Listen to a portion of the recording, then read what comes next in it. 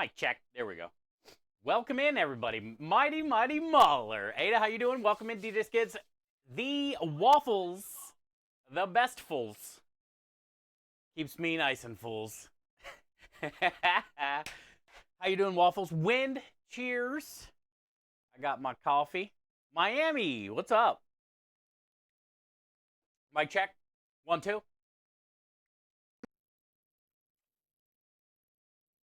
Mic check. Mic check 1, 2. What? Dang! So Aru just dropped a 10 stream streak a little bit ago off stream, or yesterday actually at the end of stream, and then today Waffles is starting off with a fat 40 sack. Waffles, thank you for the 40 stream streak. I appreciate that. Mahler says, guess what? You won a knife from a Johnson stream. I don't know why I guessed that. If you actually won that, that'd be kind of fucking crazy. It says, what time is it in your country? It is 3:16 p.m. So, mid-afternoon. I'll show you, Ada.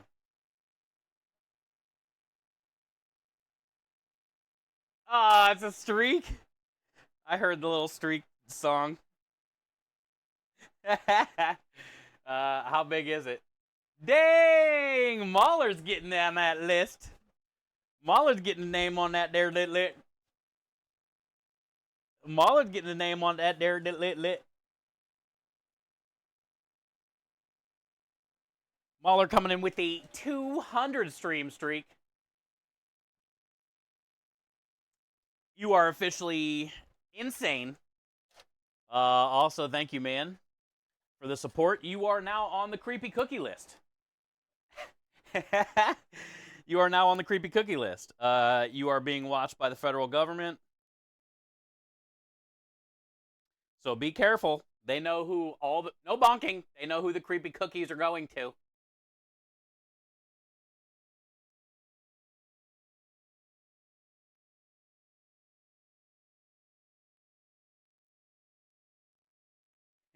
Thank you, Waffles. I love this song. Check it out, Ada. Here's where I am. This is Texas. Texas is pretty big. And we're right here by the water. We're at like the bottom part of Texas.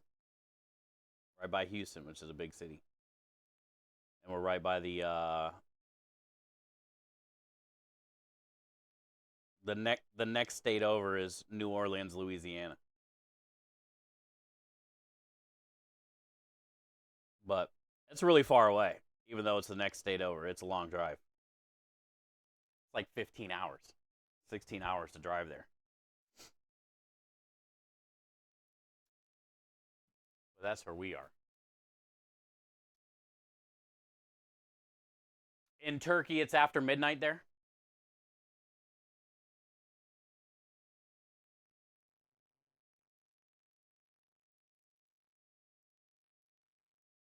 Gulf of America. It doesn't say that on Google Maps yet.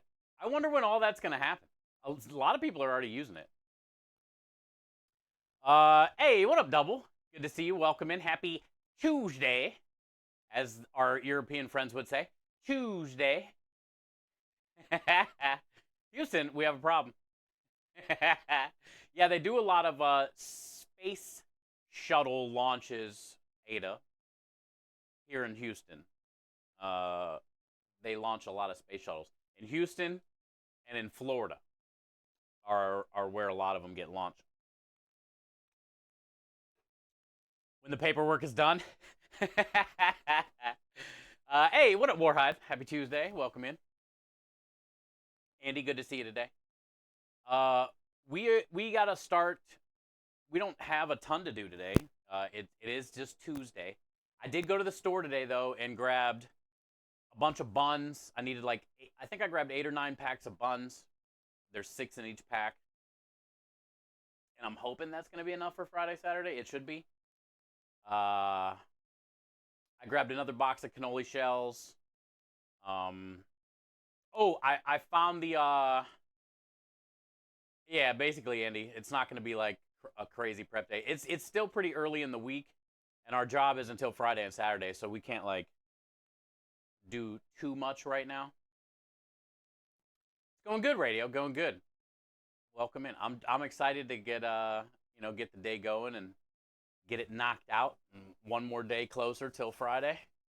I'm ready for Friday. We'll see how I feel Saturday. If Friday's going to be really busy and we do well, that's great. But then also like I got to do it all over again Saturday. Get up or we'll be up. We don't even get home because it's an hour away till late. By the time I clean the truck, we get all the dishes done.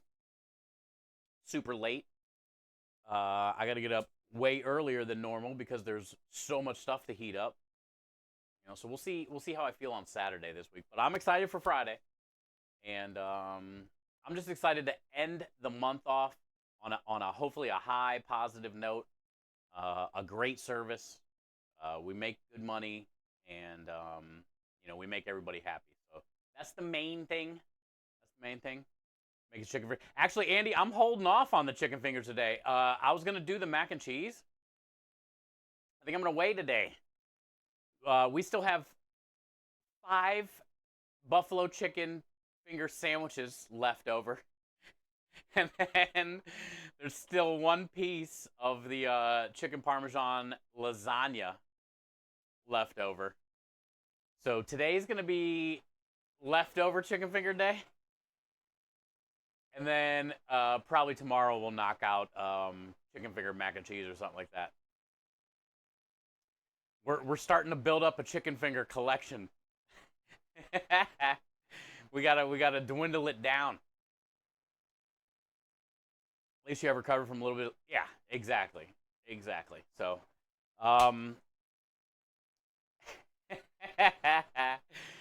the goal today is I need to get started on Sunday gravy first.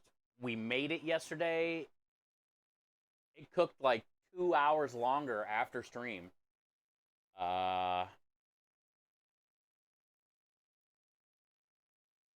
So we got to get all the bones and all the meat shredded up in that. Get it taken out of the pot. Put in the containers that I'm going to store it in. Label it. Date it. Whatever. And then I can wash that pot out, and we can get marinara going. So the goal is to get marinara going today, but we got to do the Sunday gravy first so I can get the pot. Once we get marinara on, that'll pretty much take care of itself. We just got to stir it every once in a while. I was going to then go inside and work on that spinach artichoke dip. It's okay to make that today. That'll last definitely a few days. So we cooked off all the spinach yesterday with some shallots and a little bit of garlic and all the leftover artichokes. And then it's been sitting in strainer baskets overnight in the cooler, draining all the liquid out of it. We'll still probably have to smash some more out of it, but I want to add some cream cheese, shredded mozzarella cheese, Parmesan cheese, ricotta cheese, salt, pepper, maybe some crushed red pepper, and basically turn it into a filling, spinach artichoke filling, that we are going to be putting in the shells for the special. We're going to be doing stuffed shells. Also, I stopped at the liquor store today and grabbed 2 little bottles of vodka. I got some Tito's Texas vodka. Because we're going to be making a vodka sauce for the ravioli special. And I'll have to make that vodka sauce. I don't know when we're going to do that.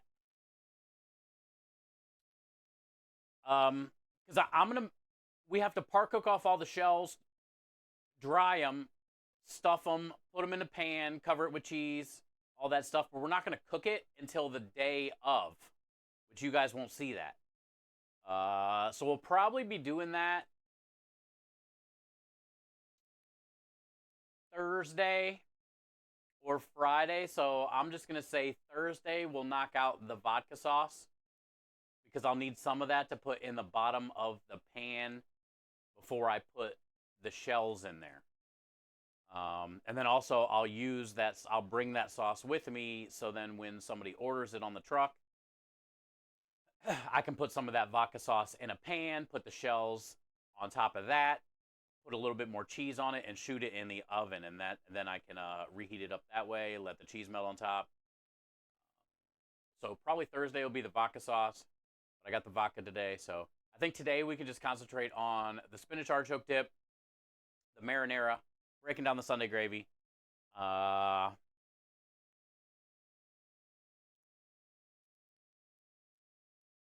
Probably provolone cheese, most likely. Because it's probably not going to take us long once we get the marinara going to knock out the dip.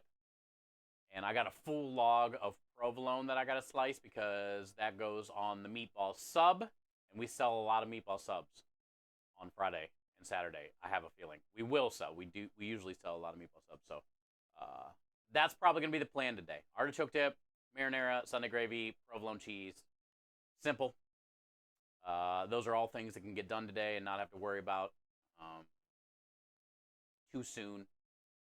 And then later on this week, I did get 2 bags of Oreo pieces, big ones. I think they're like 5 pounds each bag. But we are going to be making a chocolate lasagna this week. We'll probably make a couple pans of those, one for Friday, one for Saturday. And that's going to be cream cheese, creme de lish, whipped cream, like a creme de lish cream cheese mousse. We're going to use Oreo cookies as the base for the lasagna. The cheesecake filling, chocolate pudding, and then more whipped cream on top. And it'll be layered like that, and then I can just scoop it with a spatula into the container. So that, I'm assuming, is probably not going to be till Friday because it's got to just chill. Like once we're going to have to probably chill it a few times. When I make the Oreo crust, put it in the fridge. Then after I put the cream cheese filling in there, put it back in the fridge. And then, we'll probably have to cool it for like 10 or 15 minutes throughout the process. But Creme coming in with the 35 months of support and kindness. Enjoy all the wieners and the wiggle spam.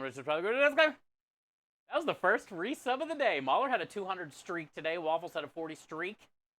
Rue had a 10. That was the first resub.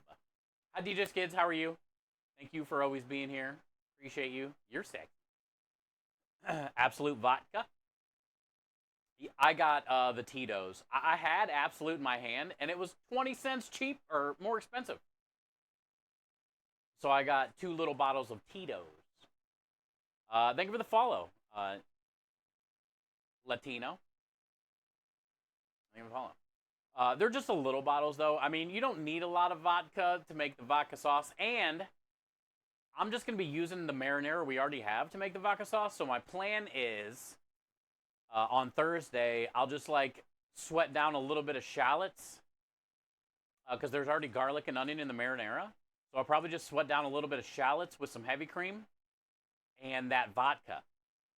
And we'll kind of reduce it a little bit, cook the vodka out, reduce the cream a little bit, and then I'll stir that into our marinara, and boom, vodka sauce. But yeah, I just got 2 little bottles. They were $2.46 a piece. And then the Absolute vodka was $2.66. $2.66. Was Steve on top instead of a cherry? No, we'll probably sprinkle some chocolate chips on top of the lasagna, though. Like, they'll stick to the whipped cream. I might even have, some leftover something. Caramel in a bottle that I can drizzle over the top of it, too. I'm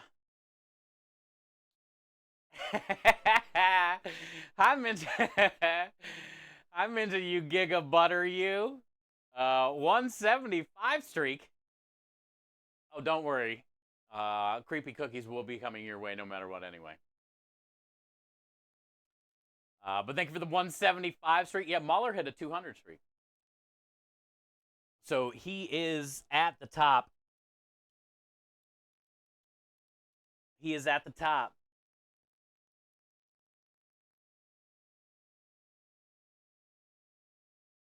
Midge is still in the list.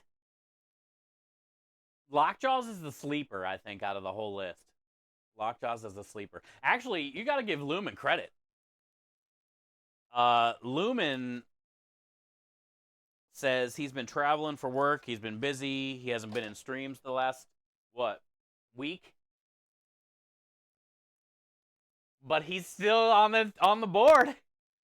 I mean, he's hopping in.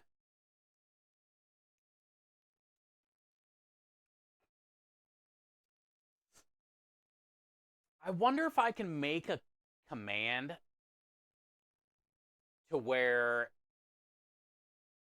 I wonder if it saves the info, like, because I think Prime was at 369.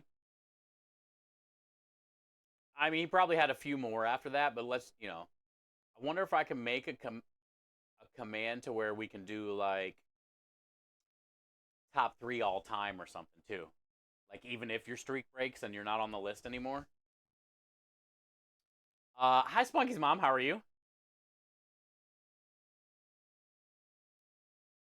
So Madden 40. Oh, okay. Good thing you're a mod. You're allowed.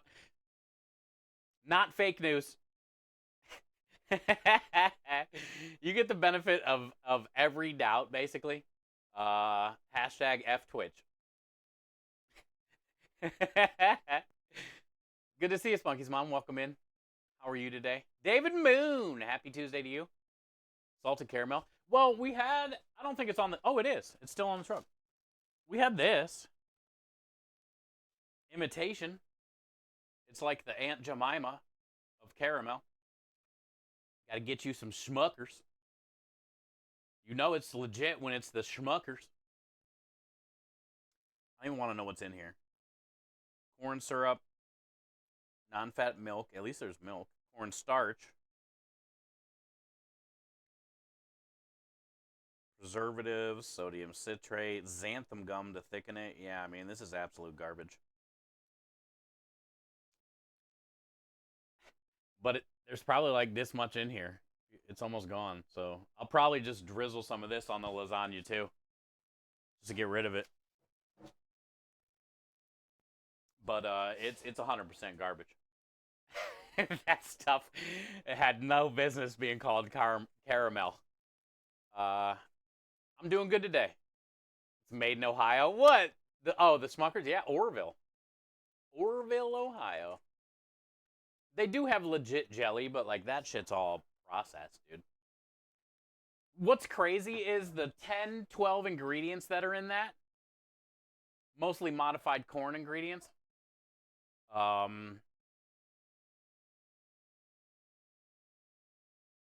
probably more costly or require more whatever compared to literally just cooking down sugar and adding a touch of cream, or even if it's like dried milk powder, so it's shelf stable. You know what I'm saying? Like, if you think about it, like, why is there 12 ingredients to make something that's literally one ingredient? Sugar, cooked down. You know? Uh okay, so let's get to it. Let me grab the tablets. And we'll probably just go pull out all the bones in the warehouse because there's more room in there.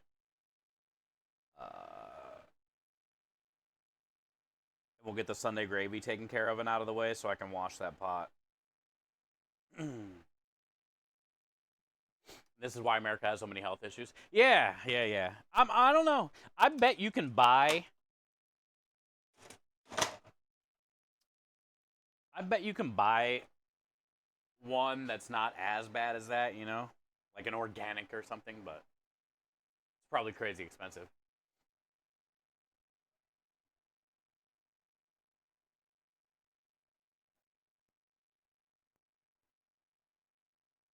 Rich coming in with the 40 stream streak.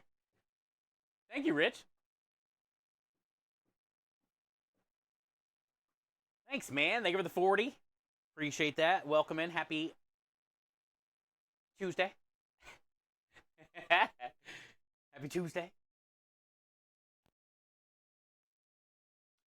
I did darken the camera. Do you guys think it's too dark in there now?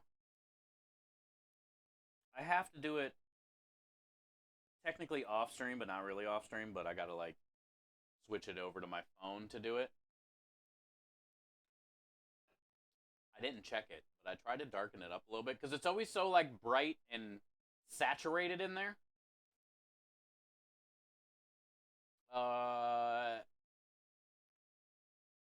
Thanksgiving tacos are fire. Let's go, Waylam. Thank you for the 3 stream streak. You're at 42 radio, or you're at 40 also radio. Let's go. Who shall reign supreme? Who's gonna who's gonna lose their streak first?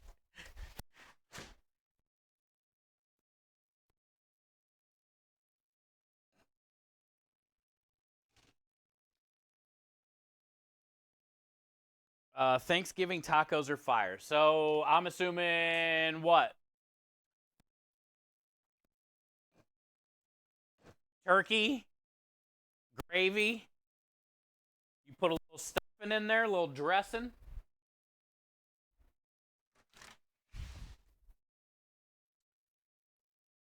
Is the taco shell made out of turkey skin? Deep fried?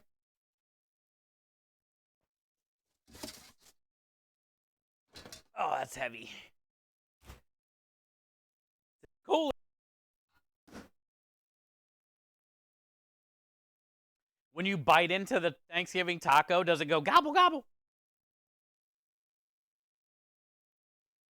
I hear a resub. I hear a level up. Oh, it's heavy. Oh, it's heavy.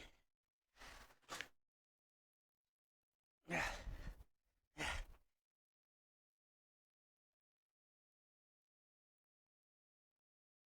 Yeah. Like 40 pounds. No turkey skin, it hurts. You don't like turkey skin? When it's all nice and crispy?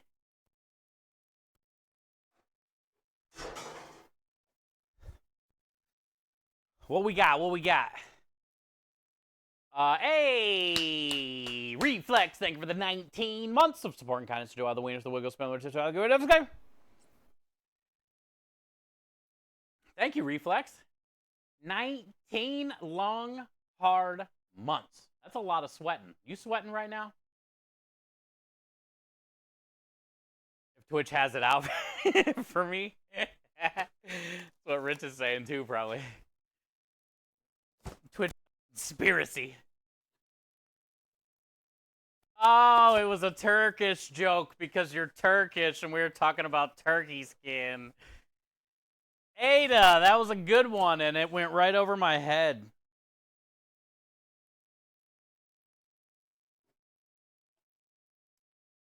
That was actually a good joke.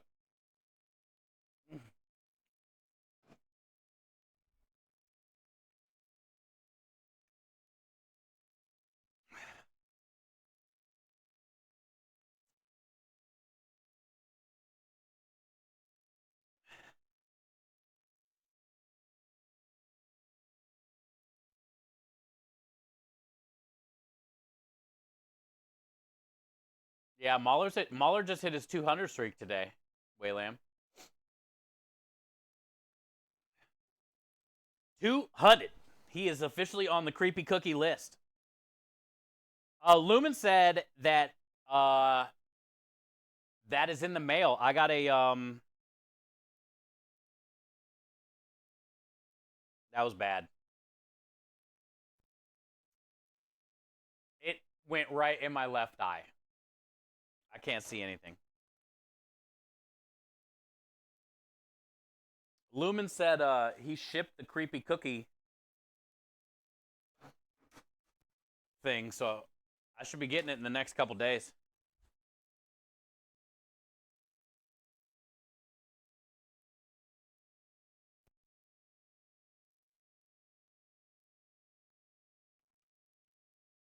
always nice to start your day out with a little bit of Sunday gravy in your eyeball.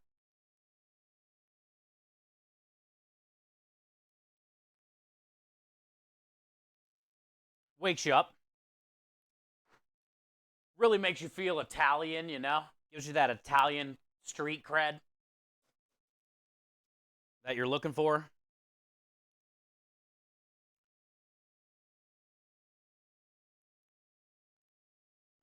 Look at this big piece of meat.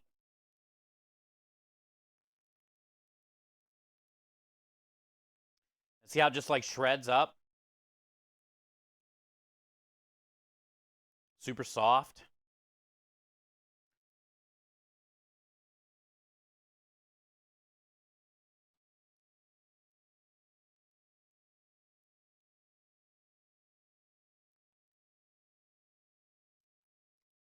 That's ridiculously good.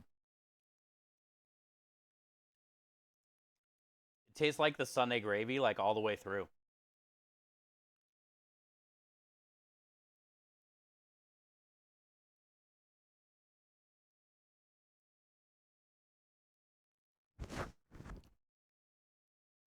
You may need to invest in. It happens every time. Wait till we start squeezing the tomatoes for the marinara. There's still some in here that need squeezed too. I'm hoping I don't.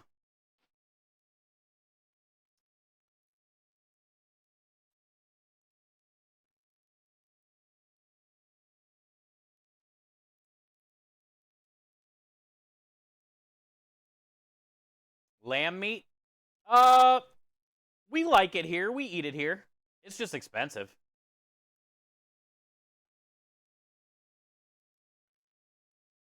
You can find it pretty much anywhere here. It's pretty popular. Just nobody has the money.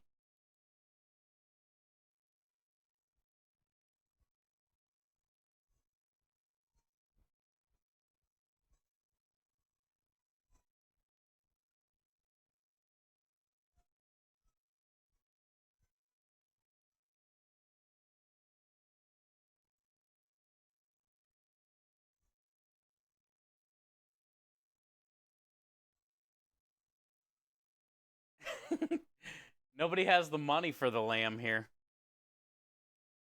We got goat, lamb, mutton. Now, the goat and the mutton is a tough sell here. I mean, you got to go to places that are known for that, like Indian style places. But lamb's pretty popular. It's just too expensive, dude.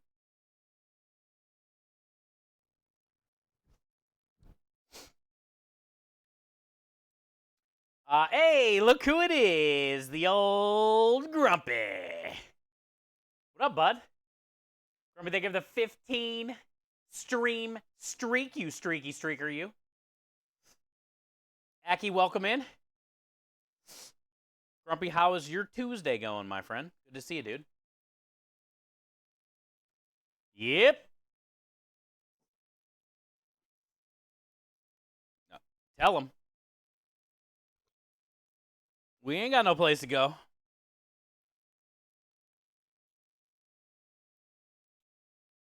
Hey, we were talking about you earlier, Lockjaws. I said you are the hidden sleeper of the streakers. Lockjaw coming in with the 175. We've had some crazy ones today, man. Lockjaw's thank you for the 175. Happy Tuesday to you. Welcome in. We are just picking out all the bones and the meat from the neck bones. And then we can get this corded up and dated and put away, and we're going to work on marinara next.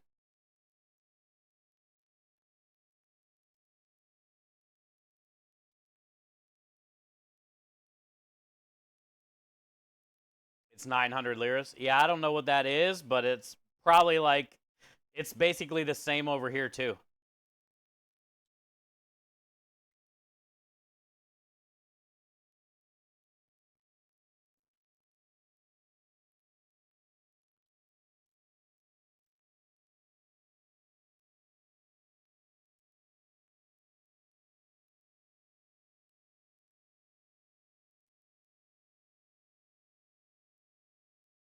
Sam Jackson.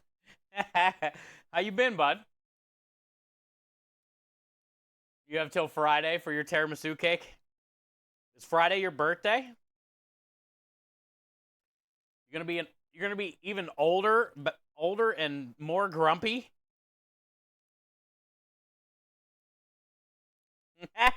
Well, here's an early birthday for you.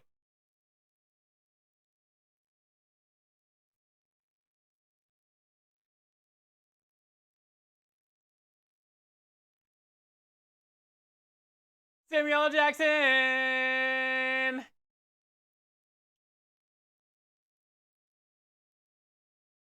Bing bang. 55. We've had a couple 50s in here recently. Honestly, 55 is a cool milestone, man. Congratulations. It ain't easy. It ain't easy to make it that long. This tells us a lot about you. Happy early. Yeah, Double had a birthday this week, too. I have 6 more months till mine, so I got time. I might not make it. Every day is not guaranteed.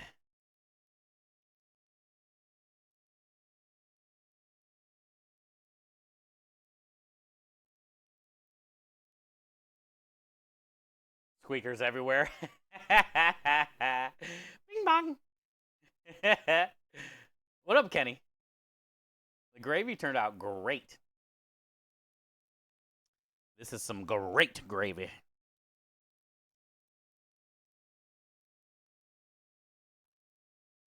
It's already went in my eye once. I'm already wearing it. I think there might be a little drop on the floor somewhere already, too. I know. Oh, this looks like a little lamb chop right here. Look, here's a little lamb chop.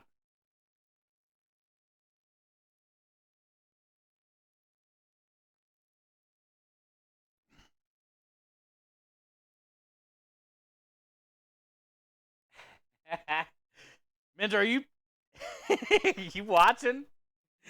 Don't look, Minja. Everything's fine. There's no marinara on my shirt at all.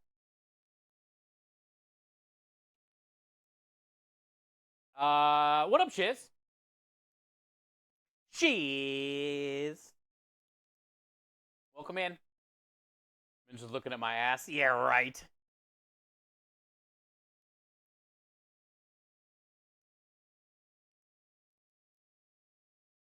She's she's judging.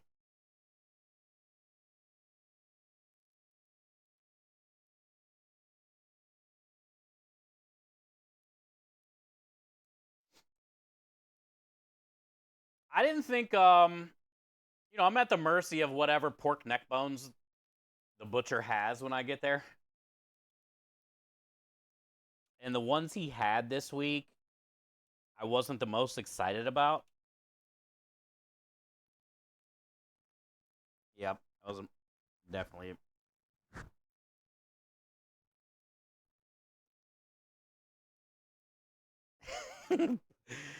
But I've gotten a lot of meat off of here so far. A lot more than what I thought. This is our second bay leaf. We found both of them. I think. Yep.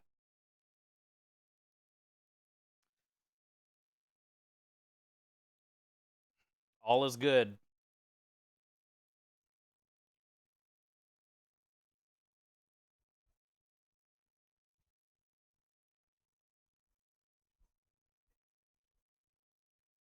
Hey, what up, Lumen? We're excited for the creepy cookie reveal.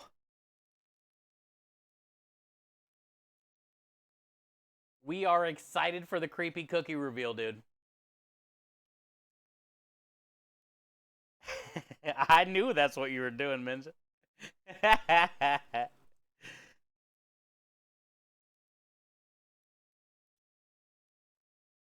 Everything in my left eye is uh like blurry from the grease of the meat that just went into my eyeball.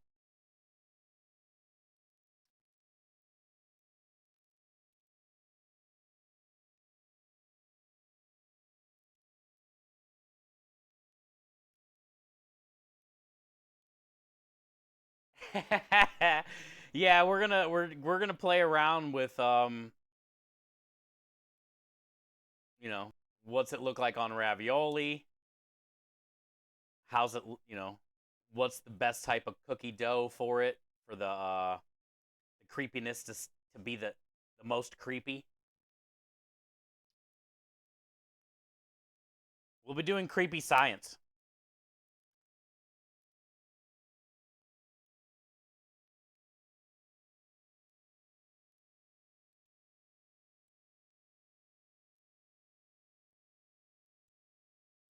It's a chunk. Yay! Look at all that meat.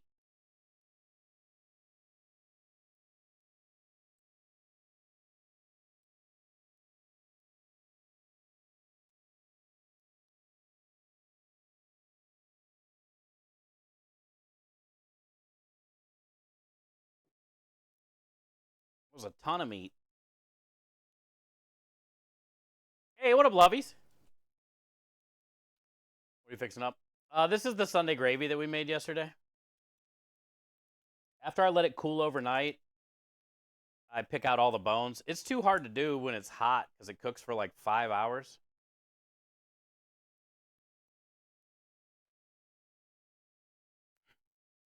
You can't really get in there too easy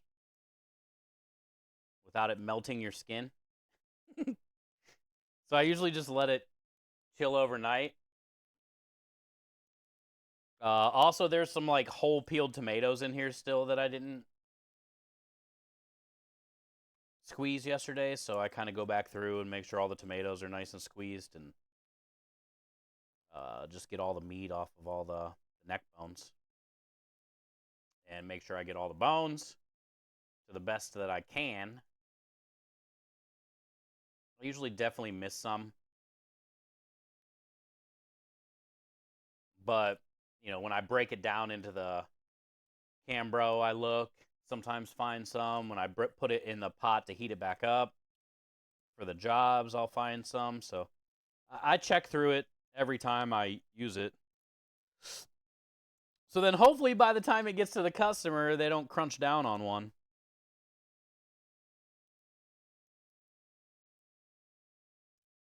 But usually they just fall out like this, You just got to find them.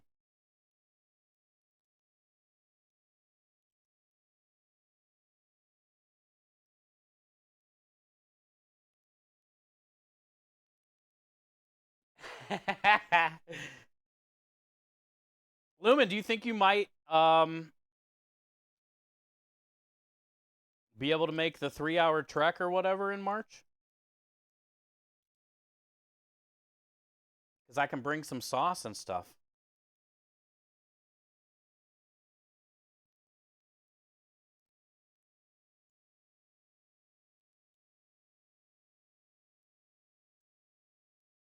After this, Lovey, we are going to be doing marinara. I like to try to do. There's only a couple occasions where I got to make both sauces at the same time, but I like to just do one each day kind of thing throughout the week. So I can just do them in this pot. This is my sauce pot. I got other pots out there, but they're bigger.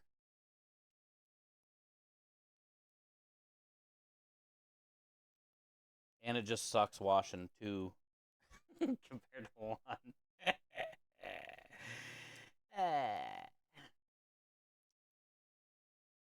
So I usually do Sunday gravy first, get all that done. Next day, clean it out, pick out all the bones. Then I can get marinara going today. That's the plan.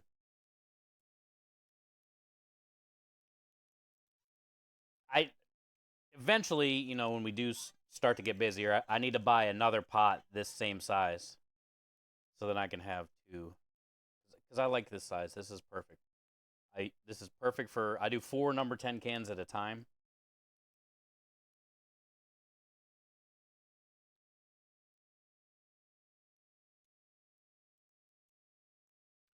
Hey, what up, Matt? No spinning in the gravy. It takes too long.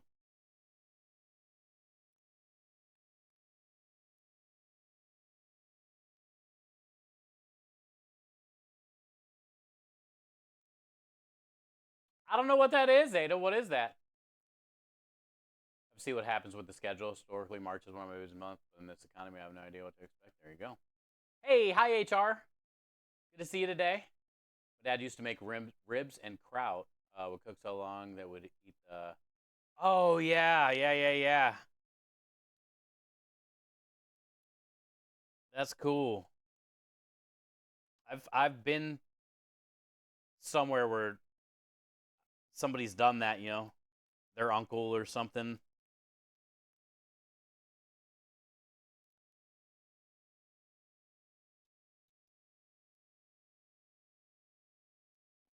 That's good, Muller. There's probably a ton of flavor in there. Sauerkraut, though, is one of those things that's definitely not for everyone. But I love it. I can eat the shit out of that.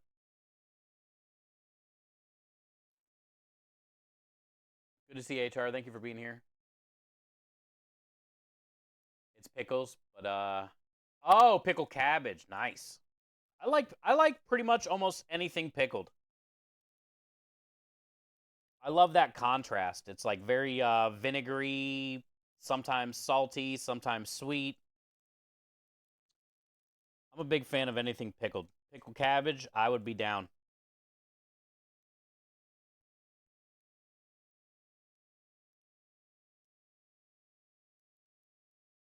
The only time we mess around with pickled cabbage over here is like different types of sauerkrauts. Uh, and then like something like kimchi. Kimchi's pretty popular here. I don't know how popular it is over in Turkey. But I like it because it's like pickled, but it's also spicy. And it's Napa cabbage, so I like the texture of the Napa cabbage.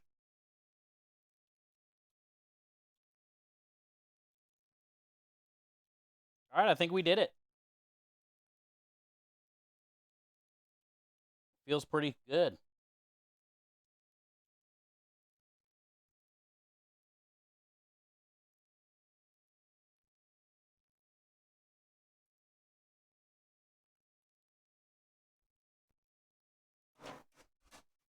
I'll show you guys once I get all this off of.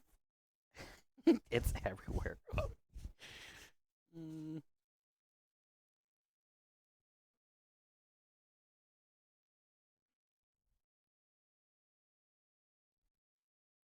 One spot there. All right. Yeah, she's pretty thick.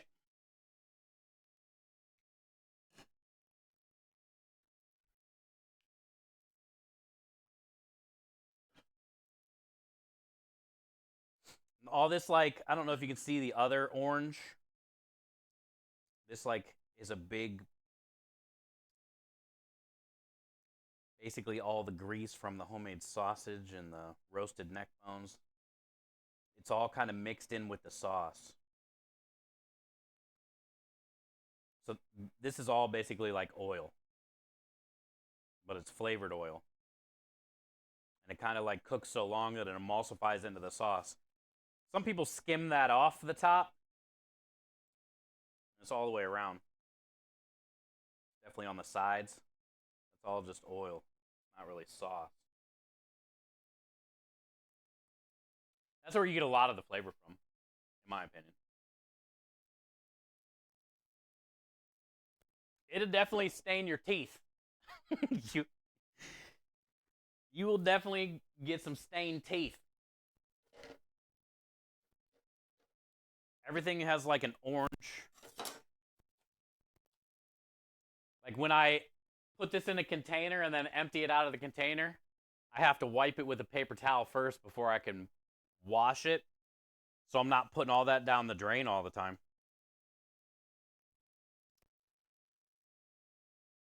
Definitely not healthy, I guess. No. Definitely, this is not a sauce that's good for you. Will clog you up a little bit. A little clogging.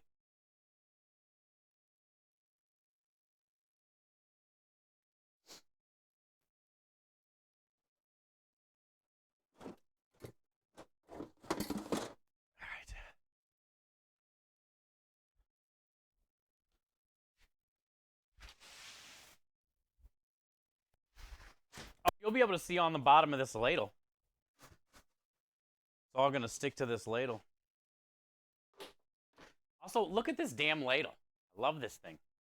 Thanks to Says. This is a 38 ounce. It's almost a 40 ounce beer you could put in here. And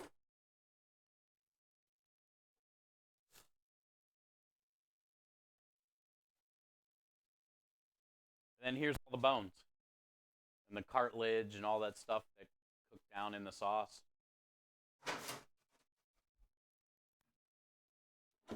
Hi, Kylie. How you doing today? Messy. You're messy.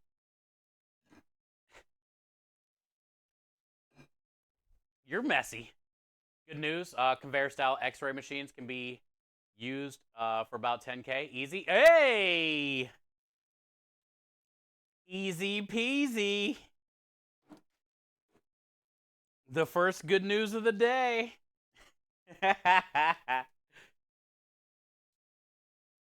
Andy says, that little thing? Wait, let's fucking do a comparison. Andy Bo Bandy. Not so dandy. I'll show you.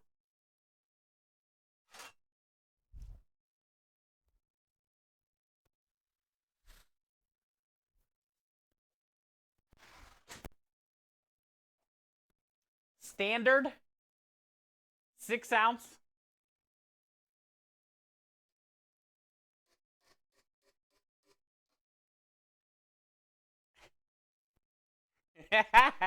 Look at that.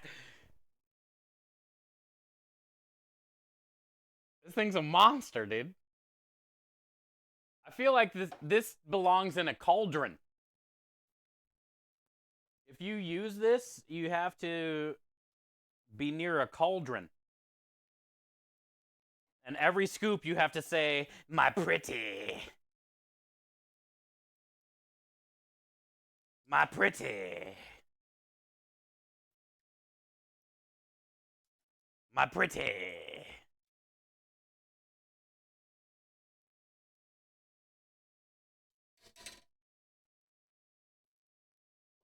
You see the things we use in steam kettles? Oh, yeah, the big ones? Yeah. I know. I've seen them. I haven't got to use them in action. I could definitely get in there. It would definitely fit me.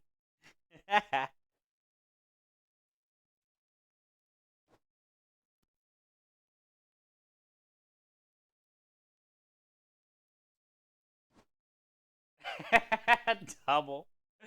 Well, yeah, here, see all this orange fat stuff that sticks to this? So none of that is sauce. That's just all the fat.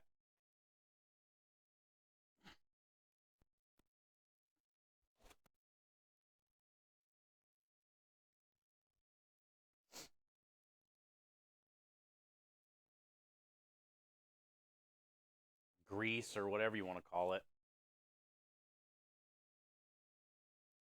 So I usually try to wipe as much of it out as I can. And then I watch it. Because I'm the one that has to clean the grease traps.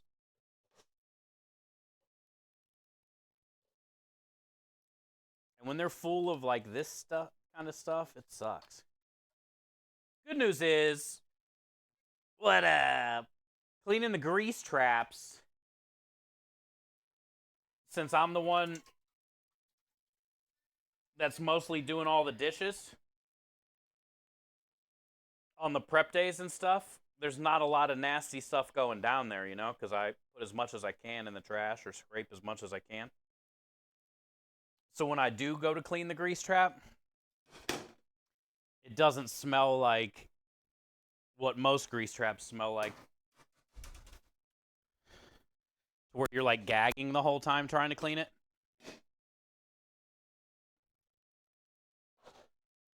I have noticed that. I usually clean the grease trap like once every month, once every 2 months sometimes.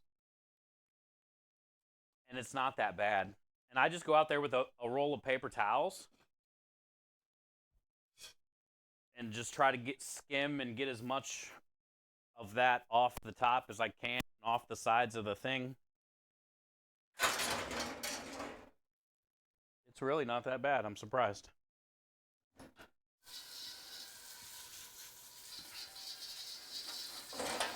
I've had some places where you gotta like wear a mask. It's so bad.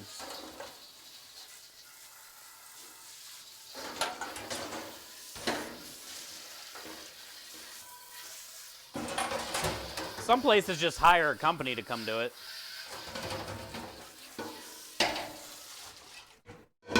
But a lot of restaurants don't have money for that, so they make you do it. Or the dishwashers.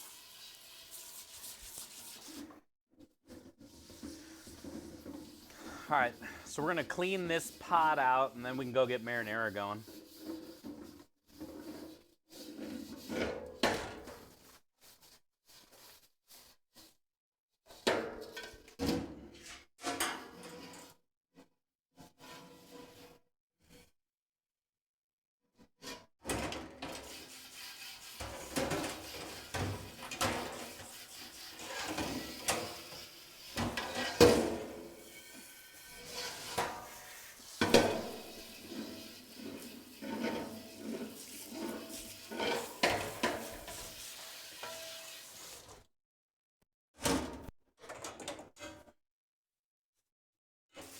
It's a big-ass pot.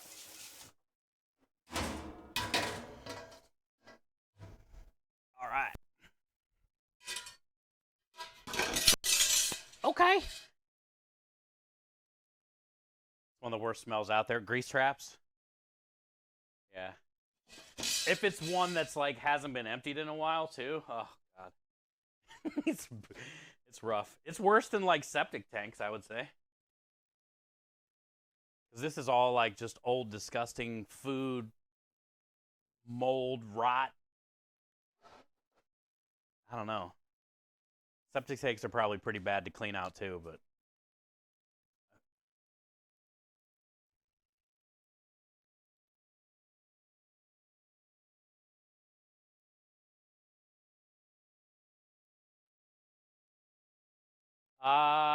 acid, what's up, bud? Doesn't matter the size of your dipper, does it?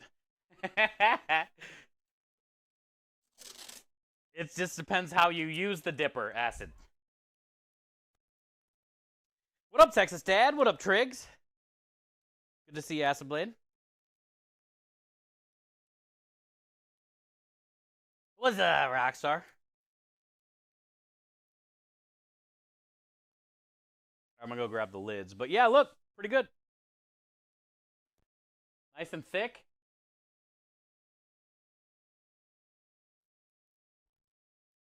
And I remember my grandma making this when I was like 5, 6, 7. It was like some of my earliest memories. And I get to do it now, like every week, every other week, every week, usually.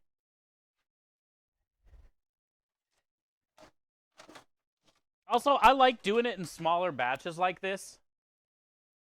Because that way we can keep it fresher, more consistent.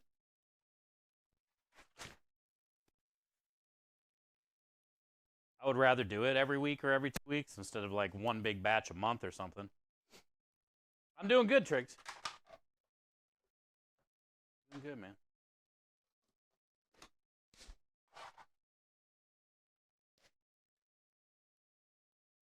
All right, what cooler should we put these in? Put it in the cooler.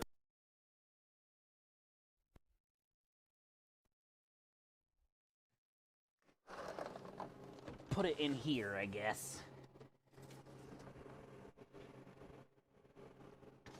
It should fit.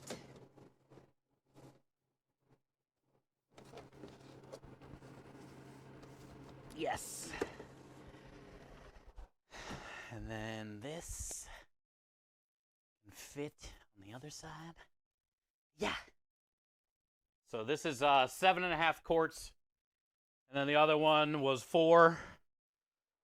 And then a half of that. So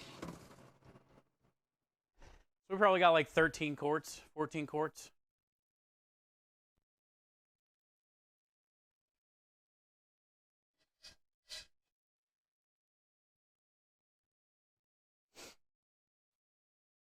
Why does Beyonce call? Who does Beyonce call when she needs roof repairs? Oh, the shingle ladies. Oh, the shingle ladies. Put your hands up.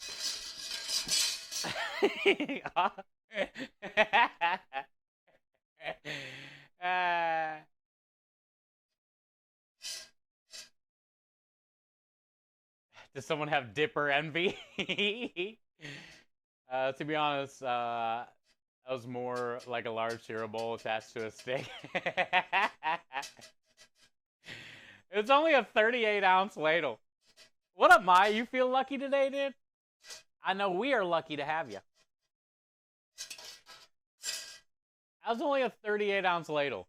You couldn't even fit a 40-ounce beer in there.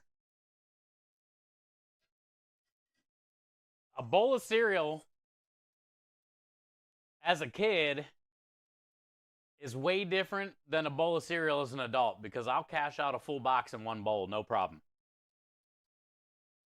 Also, the fact that when you open the bag of cereal that you just paid $4 or $5 for, and it's not even all the way to the top, it's like a fucking half a bag, because they do it by the weight, it's pretty depressing. That's bigger than a big gulp? It is bigger than a big gulp. How do you love System of a Down? I love System of a Down. Legends. Legends.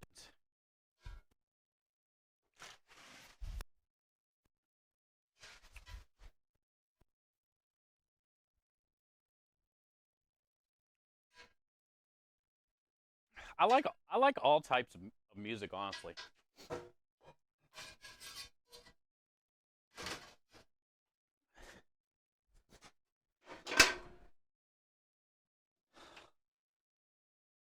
Okay. I'm gonna bring out, just grab some onions and garlic real quick, and we'll come back in and grab all the tomatoes. Gotta make salt and pepper too.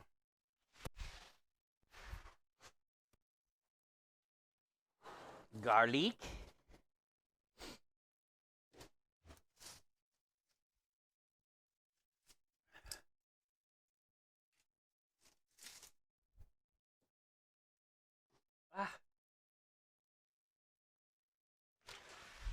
Almost dropped it.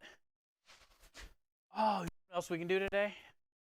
Garlic oil while I got this garlic out here. Which means we gotta light the oven.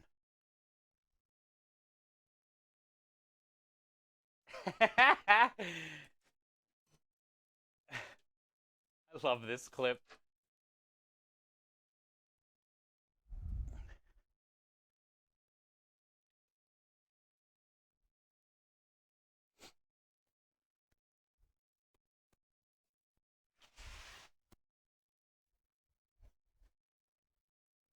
They're on a fart. Turn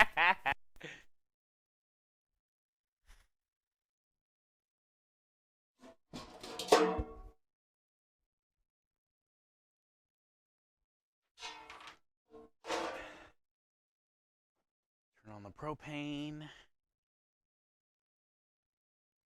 I don't know how much propane's left in here, but we're gonna ride it.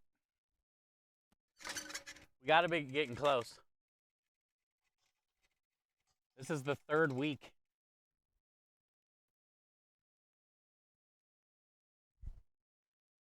I filled up a whole nother propane last week and haven't even used it yet.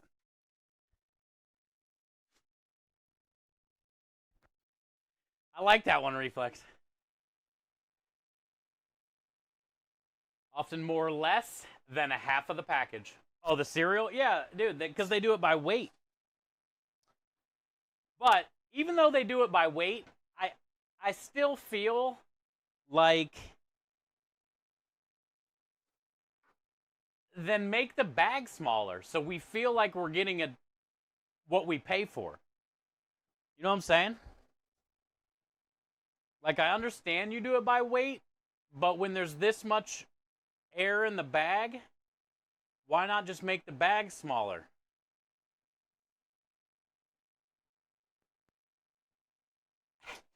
Can they only make that size bag?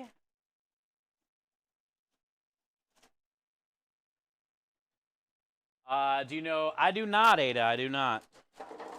You can send me, you can DM me.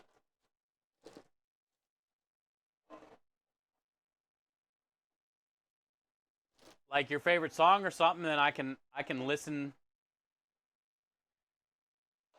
I can listen and see. False perception. Basically, yeah. But I guess if they would cut the bag down, then it would look awkward in the box. And they don't want to make the box smaller because then you would think.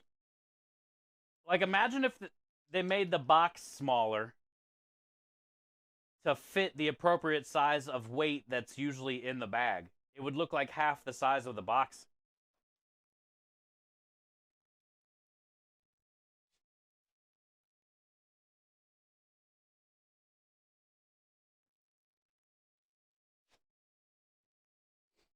So the cereal has room to move around without getting crushed. Ooh, yeah, I never thought about that.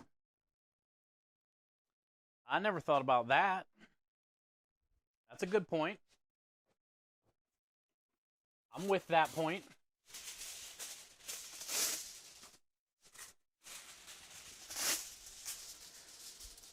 Because that point goes for potato chips too. It's the same way with potato chips. You open the new bag of potato chips and it's like halfway down already. You're like, I didn't even eat any yet. I'm already halfway done.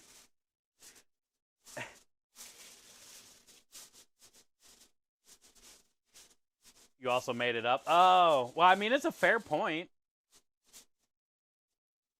They probably, have to have room for, like, settling and stuff like that. Air, yeah.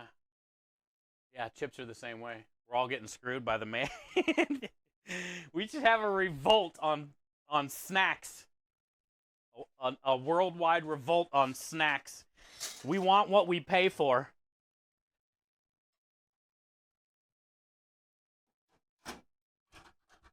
I want my 17 more potato chips.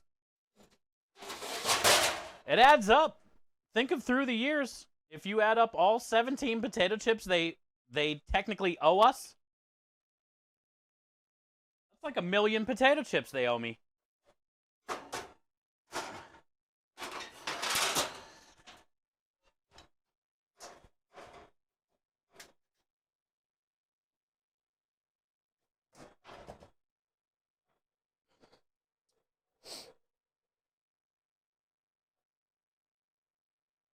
We need a lot of garlic oil because we go through a lot of garlic bread on Fridays and Saturdays at this place. Actually, you know what sells really good there? The garlic and herb oil pasta.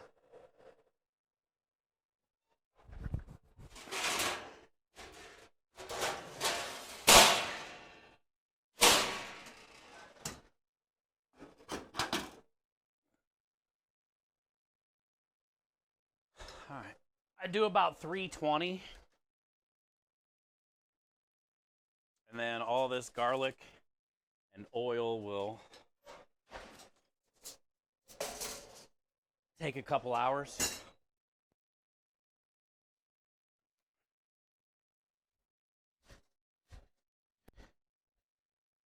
And then tomorrow we can puree all that garlic up. Yo, Michael. could still be part of the reason. Probably. KVO, how are you today? Good to see you. Oh, KVO, you know what looked good the other day? Your prime rib turned out phenomenal, by the way, but then the next day omelet idea, I was a little jealous. I was a little jealous.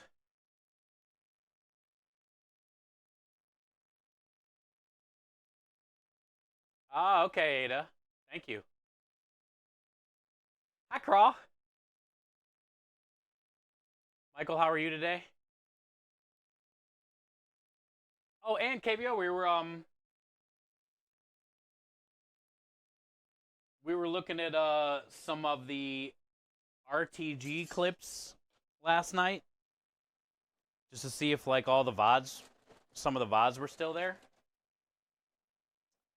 And I seen your little episode there when you hung out with us on RTG. We didn't watch it though. It's still there. It lives on.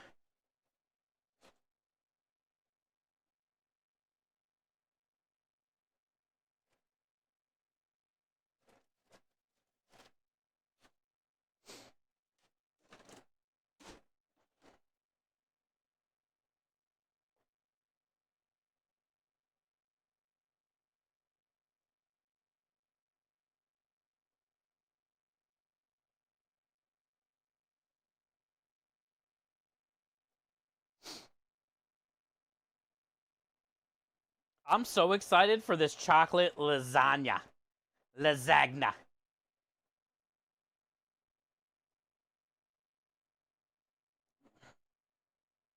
Because not only is it getting a crumbled up Oreo crust, which means I get to snack on Oreos, even though Lumen and Michael are going to charge me. Worth it. The next layer is the creme delish cream cheese mousse. Guess who gets to lick the paddles? The next layer, chocolate fudge pudding. Guess who gets to lick the paddles? The next layer, whipped cream. Guess who gets to lick the paddles? Chocolate lasagna day, which is probably going to be Friday, is going to be a glorious day.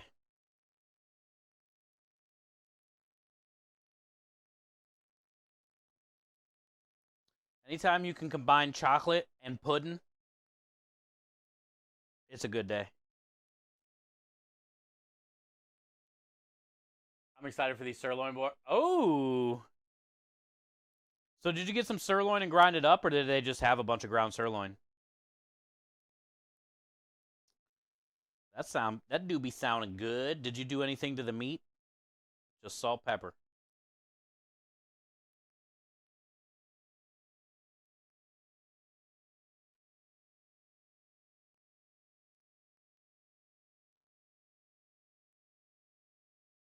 Hey, what up, John? Happy Tuesday.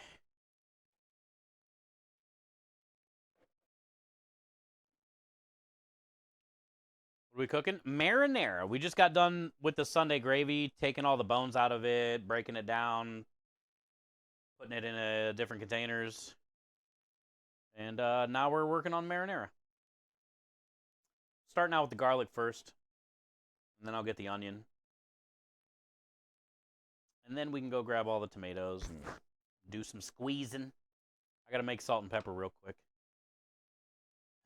when we get inside there.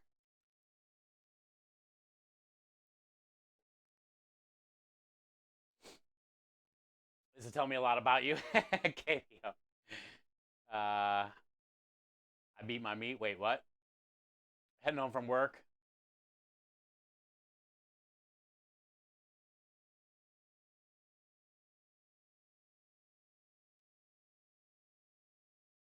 Oh, cool. That's good news, Michael. Hell yeah, bud. Well, that was nice of them to do that. So now you still get to enjoy your day. And sounds like you're going to have a fucking awesome birthday, man. So, hell yeah, dude. Good news, Michael. Be safe driving, man. Safe driving.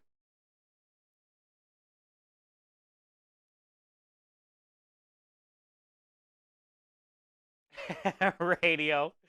Those sirloin burgers do sound good, especially with the homemade fries. I love homemade fries. I usually, when I'm doing homemade fries, I end up doing like thick cut, like pub fries. Speaking of prime rib, yeah, KVO did a prime rib the other day, last week or the week before. Turned out pretty phenomenal.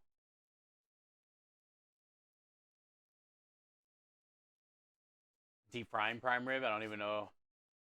Um, it can definitely be a thing, yeah. I've never heard of anybody doing it, but I can see it being a thing. Prime rib is like very fatty.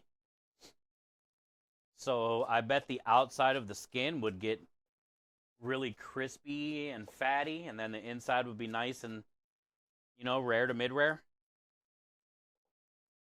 I can see it. The problem is prime rib is like top quality cut, expensive ass cut of meat, right? Like good. So most people just aren't throwing it in a deep fryer. But I can see it working. You're not going to be worried about like a bunch of grease getting inside of the meat because it's a thick whole muscle meat. But the outside will get nice and kind of crispy, and all the little fat pockets will get all puffy and almost like cracklings maybe, or pork rinds.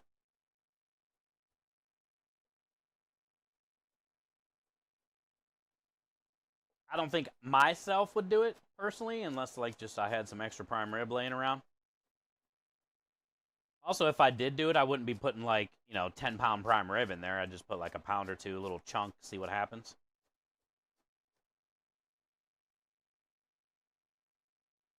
Cabbage rolls with pork. Let's go. Sounds good. That'd be a good dinner. Yeah, you did. It was the omelets the next day was what I was talking about. Those look so good. I would have destroyed those.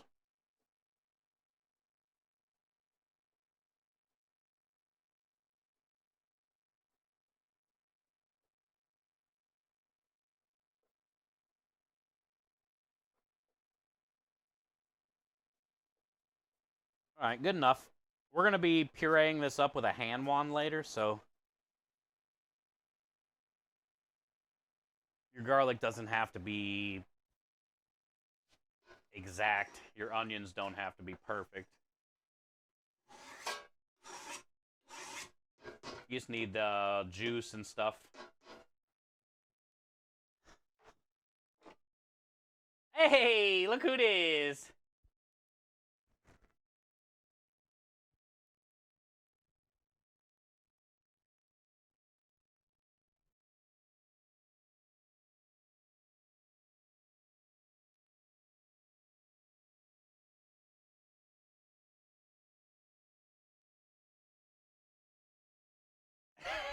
Let's go, Swan.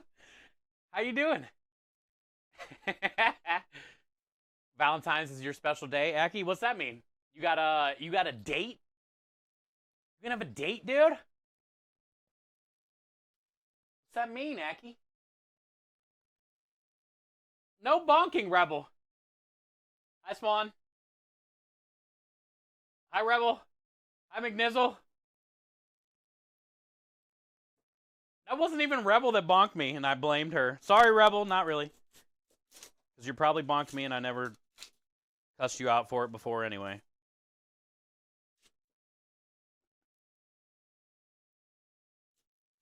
Swan, how...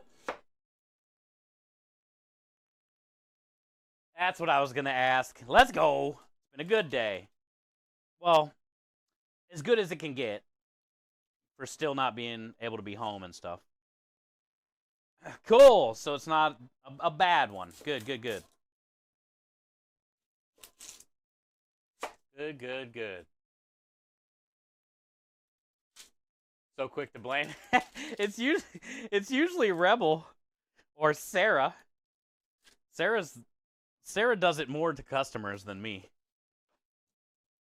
And I seen Rebel's name, so I was like, oh, it had to be her. Fucking McNizzle. In the shadows, bonking. Shadow bonking. Do you bonk all the time? If I would like to.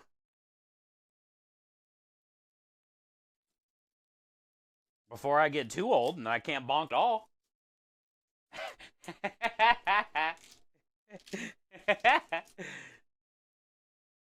I'd like to get the bonking in when I can.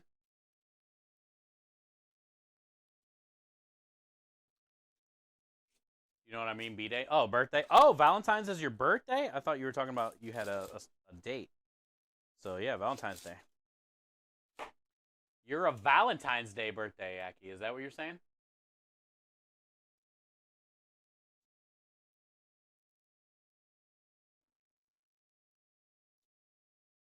Yo, what up, Patrick?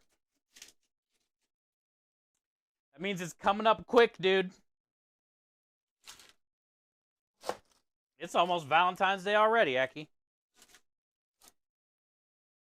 It'll be here before you know it.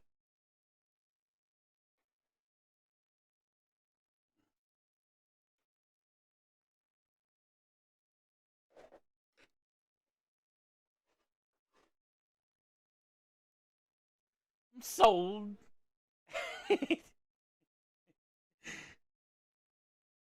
Song's so good.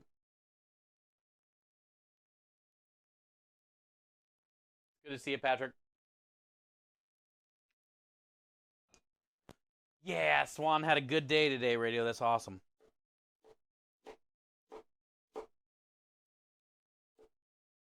Hopefully the dialysis is like helping get her body back so she can be able to get sent home, you know?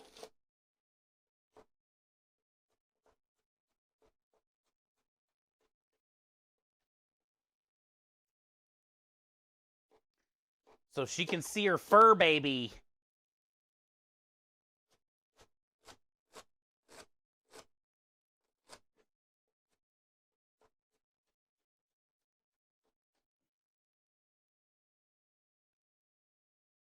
I just might be home before. Oh! Well, then you keep pushing, you keep fighting. You keep getting some rest, getting your body right. That's good news. That means that's like within the next few days. Within the next few days. By the end of this weekend, maybe.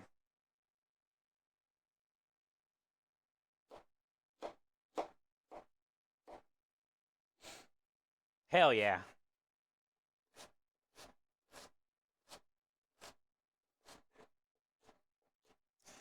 I didn't realize the hospital was a few hours away from where you guys live. That's even more scary, you know? Like, you're way the fuck out there. I would say you're pretty tough, Swan.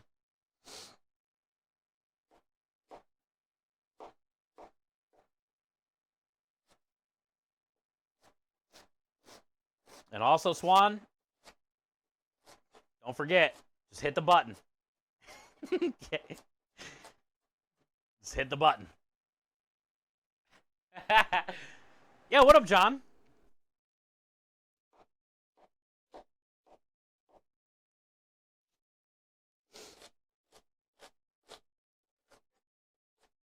I can't see, I'm crying. But I'm trying.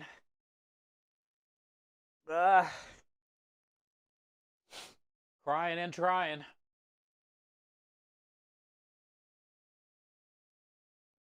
You never had that option? Oh, they didn't give you a button? That's bullshit. Well,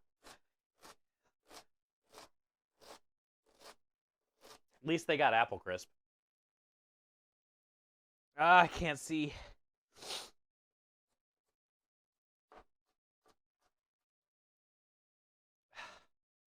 It's just my left eye. It's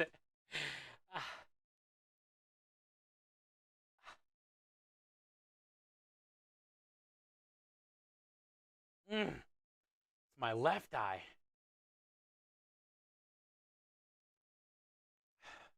I have a nurse button. Is it a nurse or a merce?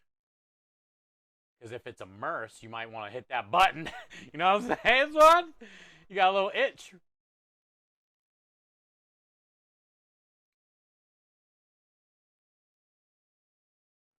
Thank you, Ada.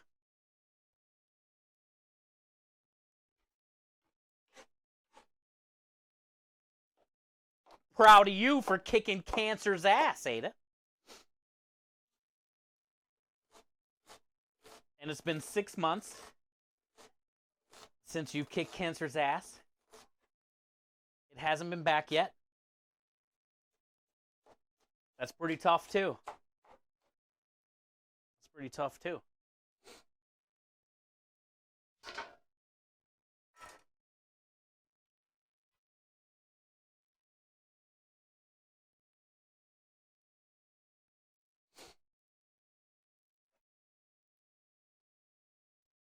All right. Thank God that's in there. Thank God that's in that thing. It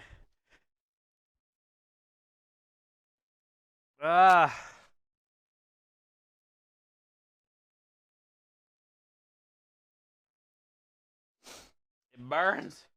Gonna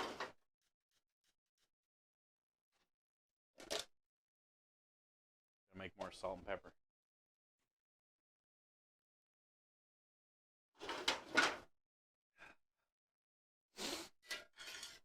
Swan, we're going to be making chocolate lasagna on Friday.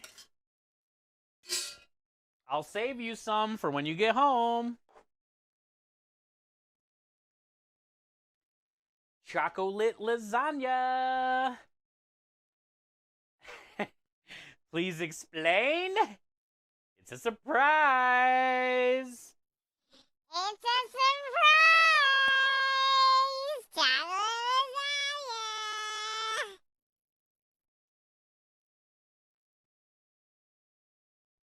Feel the burn. What up, Rue? Good to see you today. It's all better now. Let's go! Chocolate lasagna!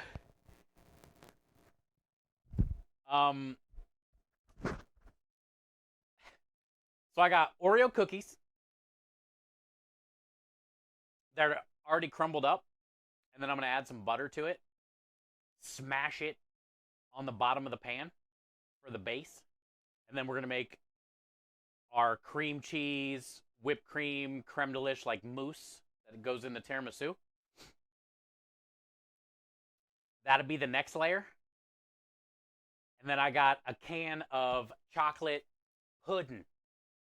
Already made, like a big number 10 can of chocolate pudding. I think it's like 7 pounds. 6 pounds. Something. A lot of pudding. I could definitely cover your whole body in it. I meant my whole body in it.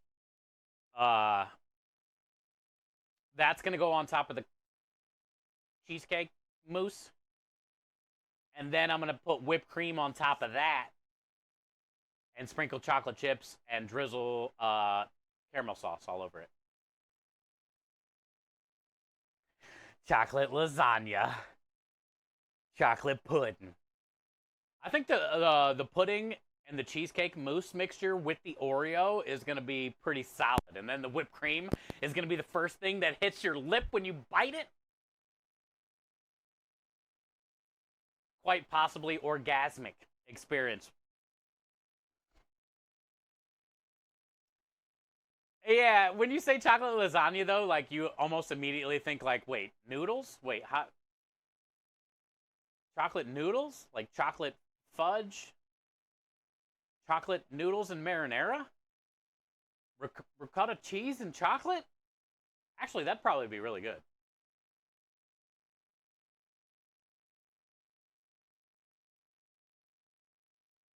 Some, like, melted chocolate that's not hot. And you, like, drizzle it into some whipped ricotta cheese. And you make a chocolate ricotta.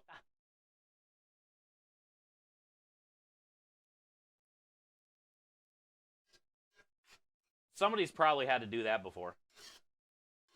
Because I can see that definitely being used for cannoli filling, right? Ricotta cheese, mascarpone cheese, chocolate mascarpone. They probably do cocoa powder, though, actually. What was that? They probably do cocoa powder, though. Wide, flat chocolate noodles. You want to try this lasagna? It sounds good, doesn't it? The thing is, True. True. The thing is, the chocolate chips that I want to put on top, they'll kind of like sink into the whipped cream or whatever. That's going to, and the Oreo itself are going to be kind of the only texture crunchiness you're going to get. Because the pudding, the cream cheese, mousse, and the whipped cream, those are all like real soft. You've had chocolate cannolis? Yeah, they probably use cocoa powder, not like melted chocolate, but I mean, you could.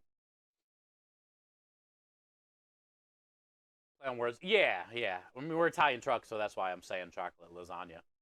Because my idea was I've seen these bags of the crumbled up Oreos. They're on sale, so I grabbed 2 bags today. And I knew I wanted to do like Oreo cream cheese mousse cups, sort of. Something like that, right? The Oreo cream cheese mousse, just like our tiramisu cups, and that's what I was going to bring. But I was at the store the other day, and I saw that chocolate pudding on sale for $7. So then I was like, well, how can I still want to do the Oreo thing, but now I see this pudding that I can't stop myself from buying. And that's when I was like, all right, screw the cups. We'll just put it in a pan and make layers, call it a lasagna, and then I can just scoop it from the pan into the little black to-go box. So it'd be an easy dessert pickup for me to do. I don't have to do much other than scoop it and put it in the box. Compared to like, the ice cream takes forever to scoop, or the cannolis, you gotta squeeze the bag and dip the thing, and the powdered sugar, there's a lot of steps. Hi, Langor. Happy Tuesday to you.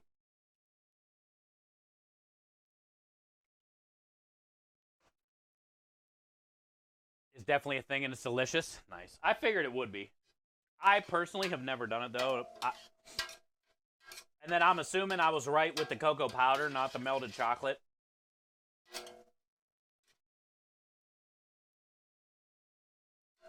To get the chocolate cannoli filling.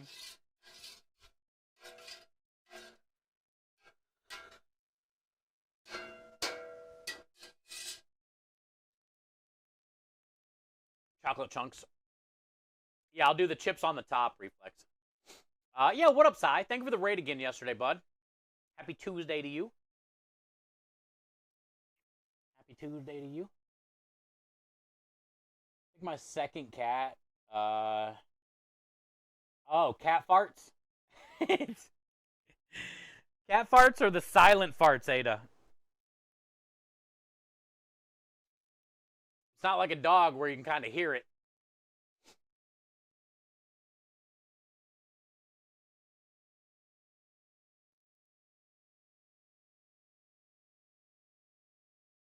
Thank you, Cy. Yeah, I appreciate that. For the raid, man.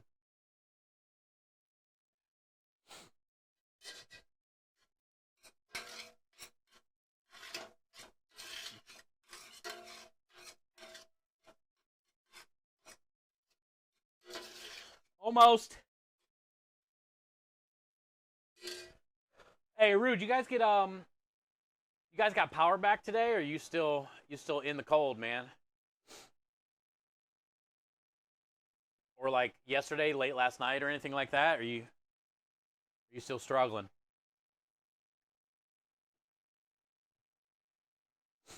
We're looking pretty good here, fortunately.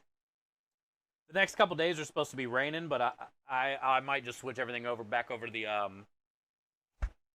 warehouse internet is just gonna make it a crappy next couple days, but at least the weather would be nice. Today we're here, but it's supposed to rain today. I don't think it's coming though.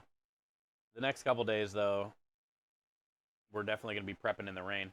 Good news is Friday and Saturday though are cloudy and sunny or whatever. So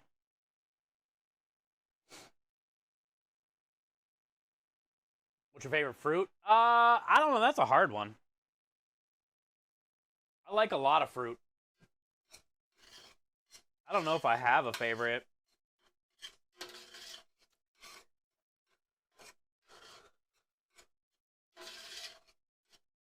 I love like a perfectly ripe peach or a plum. Like a perfectly ripe green pear. I don't mind brown pears either, but like I'd rather have a green ripe one than a brown ripe one. I love red plums, peaches. I guess I like things that are kind of softer. You know, I love apples, but they're more like chewy, crunchy. I like the softer stuff, I guess. Mango. You know, favorite food answer yes. Yeah, you can't. Well, I always tell people, you know, the Sunday gravy that we just made yesterday with pasta. That's if I could eat that every day if I had to, forever. If that was the only option I had for the rest, I'd be fine. You got a lot of sun this week. Is that gonna that you? Does that mean all the snow is melting reflex? You guys getting rid of some of that snow? Basically 3 days of barely any power.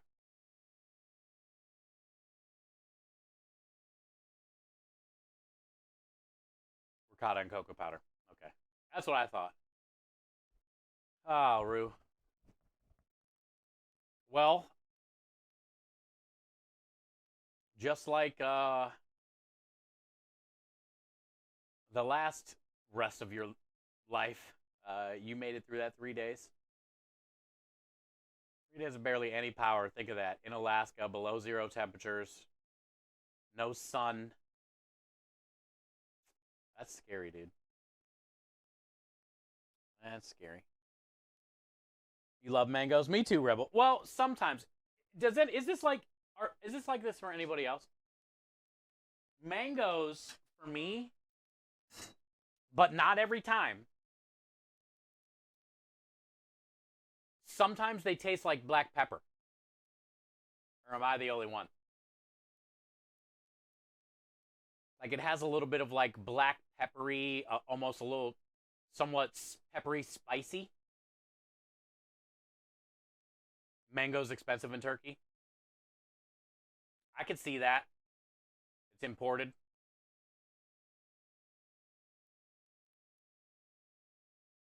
I know, Rue. That's what I'm praying for too, bud. That's what I'm praying for too, man. You got to hold on and keep fucking fighting and pushing until you get there. Text you the rebel command.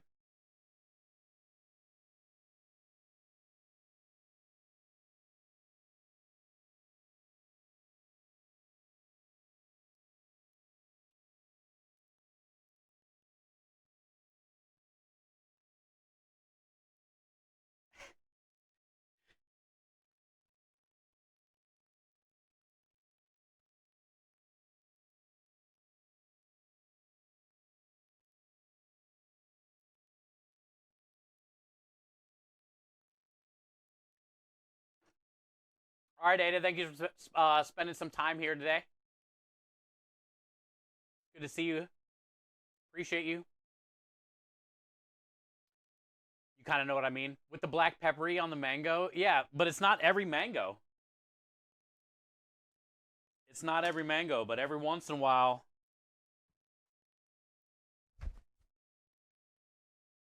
And you know what else I think it might be?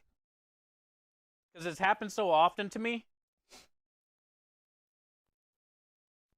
know how when you cut into a mango, like after you peel it or whatever, the mangoes have a little seed. And then on two sides of the mango, you can cut it straight down and you're not worried about the seed. But then when you turn it and try to cut the other two sides, it kind of makes contact with that seed.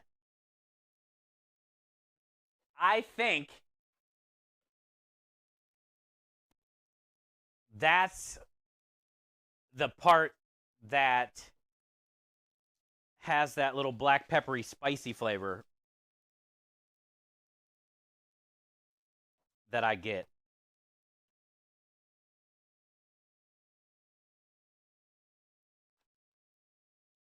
It's a big seed. It is, it is. But for some reason, to me, the side that doesn't have the seed when I cut into it never has that weird spicy thing going on.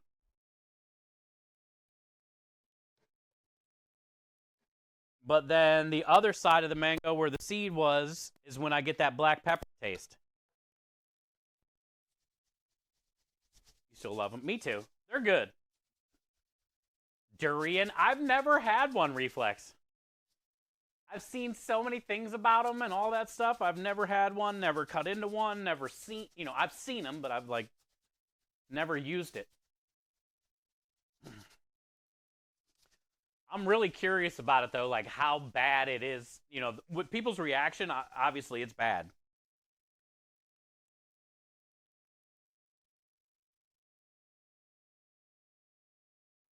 Yeah, chat. Fucking try to get a roux out of Alaska. I mean, it sucks that it's down to that. Imagine like growing up and living in Alaska. Like, what a fucking beautiful place,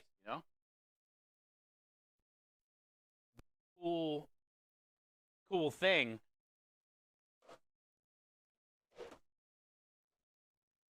But also, you gotta either have a lot of help or be in your prime. And when your body starts giving out and you don't have a lot of help, I wouldn't want to be in Alaska. It's too fucking dangerous. There's nothing near. Medical hospitals, fucking doctors. Just everything's like an inconvenience almost.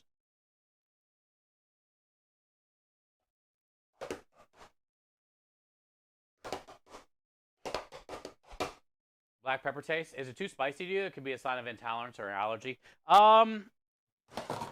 It's like black pepper spicy. And it reminds me of black pepper. But it's not like spicy hot sauce spicy. If that makes sense. It's almost like when somebody doesn't grind up the peppercorn all the way and you get like a bigger piece of one when you're chewing. And you're like, ooh, okay. That was spicy. You know what I'm saying? That's kind of what I get. Only sometimes, though, when I eat mango. And it's been that way for like a long time. Because I've done a lot of science with it, like I said. Wondering, like, why some have that, why some don't. Is it from the seed? Is it not? Is it in the skin? I don't know. I don't think it's allergy. At least for me. Stinky fruit tastes so good. I have not had it, Reflex, but I do love stinky cheese. I'm going to film my exit and call it an Alaskan Goes to America. Dude, you should, Aru. And then you should travel up the Gulf of America to get to your destination.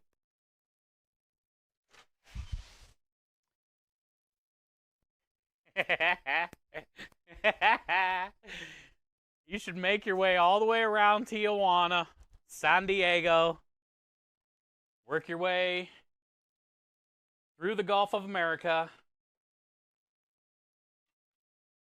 take a quick stop in Nolans. Grab you some type of shot of alcohol from some lady's boobs. That's a must-do when you get to New Orleans. At least do one booby shot.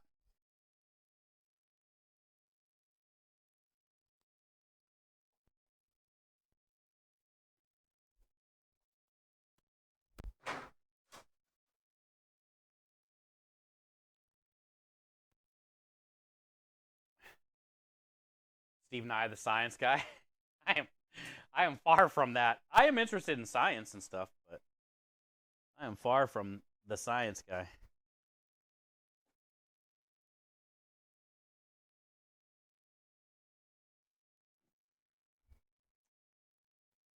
I'm more of, you remember the guy that wore the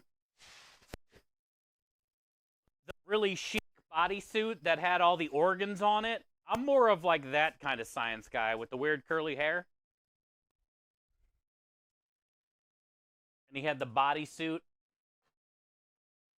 that was basically the inside of your body. That's more me than like Bill Nye, you know? I'm like that guy.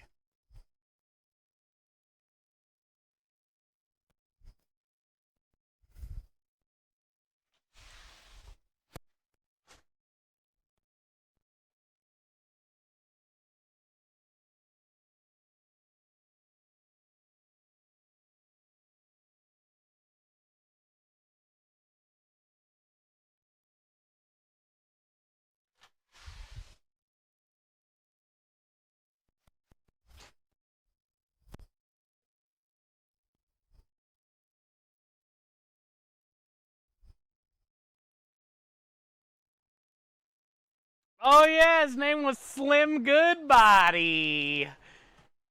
Fuck yeah, I forgot. I gotta go grab that tomato paste. This guy. Good old Slim Goodbody. With the curly hair. Oh, there's old Captain Kangaroo.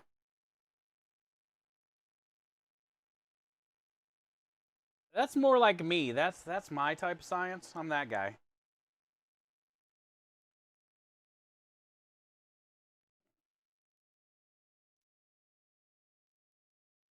Bill's from Seattle.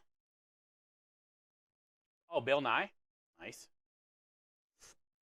Bill Nye and what's his name? This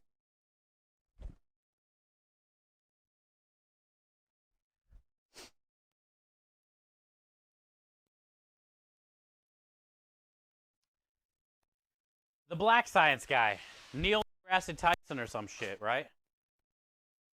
They just had an episode on his YouTube channel together. They had a couple episodes together, actually. I watched both of them. Those two are pretty funny together. They like nerd out over some random space shit.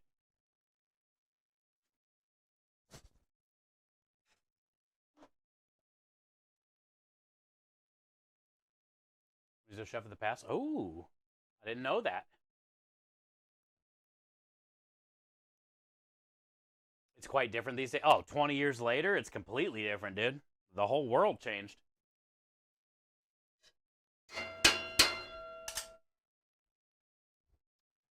Way different. Yeah, it's gonna be. Oh, it's almost gonna be like a culture shock, Aru, technically.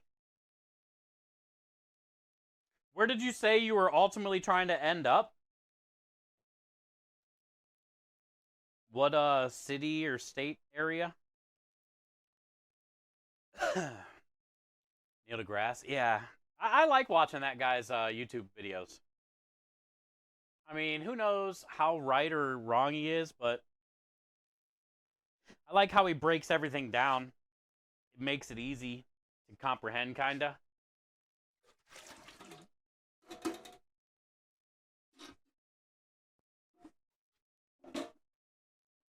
But when him and Bill Nye were together, it was worth watching for sure.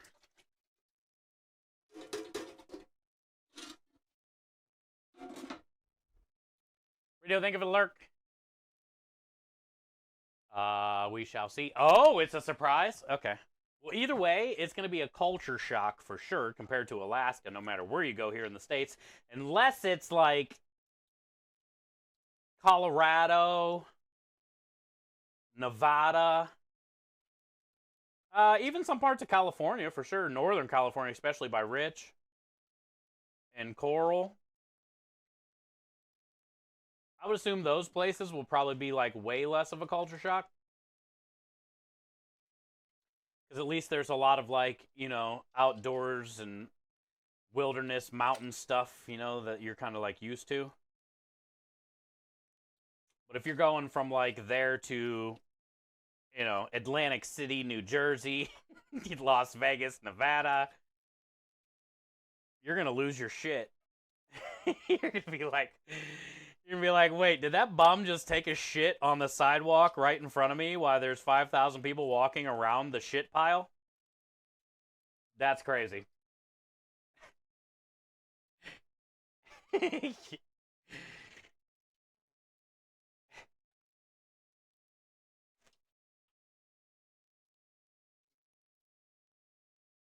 You don't see that in Alaska.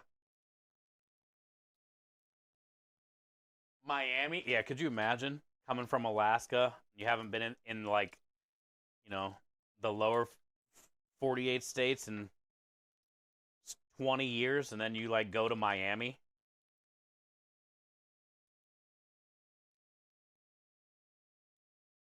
It would be like, it would almost be like coming out of prison in a weird way and being like, oh shit, this is what refrigerators look like now? you know? There's TVs in refrigerators now? You can hit a button and the doors on your refrigerator become clear so you can see what's inside without having to open the refrigerator?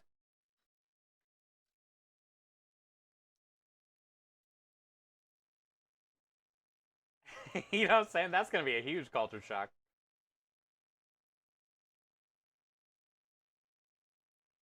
It's not that Alaska doesn't see that kind of shit. It's just harder for them to get stuff like that. Bluetooth fridges. Imagine that. You go to prison and you come out 20 years later. Like, how fucking crazy would it be?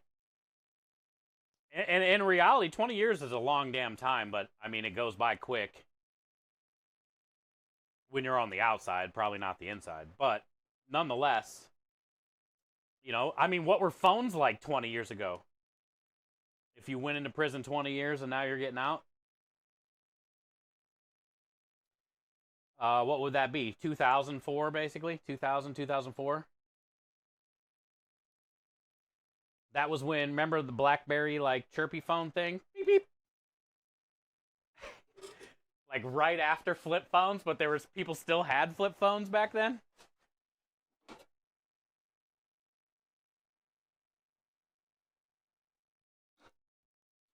I would definitely say that's a... You have those fridges here? I know you do. I know you do. I'm just saying, like, depending on where you go, it is going to be a lot crazier than what you're used to. More than anything, what I hope, Rue, is wherever you end up,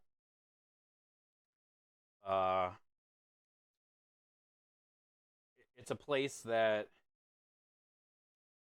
you like, and there's a lot of, it's like easily accessible for you to get the things that you need, not only for your body, but maybe you can get a little side job or something helping people out or whatever it is.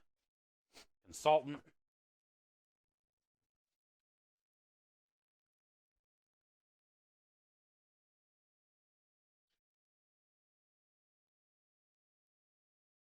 They've had less snow than New Orleans this year.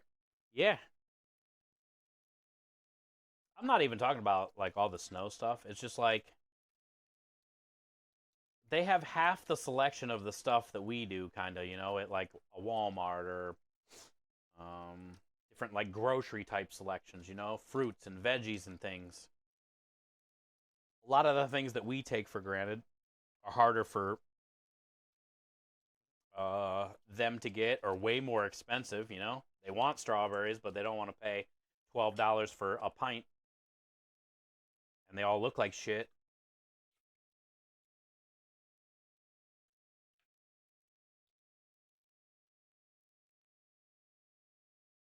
Home sweet home, safe and sound. Let's go, Maya.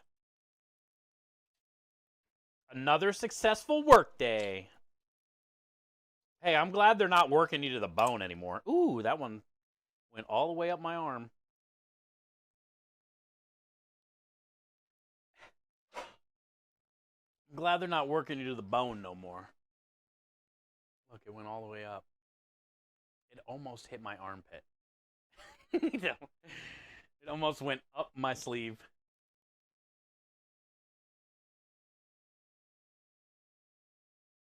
Yeah, that kind of shitaroo. Yep. That's what I'm hoping. Wherever you end up, you don't have to go through anymore. Like, everything is more accessible.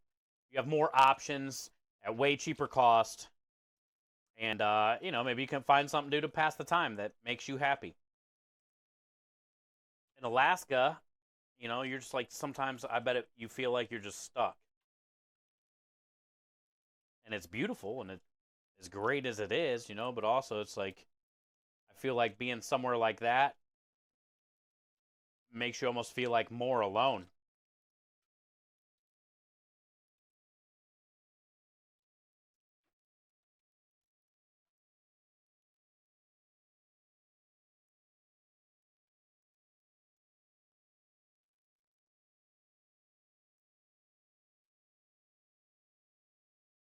Sunday sauce, Navy says. How you doing, Navy? Good to see you. Sorry I missed your message. Squeezing tomatoes. This is the marinara. We did the Sunday gravy yesterday. We actually broke it down at the beginning of stream today. You missed that part, probably. I usually, the day that I make it, I let it sit in the cooler overnight.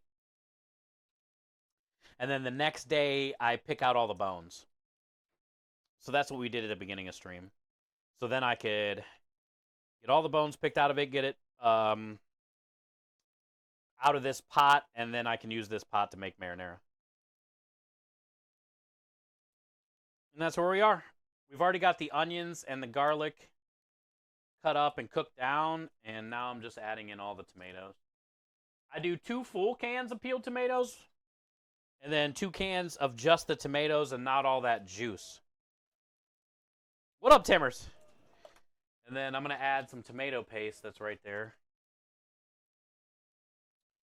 But I don't want the juice from all 4 cans, just 2 of the cans, because then it'll be... I like our marinara to be a little bit more thicker than most marinaras, so it holds up better on the meatball sub, coats to the noodles better. Technically, you can make this marinara in about an hour. Once it comes up to a bubble, you're good to go.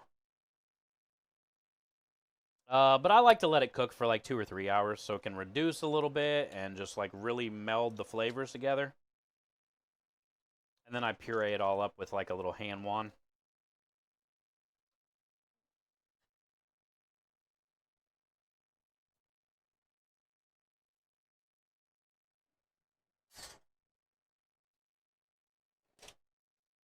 Sunday gravy turned out great nonetheless. Also, Faceplant, good to see you today, my friend. Thank you for being here.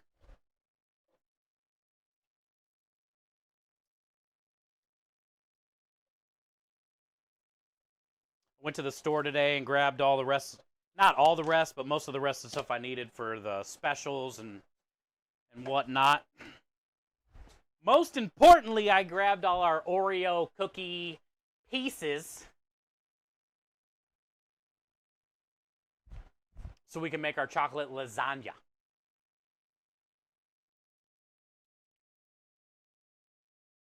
Mo. When the rebel yells, you want more. Watch, Matt's gonna be coming with an exclamation point no in like 3, 2, 1.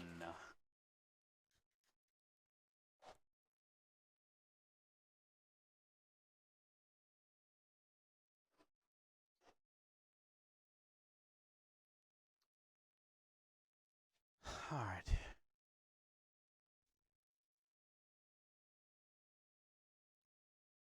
You're a Matt too. Oh, McNizzle's a Matt too. We have a Matt command! Exclamation point Matt.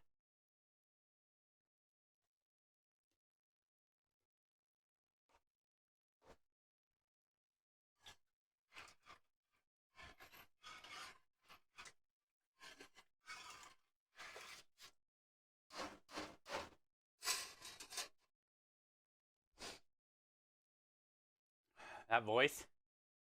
The squeaker chipmunk voice that Kenny hates. You'll have that. Navy says, did you know that tomatoes are the third highest nicotine producing veggie?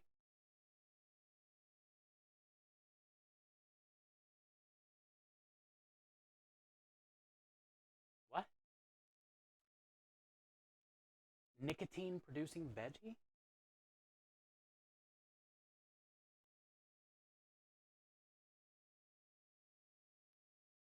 I know it's a nightshade category. I didn't know that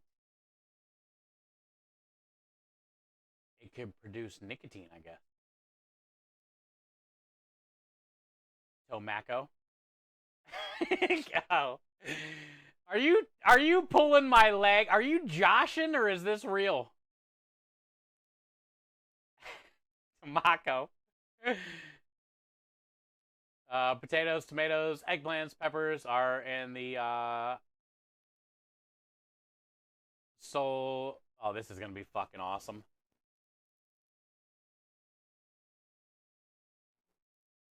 It has to be Solana.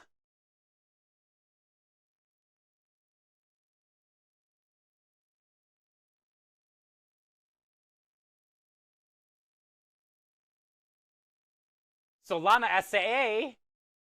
Solana SA. Sounds like it's Spanish. Solana SA. A family of plants which also includes tobacco. No shit.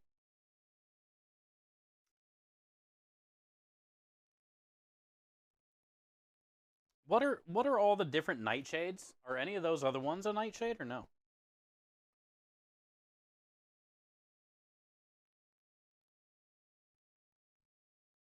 Hi Lisa, how are you? Thank you for the follow. Oh yeah, look. That's basically the fucking first thing that pops up, dude. Solana SA, also known as nightshades. So it's the same thing. No wonder why people call it nightshades, because how the hell do you... Does Wikipedia say it for me?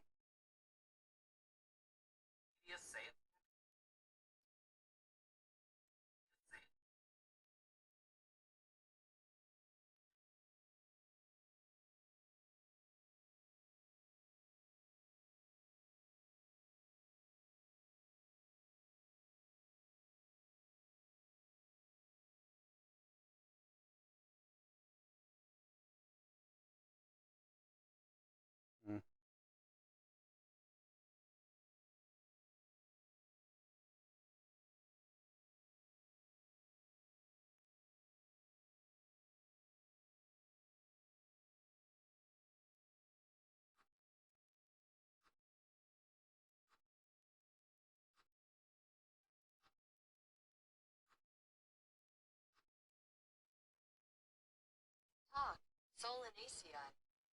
Solanaceae? What?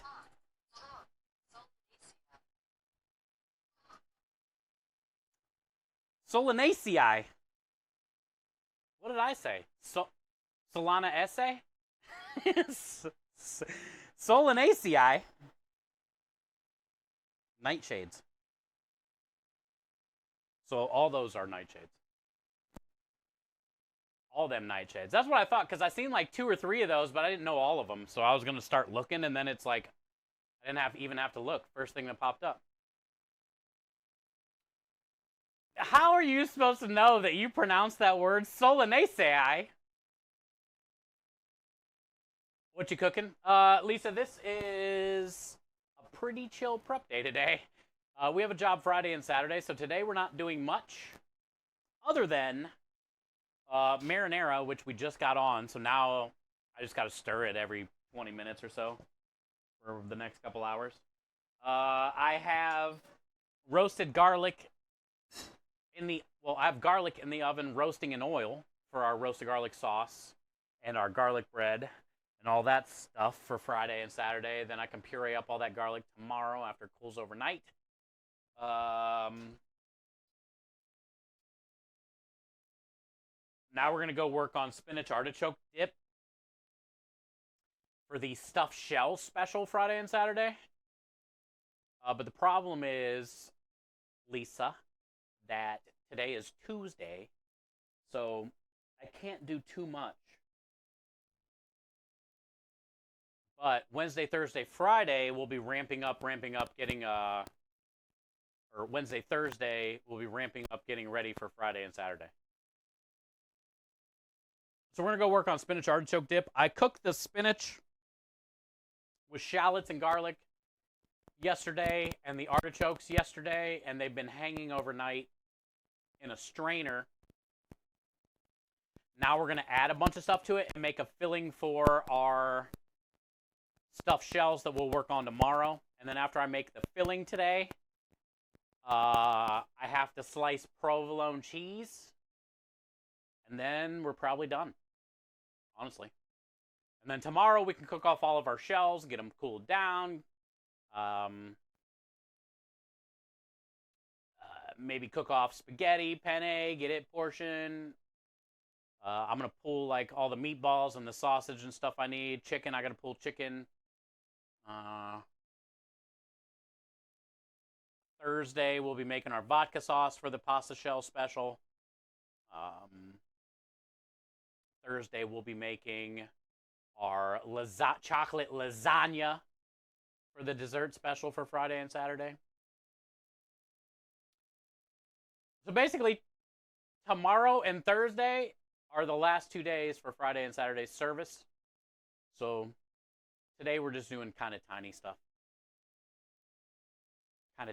But tomorrow we'll do a lot more other things. Mostly tomorrow I'll focus on the stuffed shell pasta, basically. The stuffed shells, the spaghetti, the penne. We'll just get all the pasta cooked, portioned, figured out. All the shells cooked, dried, stuffed. I'm not going to bake it off, though, until Friday, so. Need you to walk me through the chocolate lasagna. Hi, Element. How are you? Yeah. Most people say nightshade, yeah. Nicotine increases your testosterone. That's why the Zen... Oh, I had no idea, Warhide. I had no idea. Days like this, I'd call working the gravy mop. It's all gravy from here. I like the way you put that, Aru. Yeah, today's just going to be a nice, easy, chill day. And then the next couple days will be ramping up. All right, so the chocolate lasagna we'll probably knock out on Thursday because it's just got to sit in the fridge overnight, and I'm going to scoop it and put it in these black to-go containers when somebody orders it, you know? But basically, here's what I'm thinking. I bought 2 packs of already pre-crumbled Oreo cookies. I'll mix the Oreo cookies with some butter, and then that'll be the base for the lasagna. Then I'm going to be making creme delish cream cheese mousse filling. So we're just going to whip some cream cheese with creme delish, a little bit of milk, some sugar, a little bit of whipped cream to make the mousse. That is going to get smeared on top of the Oreos. We'll put that in the fridge, let it set for like 10-15 minutes. The next layer is going to be chocolate pudding. Put it in the fridge, let it set 10-15 minutes. The next layer is going to be whipped cream. And I'll sprinkle like chocolate chips on top of that. Put it in the fridge, let it set overnight. And then when the customer orders it, cut it like a square piece of lasagna, put it in there, and drizzle it with like caramel sauce. Chocolate lasagna. Basically, it's like a bunch of pudding and cheesecake mousse with Oreos and whipped cream and caramel and love and diabetes. Specials for the weekend. Yeah, stuffed shells with the artichoke dip. Actually, let me before we do that, let me clean up in here real quick. Get rid of these cans and stuff. Stuffed shells with the artichoke dip and the vodka sauce. I grabbed 2 cans of Tito's vodka, or 2 little airport bottles of Tito's vodka today. They're basically like $2.50 a bottle.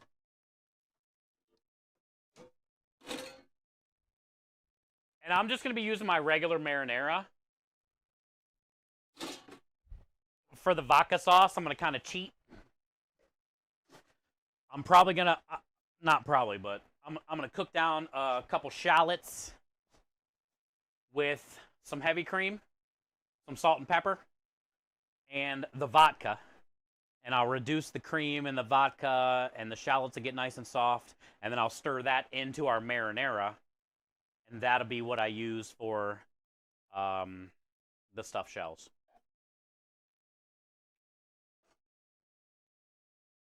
Did you design this dessert for customers, or do you want to just lick a lot of paddles? Basically, I came up with the idea so I can lick a lot of paddles, like every step. When I'm putting the melted butter on the Oreos, you know I will probably most likely be digging into the Oreos and eating those as I'm making, you know. And then the next step is the cheesecake mousse filling, so that means that's at least two beater little paddles, you know, in the mixer thing.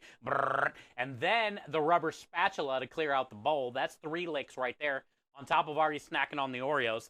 We haven't even started talking about the chocolate pudding yet.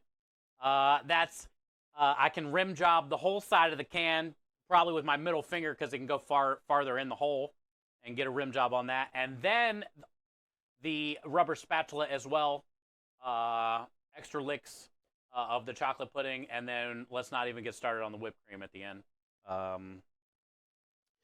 So yeah, I mean, it's a great dessert for the customers.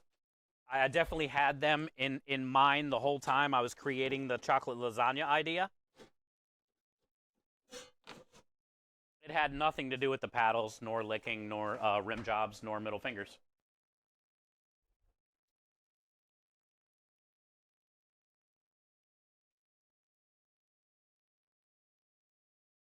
Licking the paddles is a definite plus. Yeah, you can't go wrong. Fuck America, you know what I'm saying? Wait, what? Rim jobs? Yes, rim jobs. You know, when you got to clean out the rim of the bowl, the mixing bowl with all the leftover batter, you know, you got to give a little rim job.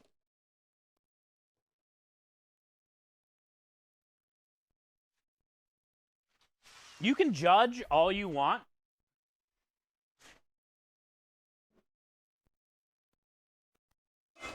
But in my opinion, I'm winning. I'm the one that has, you know, the glorious batter.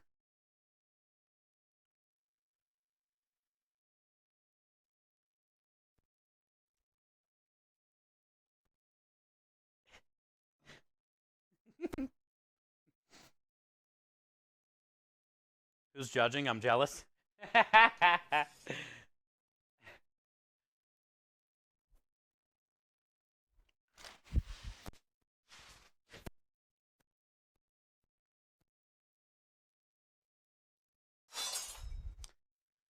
Okay, so what am I gonna do with this?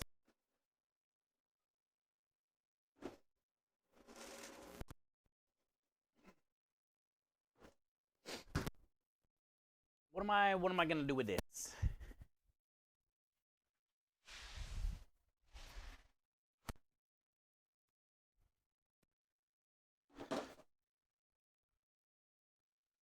I guess I'll just get everything in one bowl. Big bowl. I'm thinking cream cheese, ricotta cheese, shredded mozzarella cheese, grated Parmesan cheese, definitely some salt and pepper. I don't think I'm gonna need like garlic powder, onion powder, because I got shallots and garlic in the spinach already. Maybe crushed red pepper would be good in there, like a spinach artichoke dip.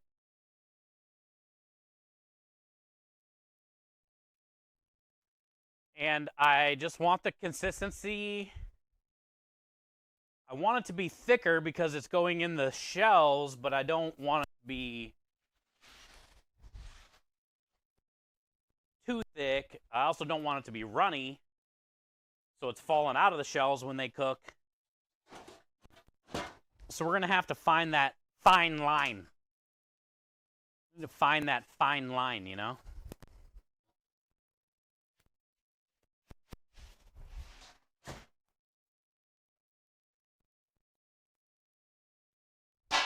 Big bowl.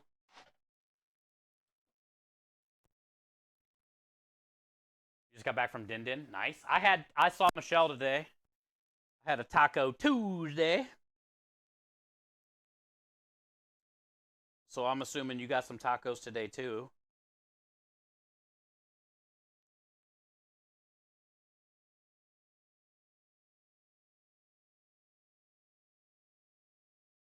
Oh, Big Papa John, and look at all those little brats he shared.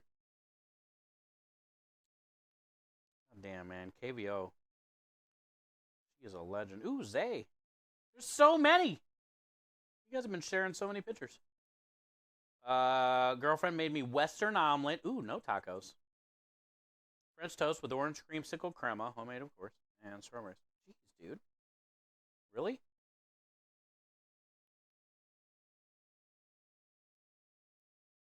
That French toast looks solid as shit, bro. Holy crap, chat. Look at this French toast. Look at the crust on that. She like fried that perfect. It almost has like a cinnamon sugar crust seared onto it. And then, you know, sprinkled with the powdered sugar and stuff. But like the texture of that corner right there with whatever that is, like hanging off of that corner, that piece of like caramelized sugar. That looks really good. See her Western omelet. I like, it's always called a Western omelet anytime there's like any type of bell pepper and onion. But there's a lot of shredded up meat in there. It looks good. And the little potatoes look great, dude. That's a pretty solid solid meal right there, Lumen. All barbacoa, yeah. That's a solid looking meal right there, man. Wait, yeah, face plant, right? It's almost easier to say which cheese you won't be using. In the artichoke dip.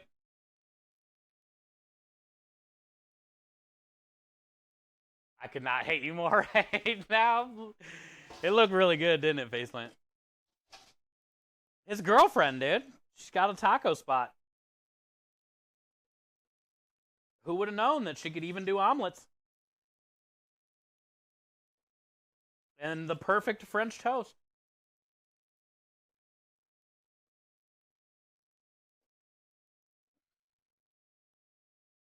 Wait. Before I do that,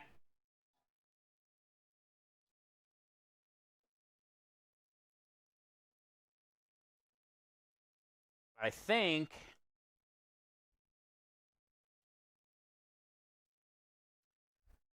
I want to whip up the ricotta cheese and the cream cheese first, and then I can add the shredded cheese, Parmesan cheese, and all this.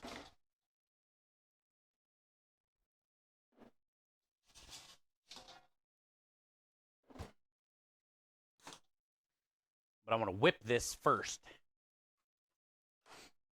The breakfast chef. I used to have breakfast at pretty much every one of my restaurants. Breakfast or brunch. I know my way around an egg.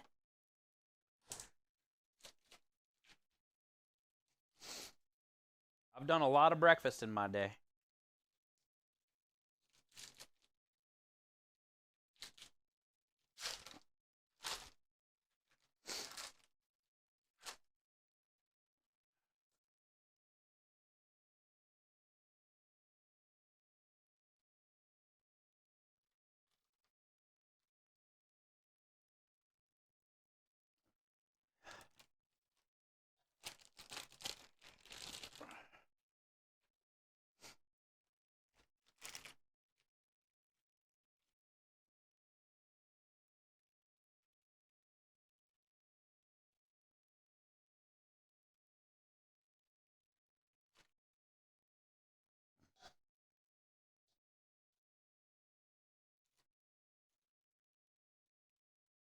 Yeah.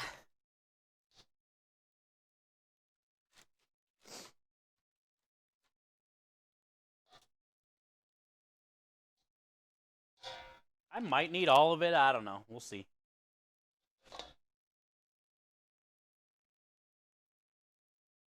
I remember working at a hotel. Yeah. Well, it's the worst, dude. For chefs. Weekend brunch. Friday and Saturday night, you get your ass kicked. Kitchen closes at 11. Some places stay open till 1 or 2. You know, bar menu. By the time you're done cleaning, even after 11 o'clock, you know, the menu's over at 11. You're not even out of there till 1:30.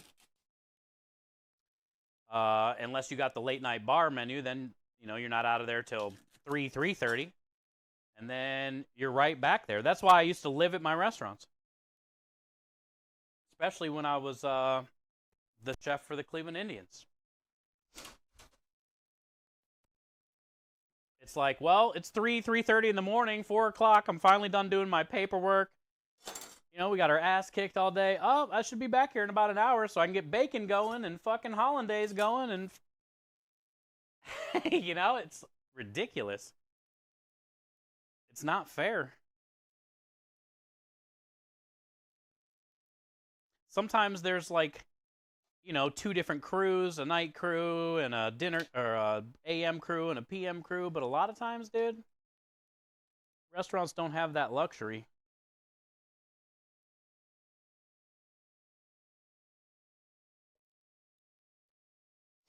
It's not healthy.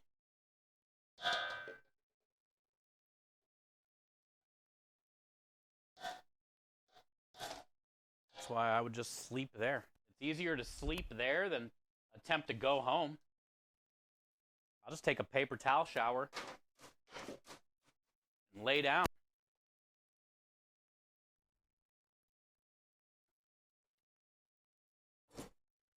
Hey, what up, Dotty Dot? We are making a spinach artichoke dip for stuffed shells.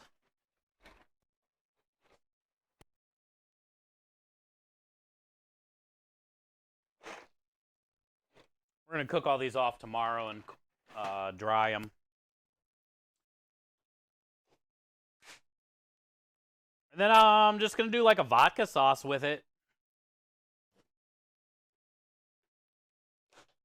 And I'm thinking 7 shells per order. 7. I like odd numbers. You're a vodka sauce. You're a vodka sauce.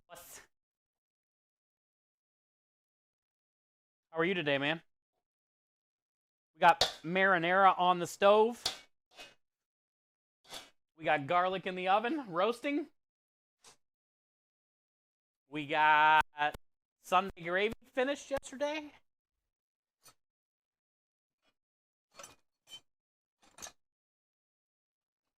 I got to cut some provolone cheese after this.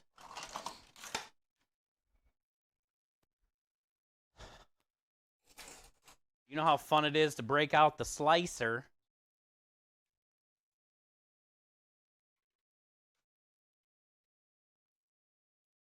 Used to have to cab it home every night. It was like 30 bucks a pop. Dang, that's, see, it makes it not worth it. Same with Michelle. For a while at the taco spot, she was Ubering to and from work. Over a year. So, 30, 40 bucks a day. And we don't make a lot of money doing this kind of job. So it's like, there's a third of your paycheck for the day. All your tips, yeah.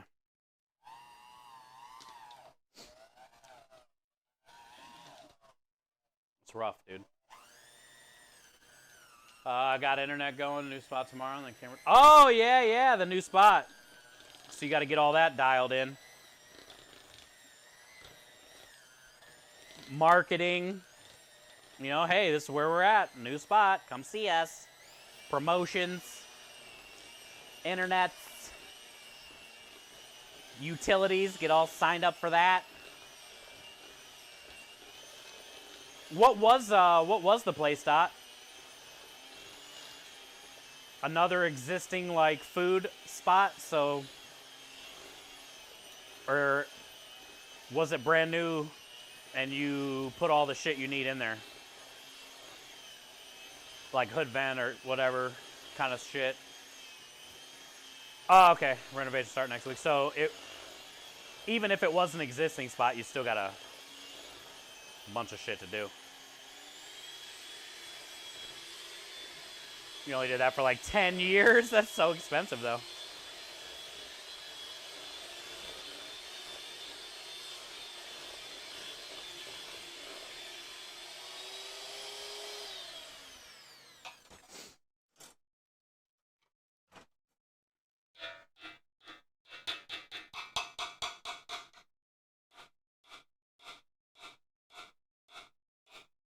Got it.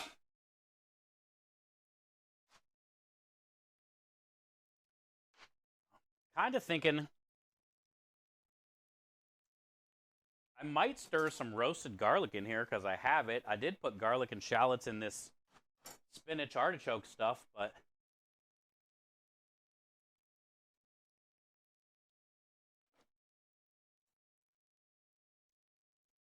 probably won't hurt if I put a little bit of roasted garlic in here. Why not? I can taste the garlic in the spinach stuff, but I think this would just make it better. More better. Very excited about the launch. I would be too, man. All your hard work's paying off. That's got to be a good feeling. And Krem and I will have that feeling one day ourselves. We can all have that feeling together. But I'm genuinely excited for your feeling. And I'm looking forward to ours.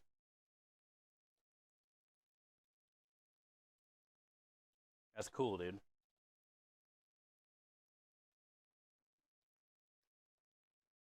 Also, renovations start next week, so that's exciting.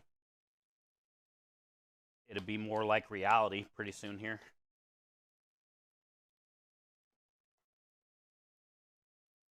All right, not bad.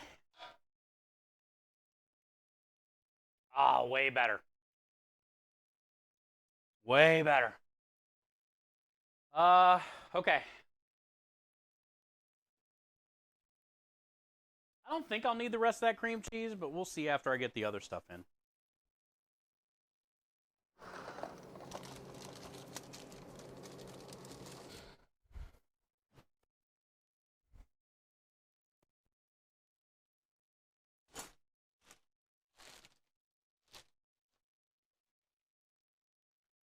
So we got some shredded low moisture. That's the key here. Anything inside of a ravioli filling or a shell.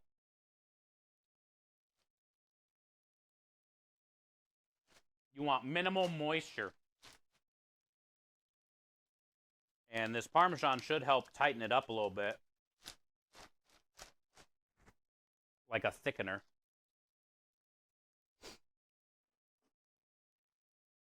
These were in these baskets overnight. So we didn't get all of this shit in there, which is good. You don't want any of that.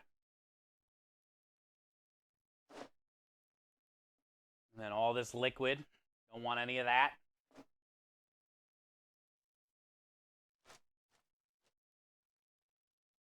I would not go well in a shell again then. I don't think you could fit in a shell. We'd have to make a big old piece of pasta. That French toast looks awesome, doesn't it? Radio? It looks like she's got a Spanish restaurant, so I'm assuming it's got like a cinnamon sugar crust.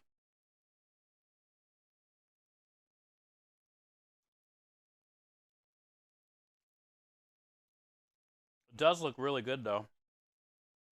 Because you know the outside was nice and crispy like that. But then the inside was like perfectly soft.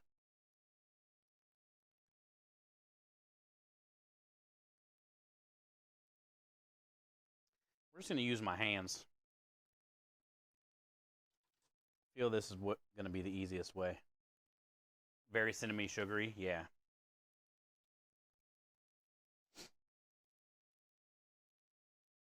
Lumen, what was the one... Wait. What was the one thing that you said you don't eat that's like sweet or something? Like, what were we talking about that you didn't eat that I was like, no fucking way. Pancakes. Waffle. Was that French toast, pancakes, waffles? Didn't you just say you didn't eat that shit sweet?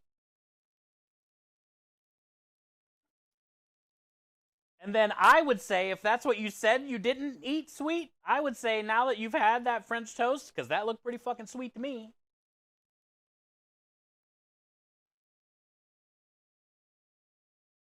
You prefer savory things. Yeah, I didn't see like a bunch of syrup or all that shit all over the French toast, but I did see the cinnamon sugar, powdered sugar, strawberries. So it was sweet. Wasn't savory. That had to kind of blow your mind. Because it looks really good. And I bet it was really good.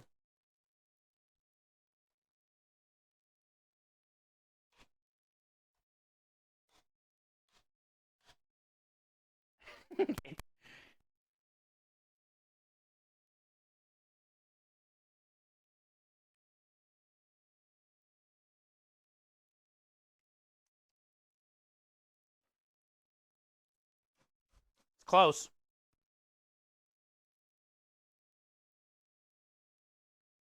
Freaking good.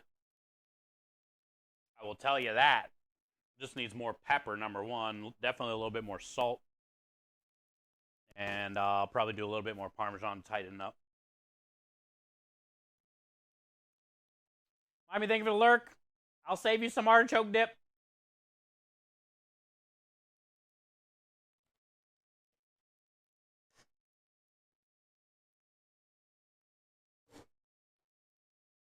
Hey, what up, funny man, Mark? Hi, Steve. Best snacks, a nice tasty salami. Oh, like a beef stick or a meat stick? Snap into a Slim Jim, Andy? Oh, yeah.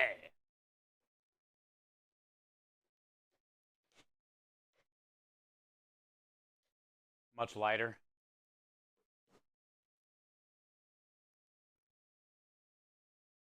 You serving the dip cold?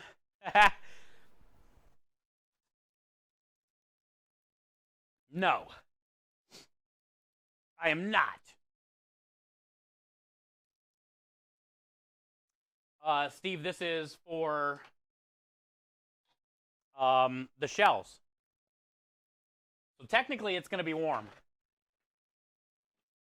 Sort of. Kind of. Yeah, it'll be warm.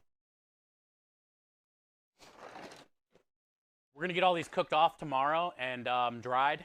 And then I can put this in here. You know? And then we'll cover it with more cheese. Well, we'll do the vodka sauce. We'll put the vodka sauce on the bottom. Then we'll put the shells. Then I'll probably like put some dollops of the vodka sauce in spots. Then more cheese. Then I can wrap it, and Friday and Saturday, the day of the job, I'll fire the shells so I can take it there already warm.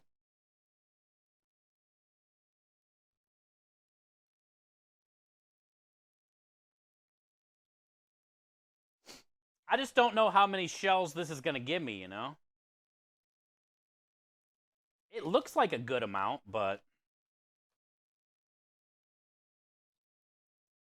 I don't know if this is going to give me enough. I'm probably going to stir in the rest of this block of cream cheese. Just in case. I have 5 boxes of shells, and I counted one of them. And there was 48 shells in that box.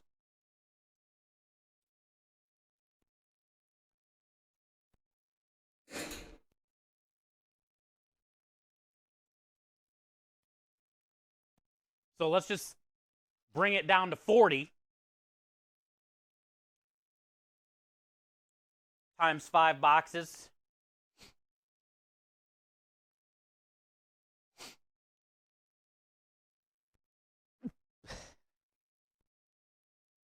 And then I want to do 7 per order. So I don't know. I might not get enough for 2 pans. I'd like to get like 15 or 20 orders in each pan is my goal.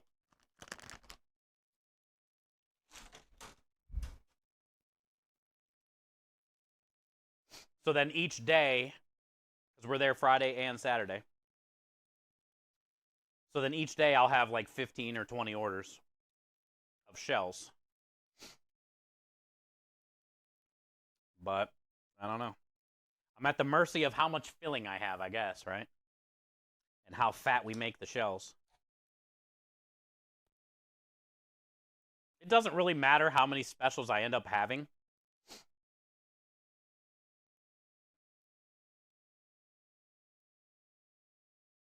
But I'd like to get 2 pans of 20 orders in each pan if I can. I'm just not sure if that's going to happen.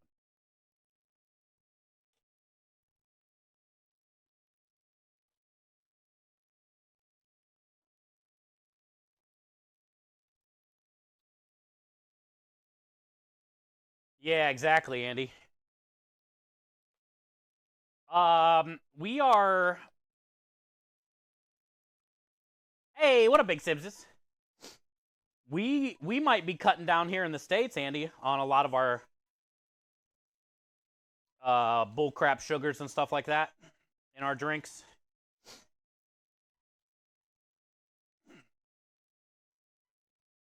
Our stuff over here is definitely no bueno for your health. Big Sims is good to see you, brother. Happy Tuesday. Oh, I was gonna tell you, I forget what I was watching. Probably an Instagram reel or something. It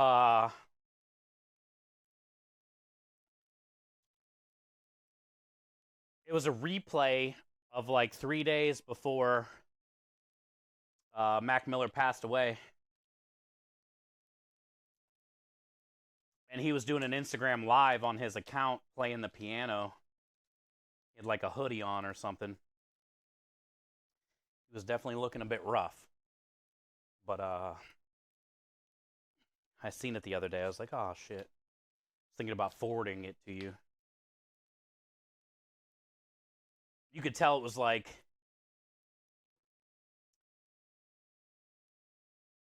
early Instagram reel days.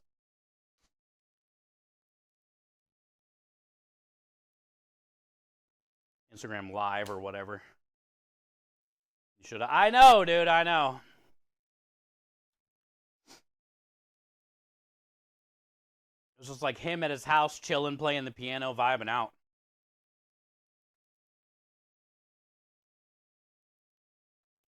It was cool. I never saw it before.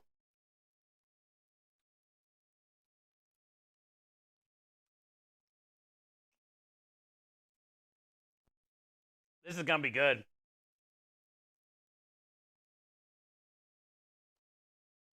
Yeah. Man. I haven't had spinach artichoke dip in a while. That's fire. It's pretty thick. It should fit in the shells pretty good. Also, it's going to sit in the fridge overnight. I got to get it in a different container than this, but... So it'll tighten up some more, too, in the fridge overnight. I might have to add a little bit more parm tomorrow or something if some of the liquid leaches out of there. But we hung the spinach overnight, so we should be good. Should have got a really big bulk of all the liquid out of that. The flavor on it is amazing. Pretty happy with that. I would rather take a soda with real sugar than one with chemical sugar. Yeah. I don't drink a lot of soda, but I agree, Andy. You know what soda is noticeably different and better? Coke from a glass bottle made with real sugar.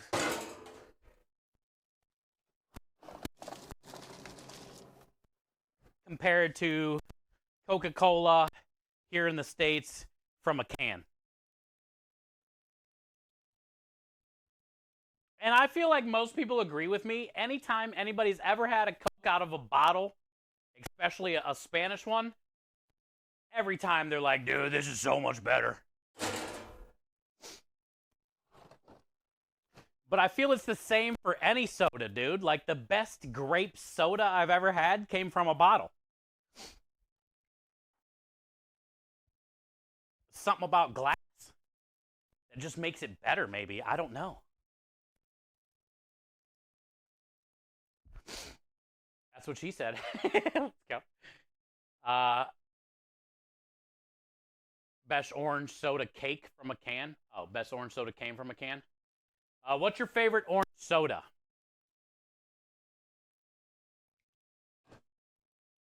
Honestly, I think Sunkist is better than Fanta.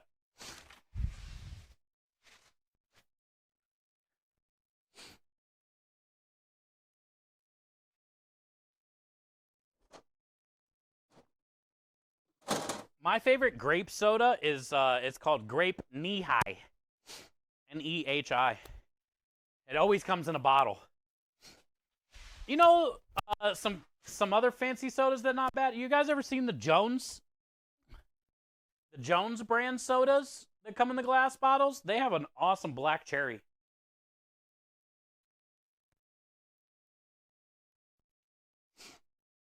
They got an awesome black cherry soda. Jones are decent. Yeah, they're not bad. They just got a lot of cool flavors.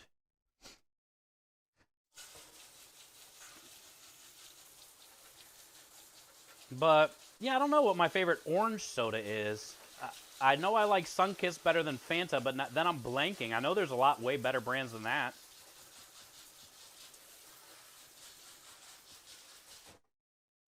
I do love an orange soda. Especially orange soda with vanilla ice cream. Amazing.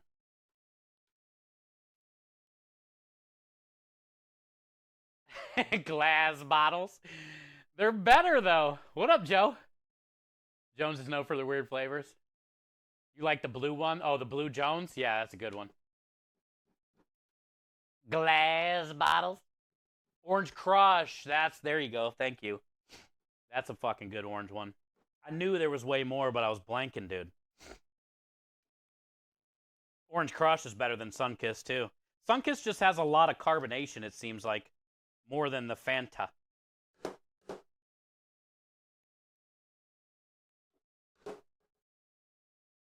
Get a Fanta. Oh, yeah, Andy. I've seen that somewhere. Oh, on an Italian channel. The orange Fanta in Europe looks like our orange juice. It's like completely different. Our orange Fanta is like fluorescent weird orange compared to anywhere else in the world. You can't stand Sunkist.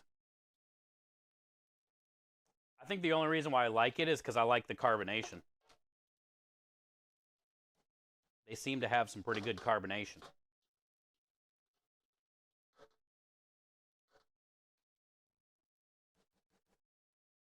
Orange Crush is the best. Let's go, Mod Pro.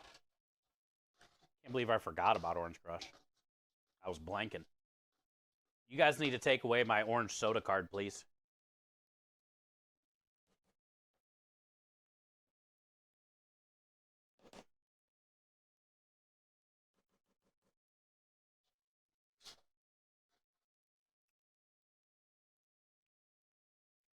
I forgot how good Spinach Artichoke dip is. I can't imagine how good that's going to be when it's warm.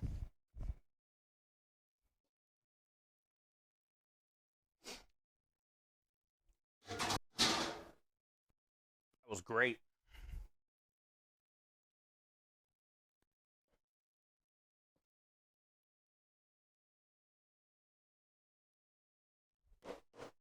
All right, there's our ravioli filling, or jumbo shell filling for tomorrow. I always like to smash all the air out of stuff like this that can oxidize.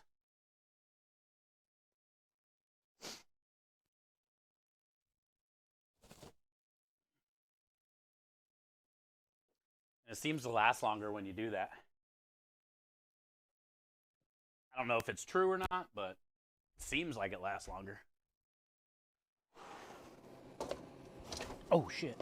All right, let's go stir the marinara, check on that, and then we'll come back in and start slicing provolone. Provolone. I don't know why I thought of blind melon. The pink lemonade Minute Maid. Those are all things I cannot drink anymore, but you are right. It's not that I cannot drink them anymore, just choose not to.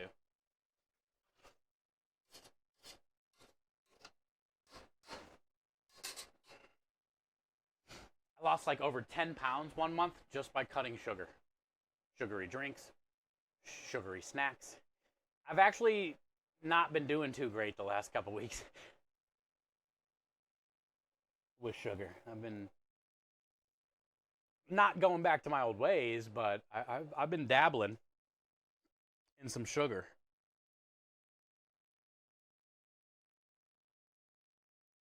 Minute Maid orange soda. Where's my phone? I don't have it. Where's my Google? Let me see if I've seen it. I don't know if I've seen that, Kenny.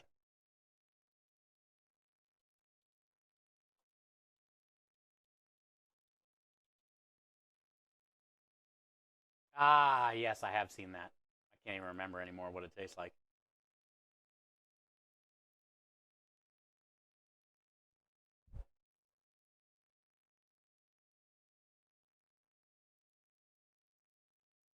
It definitely looks like a solid orange soda.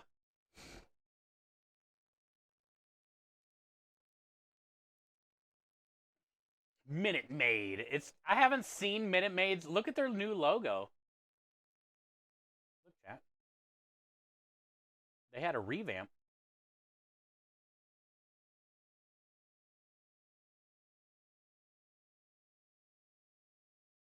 Look at this one. Minute Maid. It's like a 90s logo. Minute Maid.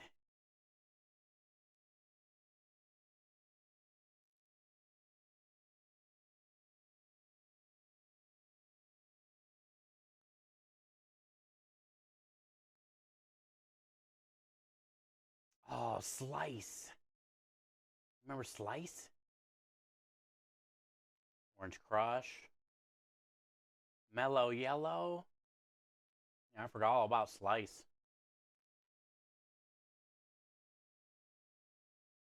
I like the Orange Crush cans. Here, I'll show you my favorite grape. This is, if you guys ever see this shit.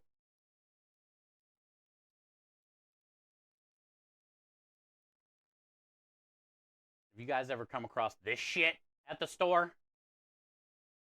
You gotta get it. Matt says it's all about the do. Matt is our leading do expert here of this community. Any and all do questions get run by Matt first. Matt is our resident authority on Mountain Dew.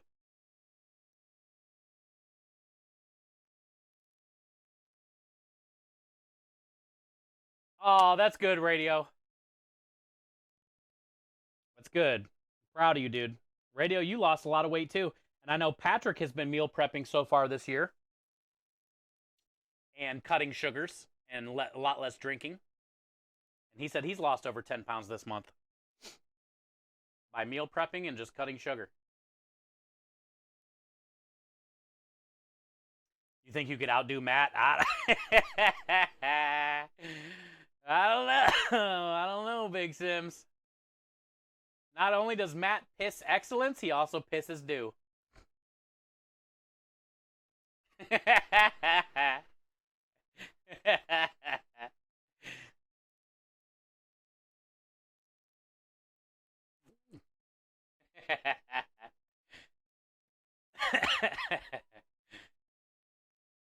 My cousin loved all the things grape. I'm tore. It's hard for me sometimes. Like back in my soda drinking days. Like, do I go orange or do I go grape? I like them both. You lost 40 pounds and 3 inches in 3 months. What did you do, Joe? Same thing, like meal prepping, cutting sugars, like in sodas and late night snacks and shit. Sugar. It's fucking crazy. Iron Brew is better. I agree. People just don't understand, Kenny. Matt's scared of Iron Brew because if he gets hooked on Iron Brew like he is Mountain Dew, he's not going to be happy. You got to import that shit. Your belly's definitely toned up. Let's go. More than anything, though, not just like the toned belly, just being able to fucking move and be you again, you know, Radio? That's the most important thing. Like, fuck the six-pack and shit. At least you can, like, you know, get up and walk around and not be out of breath, or, you know, your body doesn't hurt all night after that. Move around.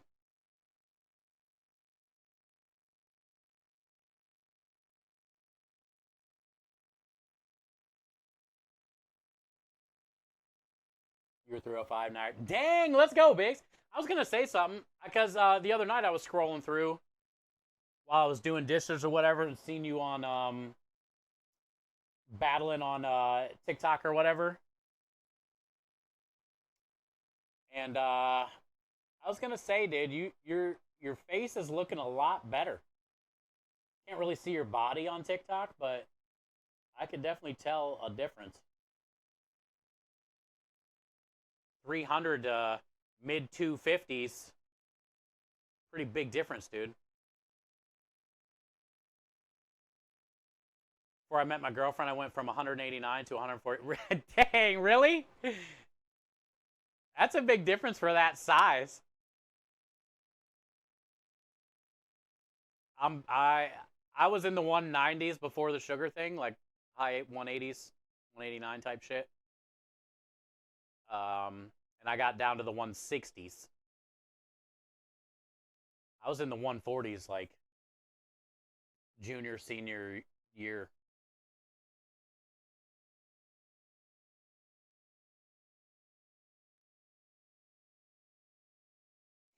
Okay, Radio. You cut back on your candy intake. I mean, that's all it is a lot of times. Late night candies, the excessive sugary drinks, the excessive sugary food, fast food. I mean, you literally don't have to like work out. If working out isn't your thing, you don't have to. Size 44, now I'm 38. Holy shit, bro. That's got to feel good. But also, Biggs, like, you're so, you got to get knee, fucking implant, hip, fucking surgery. I mean, your body's wrecked. But honestly, dude, the lighter you are, probably the better it is for you and your crusty body. I'm assuming that's probably what the doctors and stuff said too.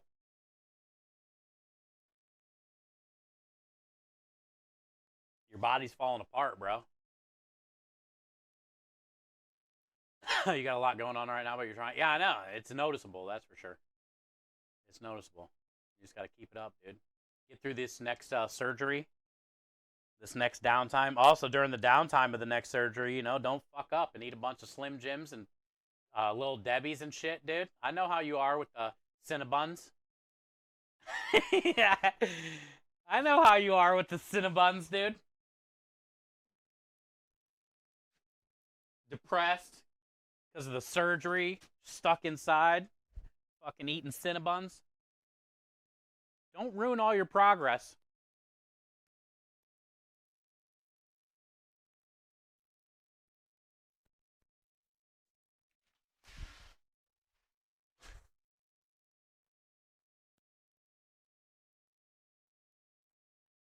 Don't make me send you a case of corn nuts. Original flavored too. No seasoning, none of that shit. I'll send you a case of corn nuts, dude, and that's all you can eat.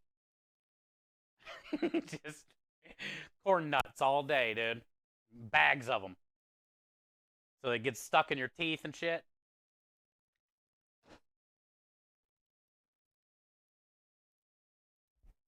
Have you guys had corn nuts recently? They're so good, but they're so weird. They're like crunchy, but they're puffy. They're corny, but they have like a burnt corn flavor going on in them.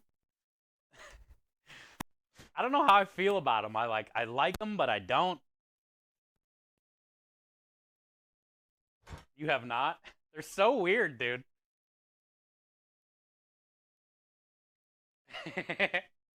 I'll send it back. Corn nuts. They're not bad, but they're like also just not good either at the same time. I can't describe it. Radio said I'm doing arm curls, 100 arm curls a day, but doing, yeah, that's good. That's good, Radio. Radio, your problem is your legs, right? Your big problem is your legs?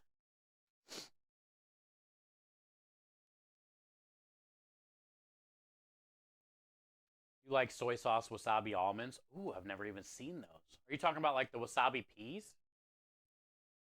No, you can't be because you said almonds.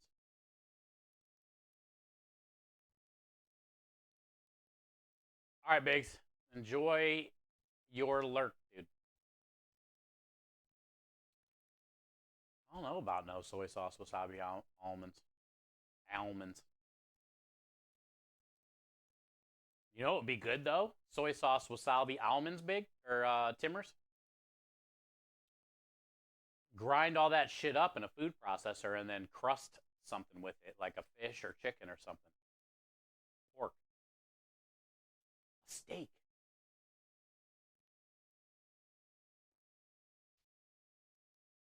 Maybe add a little bit of panko to it after you crumble it all up. That would probably be a good crust. The Diamond brand. Oh, those are good almonds. Hi, Gloria. I cut down on the pizza and dim sum. When? This week? Are you just starting again? No, you did. I am pretty proud of you, actually, Kenny. And I know you still got a long way to go getting your health back together, but you did used to eat lots of pizza compared to what you do now.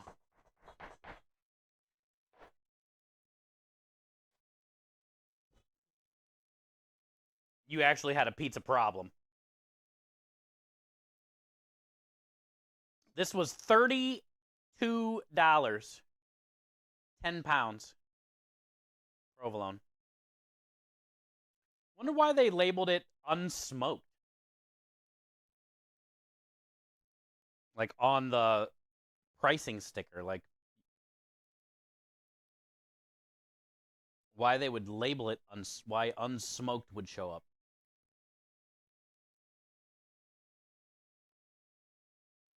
Like, you can tell that it's not smoked. Why do they... It's like, why do they write on and off on the light switch? Because when the lights are off, it's not like you're reading the light switch to be like, which way is on? You just flick it until it turns on, you know? Yeah, you're paralyzed from the waist down, so I can only work. Yeah, that's what I thought. That's what I thought, radio. But that's good, man. Keep doing the curls. Which would make, give your arms a lot more strength to get your ass around. And then also, like, losing a lot of weight and make it easier for you to get your ass around, too. Or, the people helping you out, lifting you in and out of the chair and shit. Definitely making it easier for them, too, so I'm sure they appreciate you. And just being able to stick around longer.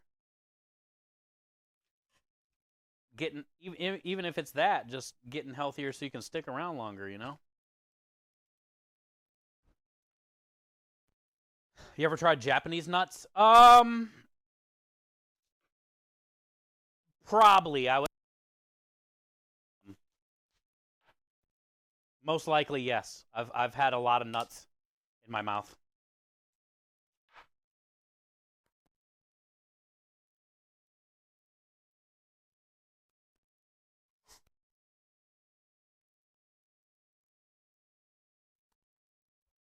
He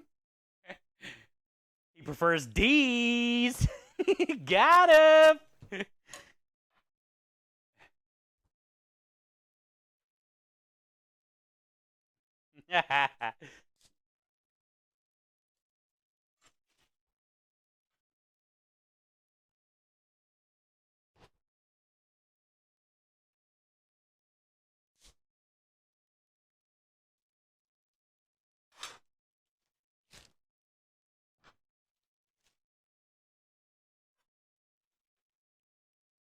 I gotta wash this anyway.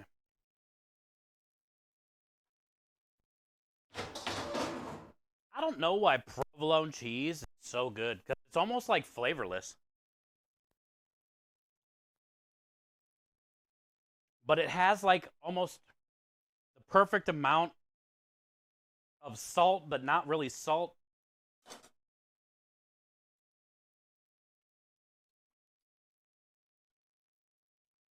I think I like provolone so much because it reminds me of the string cheese when you're a kid. The stuff that you would like peel. It kind of has that vibe.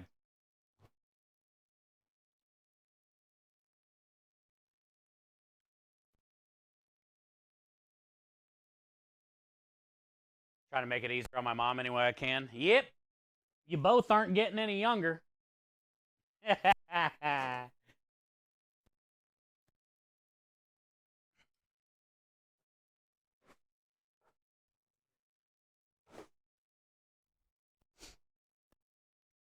Well, news radio. If you ever do make it out here to Texas, I'll give you a job on the food truck. You can do what Creme does. Describe the food. I think you'd be really good at that. Take the money.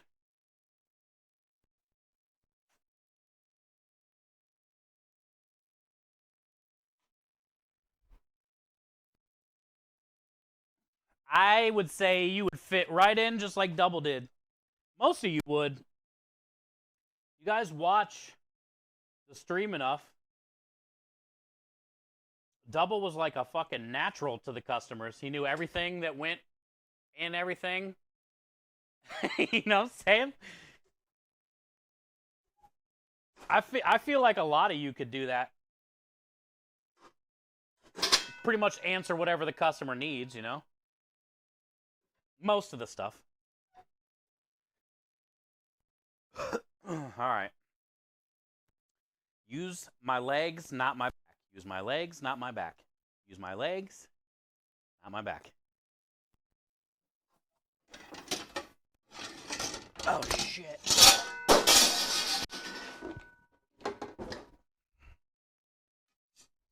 Use my legs, not my back.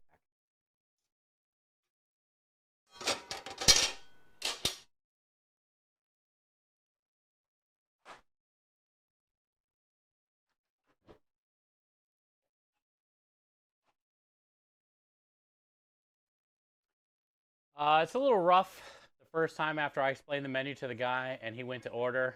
I pointed to Steve and the guy goes, what, you don't work here? Oh, yeah, I remember that. Cactus. True. True. Good to see you. Welcome in.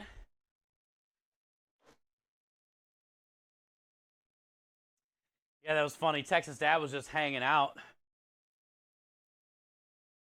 And I was busy. And he was explaining the menu to the guy. And then the guy was like ready to take, you know, for me to get his order taken after he just, you know, Texas Dad helped him decide what he wanted. And then he said, wait, what, you don't even work here? No.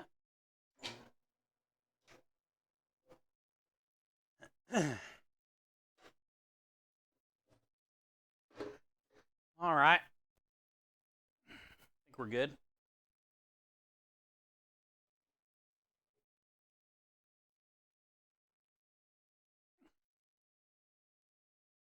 Hi, Rebel. Good to see you. Double definitely raised the bar. Oh, yeah, for anybody that comes and tries to help us out. Yeah, Double definitely raised the bar. I'm doing good, Cactus. How are you today? Happy Tuesday.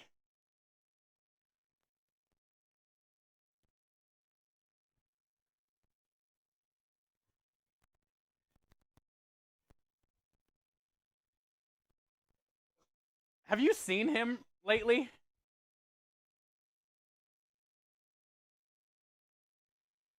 He pretty much looks the exact same. Pretty much looks the exact same. That dude is aging like Cher. Minus all the plastic surgery. I don't know. Maybe Billy Idol's had plastic surgery. Or Botox. Guys can get Botox, right? Like Ozzy Osbourne, he looks like Beetlejuice. Beetlejuice. Billy Idol looks like Billy fucking Idol.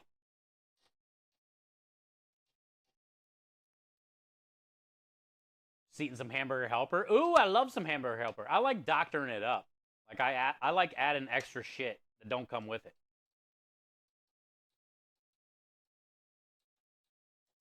You did awesome. Oh, you're talking Double. Yeah, he did great. Engine, Double, myself, we all tried. You have all been very helpful, and honestly, we wouldn't be where we are without you guys. That's for sure. I think Engine had it the worst. Because it was his first day, and we did like 30 tickets, $1,000 in sales. It was like non-fucking stop the whole time. He didn't get like a crash. He got a crash course in shit show.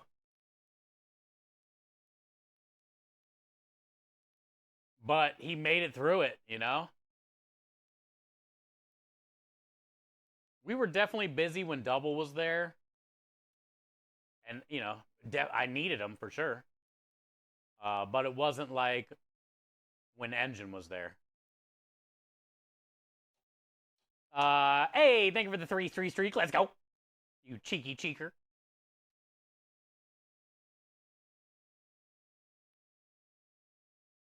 Yeah, Timmer's donated his points, Gloria.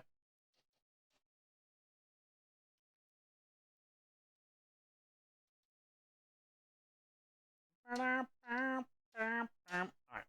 we'll do this. But moral of the story is, I think most of you in here could do what Double did.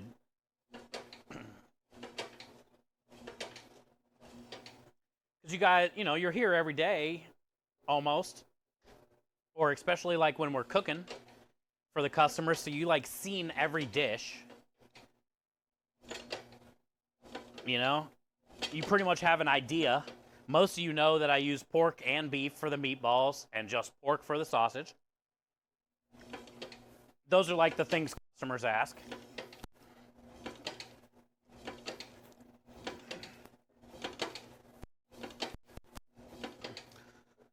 So yeah, I would say pretty much almost everybody in this community could work on this truck.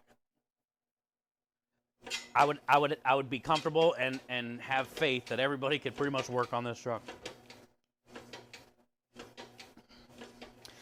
And then, I mean, if you really think about it, More Than Pasta wouldn't be here if it wasn't for you guys. With all your, the donations, subscriptions, biddies, all that stuff. And then also, we wouldn't be called More Than Pasta. Cuisine for a Cause.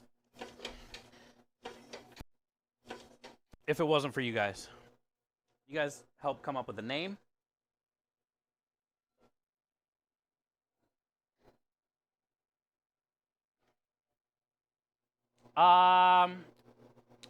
Hey, Mystic, how have you been? Hello. I don't think I've got to say Happy New Year yet this year.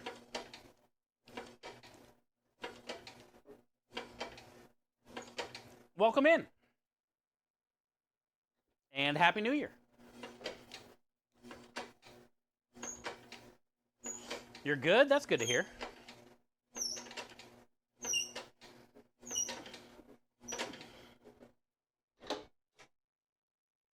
I'm good too. Had a pretty easy prep day.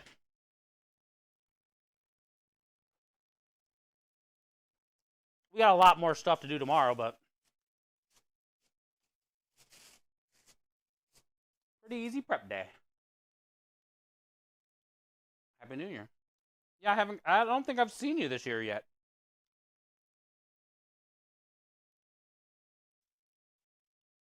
Only been a few weeks. Well, nonetheless, I hope you had a good stream. Rebel says I work in that truck with my eyes closed. When you move into Texas.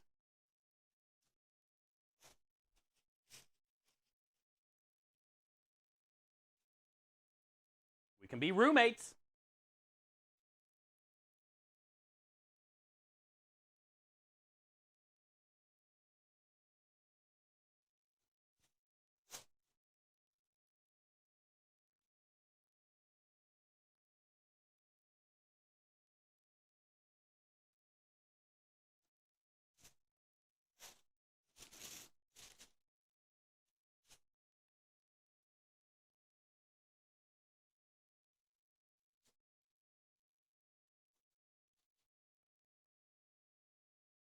Having small tech issues. What's going on? Maybe I can help. There's somebody in here.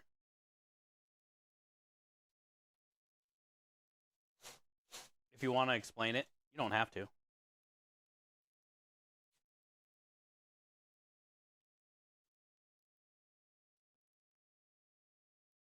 If it's audio, good luck. I'm out. Have fun.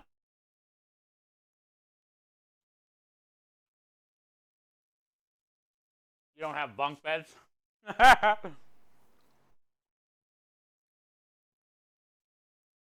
If a bunch of us moved in together, you damn sure better well believe that we are getting bunk beds.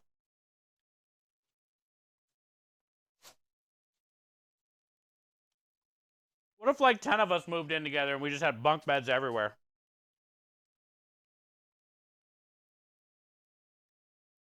Like, you can bunk in any bed whenever, you know? You don't have, like, a set bunk bed?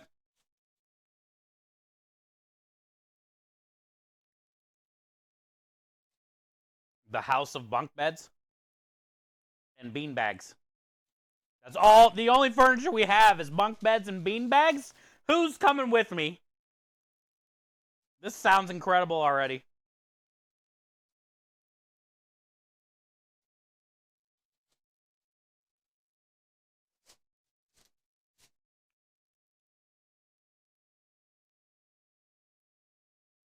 Talking about burgers, Matt.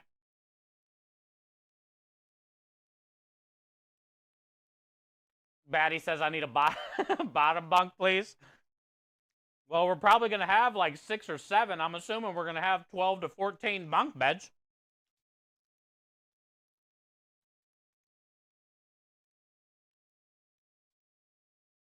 It'd be set up like an outdoor Arizona prison. Minus the barbed wire. And the guards. And the shitty food. And the commissary. Well, we could get a vending machine if we all live together. That'd be fun. We have like snacks. If I had money, I would for sure have a vending machine in my house that you didn't have to put money in, but you still had to hit like the C12 and watch the fucking crackers fall. I would for sure have a vending machine in my house if I could. But nobody had to pay. You just hit the button, you know? Just press the button.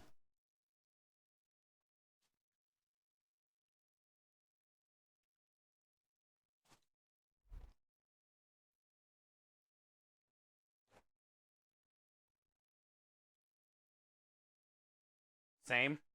Wouldn't that be cool? I've always wanted a vending machine. Like, I don't think I would like have an ATM or anything in my house type shit, but I think like just a vending machine where it has like the little corkscrew things and you gotta like slowly watch it unwind and drop. I love that. I could watch that all day. Also, I love the risk of like watching it and waiting to see if it's gonna get stuck or not, because that's like a 1 in 3 chance every time. So it's also like you're waiting, you're like, all right, will it, and then it drops and you're like, yeah. And then sometimes it gets stuck and you're like, shit.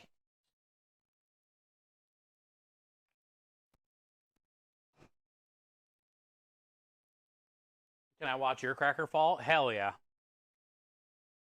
I'll stream it. We can all watch it.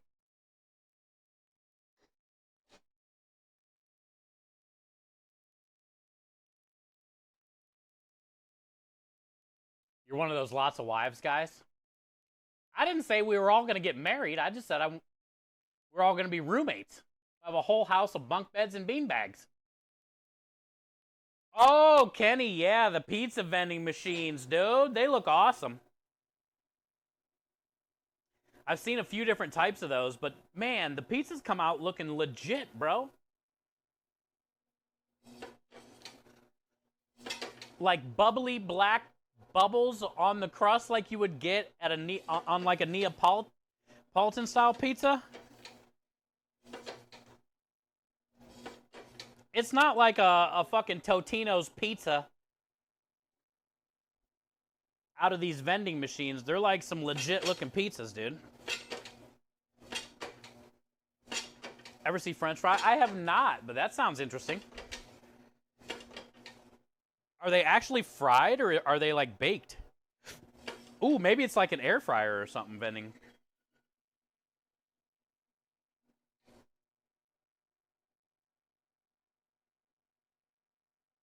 We're all broken. Everybody wants bottom bunks because everybody's old and their bodies are fucked. All right, so maybe we won't get bunk beds. Nobody can even make it to the top bunk. Okay. What if we all get water beds and bean bags? Better? We have like 10 water beds. You're not getting out of the bean bag. Once you're in, you're done. My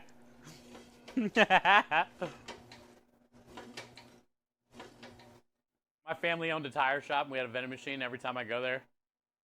Oh, really? Hell yeah. As a kid, that would have been cool.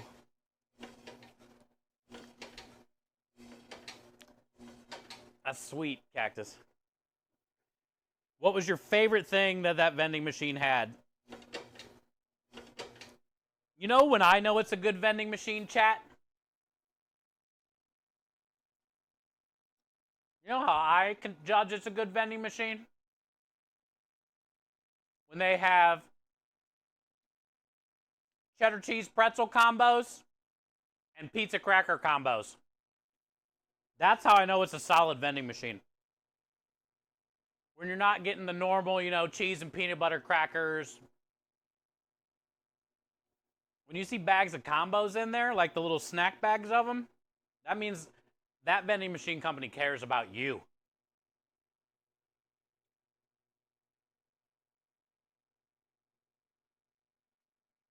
Sprite, the big bottles. Oh, look at your fancy machine. You need help out of the bean bags? Rebel says I'll take a top.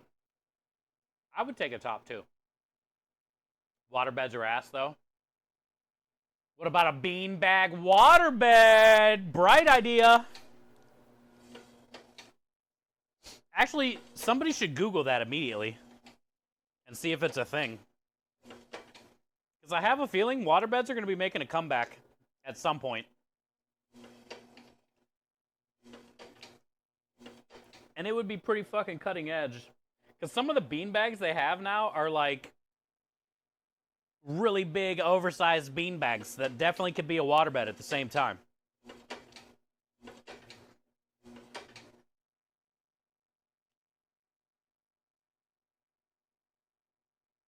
Anyone else have audio out of sync? Oh, yeah. It's always going to be out of sync, Andy. I only use this camera as outside camera.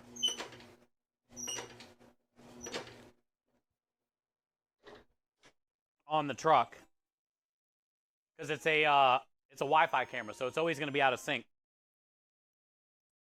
That's why I don't look at it a lot. And that's why I put it outside. Yo, Steve coming in with the crispy 10 months of support and kindness. Enjoy all the winners. We'll get spam to track. Let's go, Steve. Thank you, dude. A boba bed. Oh, that's a good idea. Like a waterbed hybrid where it's like a bunch of little boba balls in there. So it feels like a waterbed, but it's not really water. I could see them already having that. Those must suck to clean. A waterbed? Don't just poke a hole.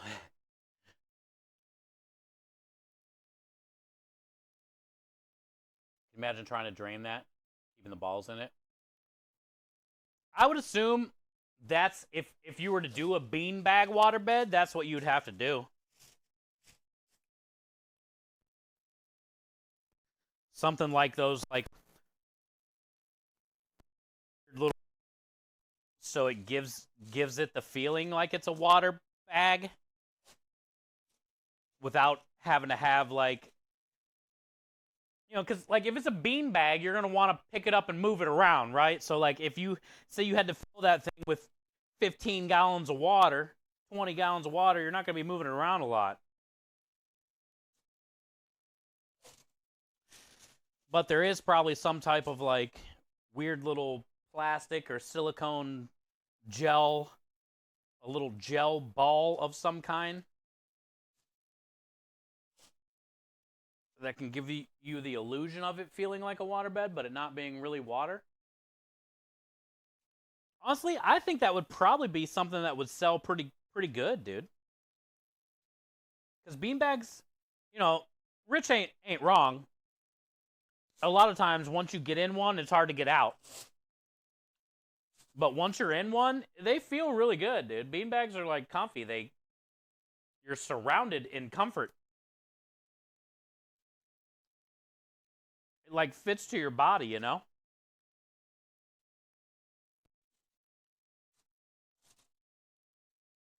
You could almost market it as like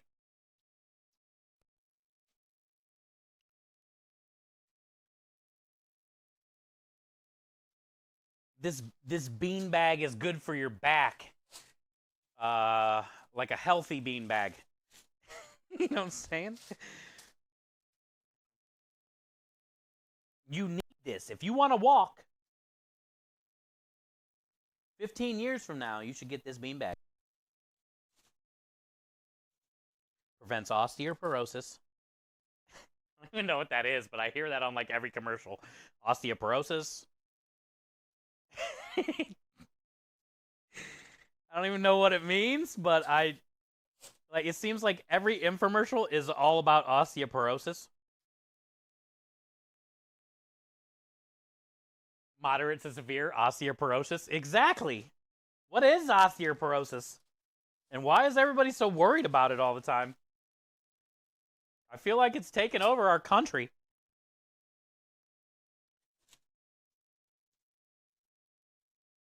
Thank you, Cactus. Have a good, safe night, too. I'll see you tomorrow. I don't even think they make bladder beds. Oh, like old school waterbed with the bladders? Yeah, I think waterbeds now are like different than they used to be. That's a loss of bone density. It must be a big fucking problem because every infomercial talks about severe to moderate osteoporosis. So it must be the older we get, the less bone density we have, I'm assuming. So it is targeting the older generation. Can younger people have severe to moderate osteoporosis?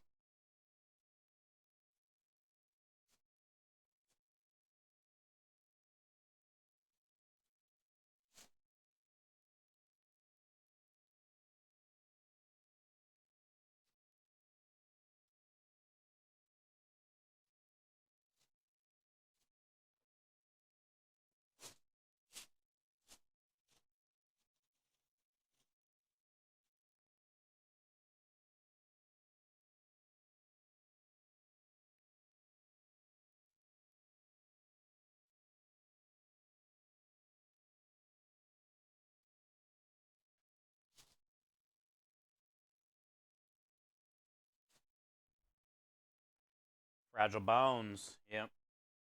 So that seems like that's a very potential, could be a very potential problem. For sure.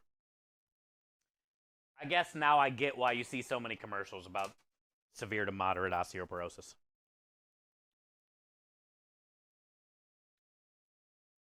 Because I have a feeling a lot of Americans have to deal with that.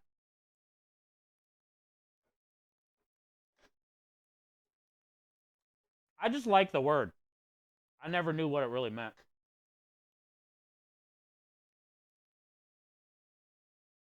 Drink a lot of milk. Makes your bones easier to break. Yeah. Ask your doctor if glucentis is right for you.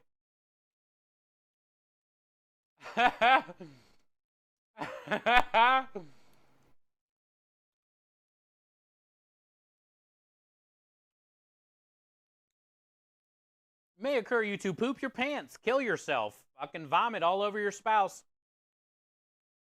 headaches, loss of appetite, gain weight, severe to moderate osteoporosis. Consult your physician today.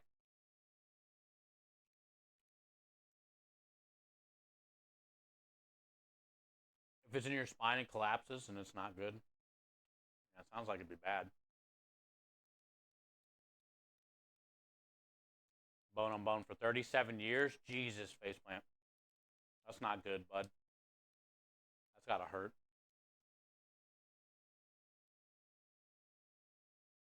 Yeah, it's one thing to have arthritis like in your hands or some shit.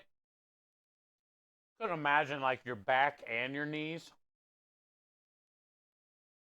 Like arthritis in your lower back is probably the worst.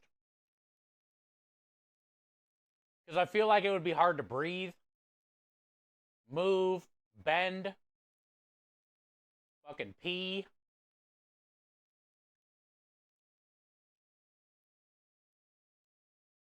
What's for dinner? Hey, American Heart Association. How you doing?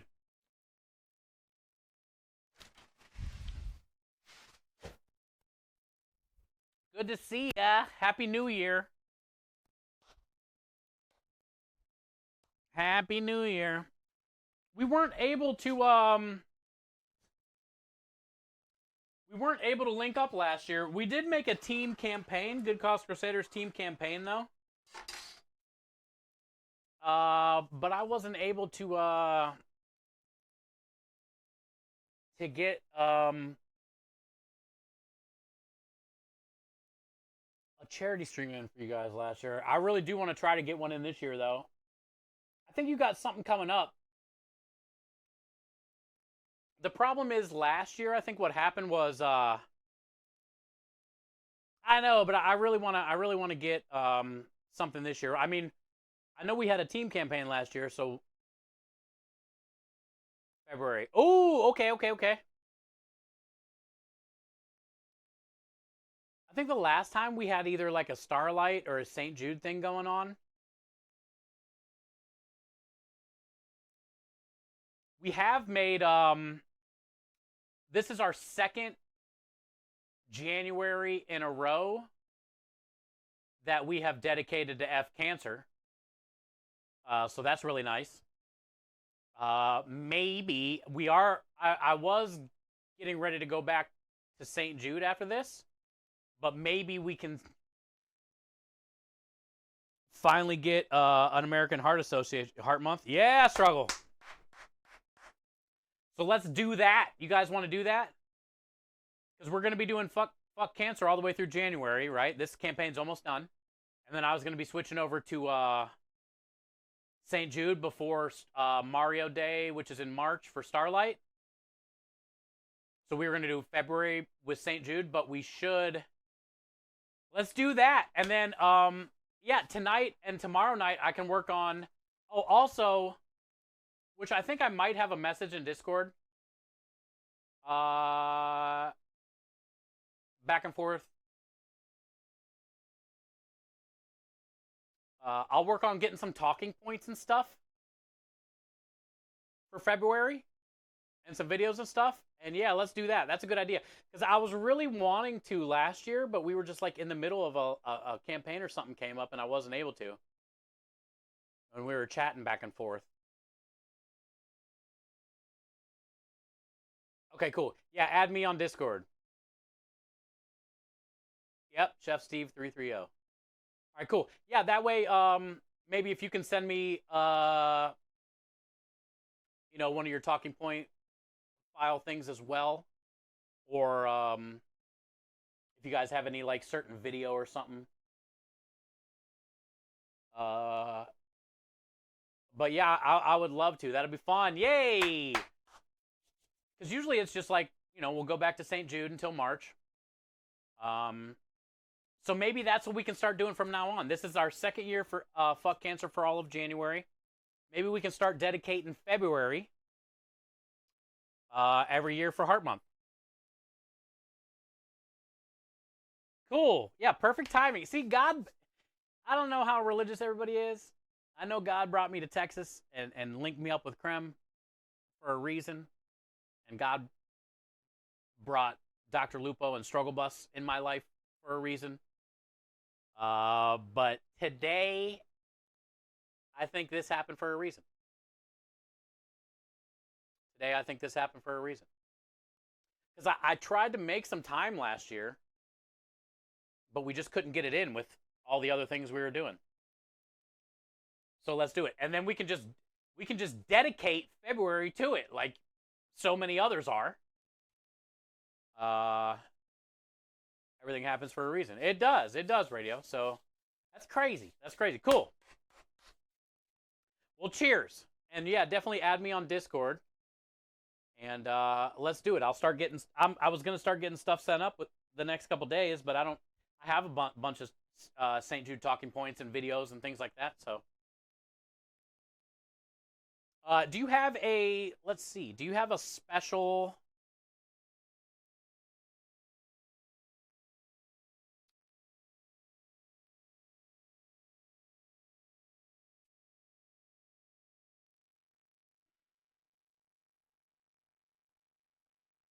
Look at this. We just passed 425,000 yesterday. We had a really big day yesterday in donos. We just passed 425, so we are on our way. But anyway, do you have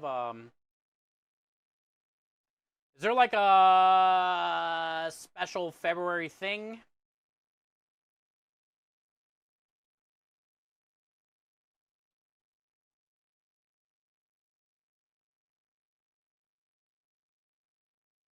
Heart Month.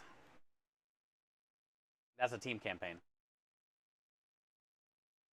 29 Days of Heart.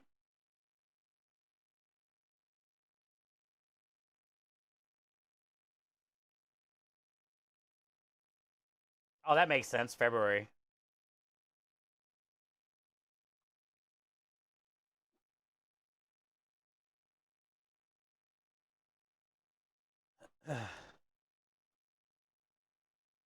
There we go. Okay. Who would have thought you just had to type in AHA and it would have given you everything you need to know? God bless Tildify, man. They make it so easy for us. All right, cool. So I'll make a team campaign tonight for that and see if we can rally some of the Good Cause Crusaders for February. We'll get an amplify command made for chat for February. So all of you in chat that can't afford to donate might be able to help us all month long in February by amplifying the campaign. And that way you can share your personal link all over social media. And then the money you raise will go towards the team total. So that way, if you can't afford to donate, you can still help out in a pretty major way. Also, the more social media posting you do of your Amplify link, the more it will get people to raise awareness about, what they do and what this month is all about. So yeah, we'll get a team campaign made up. And we'll talk about it the next, few days and get everybody rallied up. I'll make a post in Discord, the Good Cause Crusaders section of Discord. And then we'll get an individual campaign set up. And then, yeah, I'll message you and we'll get some talking points and some videos loaded. And we'll see what we can do for February. The thing is, if we can keep this pace that we were doing last year we did a little over 80,000.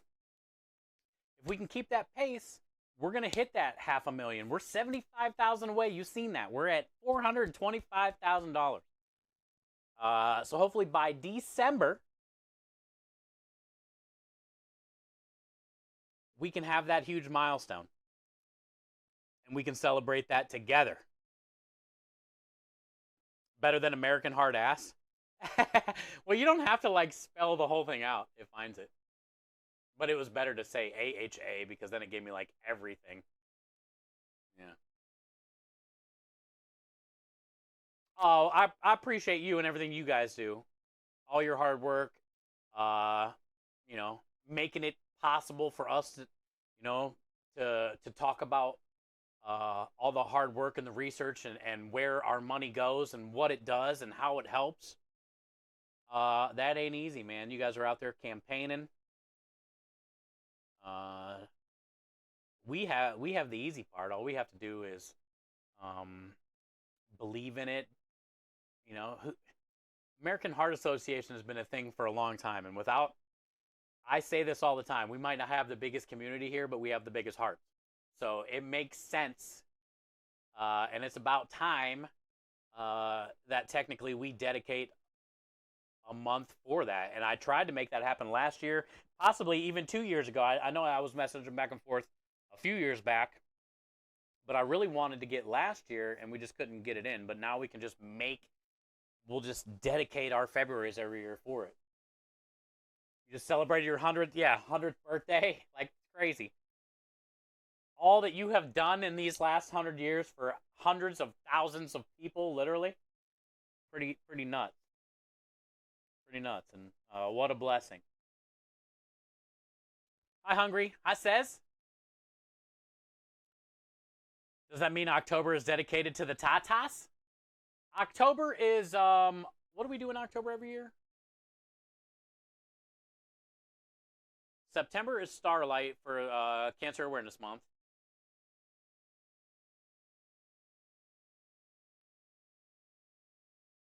November is Stack Up for the veterans. Usually we do St. Jude in October, so cancer research, really, we don't have like a dedicated month for October.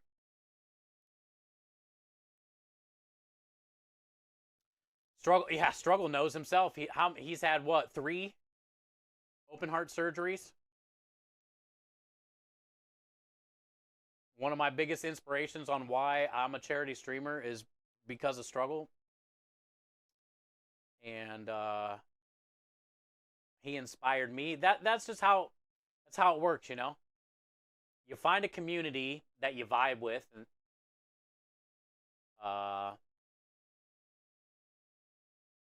you feed off of that inspiration, you know. He inspired me to do this, and I've inspired others. It's pretty cool how it comes full circle, but yeah, I mean, he knows more than anybody. He said the shitty part is he's got a good body. He's been a healthy dude his whole life. He's just got an effed up heart, and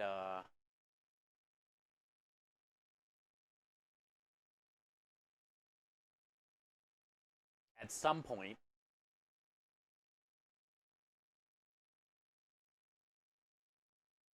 things that get figured out to where it can be like interchangeable, like Iron Man, you know, where he puts the thing in his and screws it in. You know what I'm saying? Like, every day his Struggle gets up, he has like a pile of hearts. Some of them are better than others, and he's like, this one's kind of giving me a trouble last time.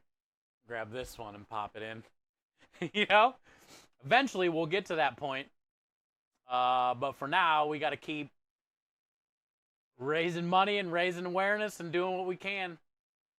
Doing what we can. You want one of those? Wouldn't that be awesome? And you know you'd have like a pile of them, and like your favorite ones, the ones that work better, like lasted a little longer, make you feel more uppity. You know? The OG older ones, you know, don't work as great, but sometimes you put those in for nostalgia purposes. Brings you back a little bit, makes you feel a little younger.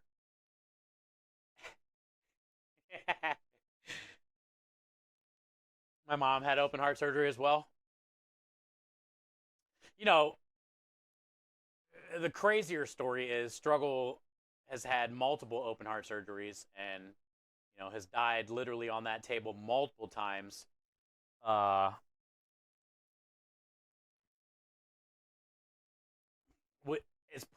As important as a heart is, your desire to not give up, like your strength and your desire to not let go, sometimes is stronger, you know, and you wake back up and you make it off of that deathbed, and your heart will buy you a little bit more time. But I feel like now, compared to like 30 years ago, 40 years ago, with all the new like stints and things that they got going on that they can do for you. And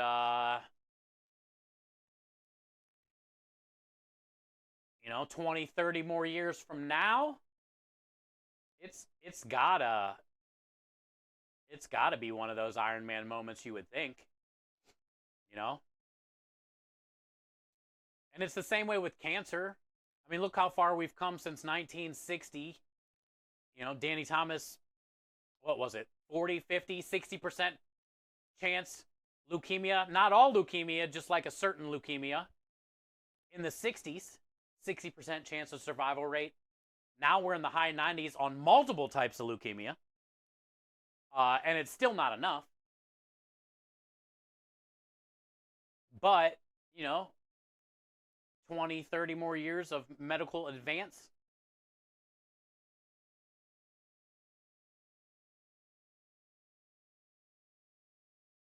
Maybe we can knock it out. I think the thing with cancer, like, even though we may be able to cure most types of cancer down the road,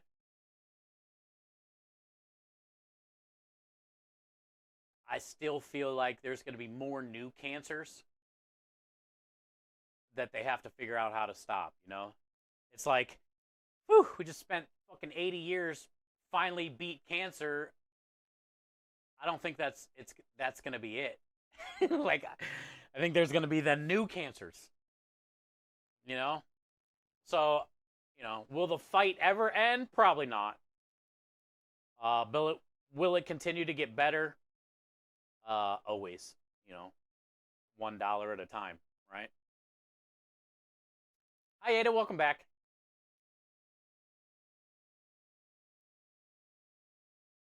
Oh, you got a new Starlink dish. Nice.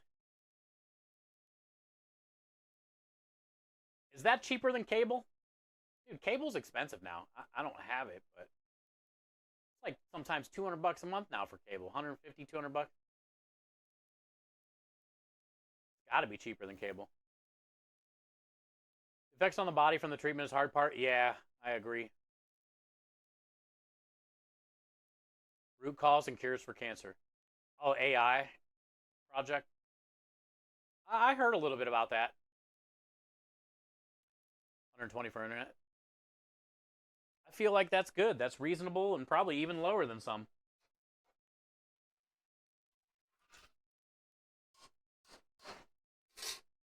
I'm all for whatever we can do to help cancer research. And if some of this AI stuff that we can use to our advantage will help, I say do it.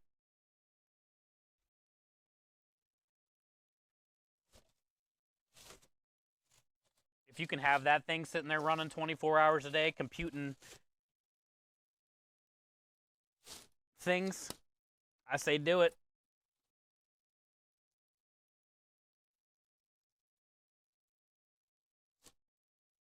Well, this is exciting.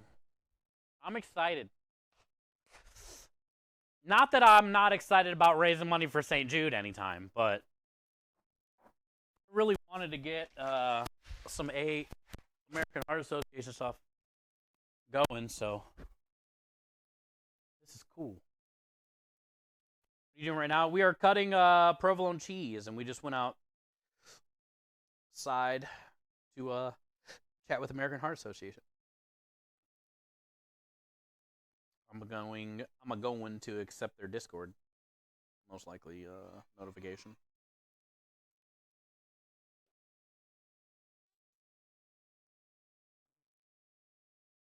Here we go. Ah, gamer. I got your friend request. We just got a donation. Remember, we are less than 200 away from our stretch goal and another giveaway. And our last giveaway for the month, technically. Our giveaway bundle. We have a giveaway bundle. Who did it? Hey, Minja! Minja coming in with a $50 donation during a donation matching challenge. You know what that means? That's a $100 donation. Let's pull up Tildify again and see if she left us a little message. Minja, thank you so much for all that you do always. Not only for me personally, but this community. I appreciate all your time invested, all your donations, and all your unicorn twerks. There was no message. Minja, thank you for the $100 donation. Also, that did not knock out the goal. So, we got to be pretty close. It looks like 50, 50 is 100, 30, 40, 50, 60, 70, 80. I think we're like 75 away or something, 80 away.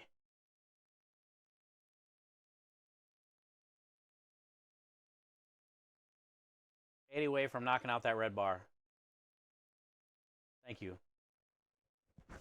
That helps us get one step closer.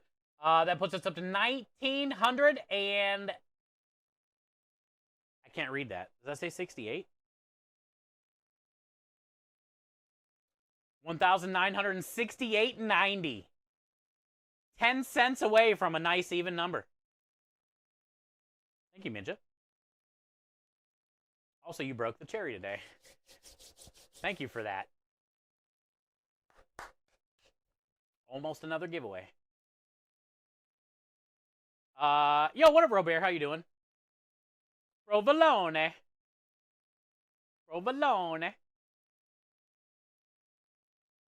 Steve is my CNN.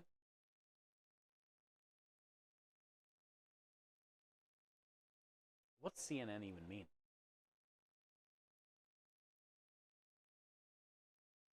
It says 69. Does it? I'm old, and look how small that is. Let's see what it says on the page. Overview.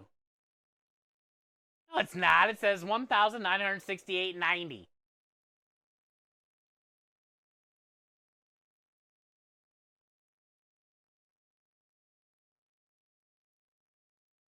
Steve, the #1 nude source. Agenda free. Agenda free TV. I'm Steve Lookner. Yeah.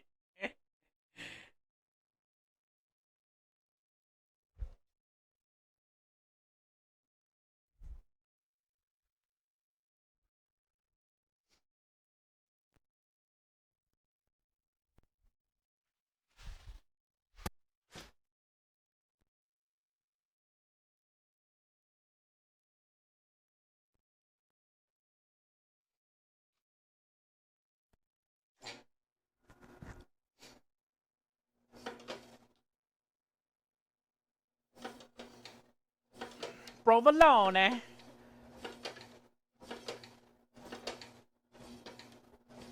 I'm excited to do the stuffed shells tomorrow. See how they turn out. We got to make the vodka sauce tomorrow. But I'm just going to use the already made marinara. So it's not going to be that hard.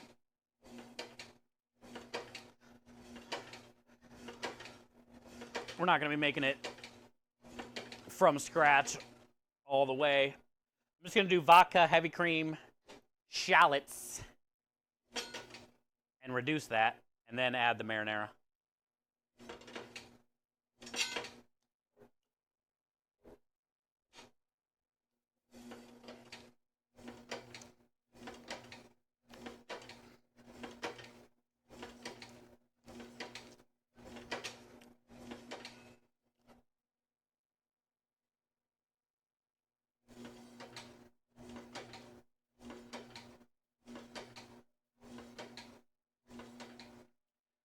Oh, really? That is pretty silly. Yeah, we do pasta.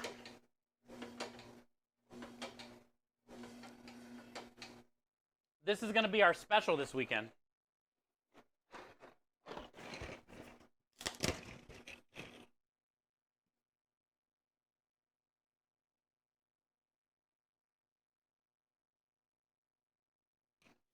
We're going to cook these off and then dry them with a paper towel And then we're going to stuff them.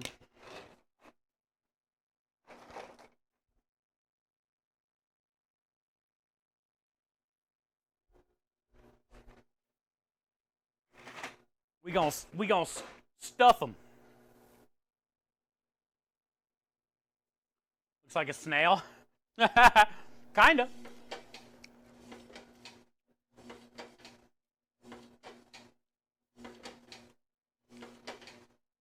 Ooh, another dono. Somebody wants a giveaway today. Is that Gloria?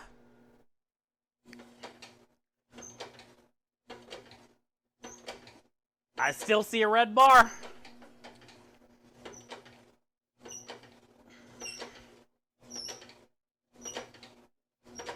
I don't know how that graphic got so big, but it cuts the name off at the bottom. Only on this scene, though.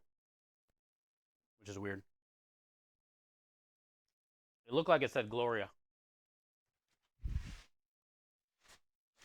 Thank you, Minja, for the $100 donation. What else we got? What we got? You guys are the best, man. Stuff this.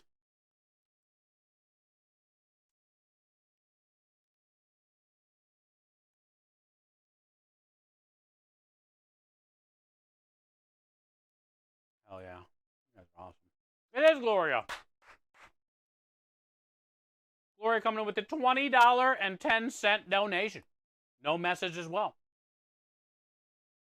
I'll just say that Minja and Gloria both say 4 kids.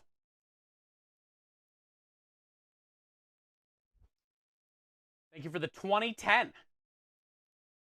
Also, that probably brought us to an even number. It did. 1,900. Let's say 89 or 99. Overview. $1,989 even, like Steven. It means we are one.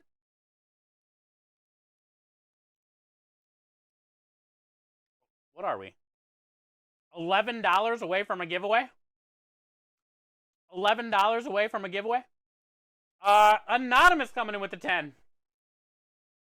Which is actually 20. Thank you, Anonymous, for the $20 donation. Is there a message tied to that?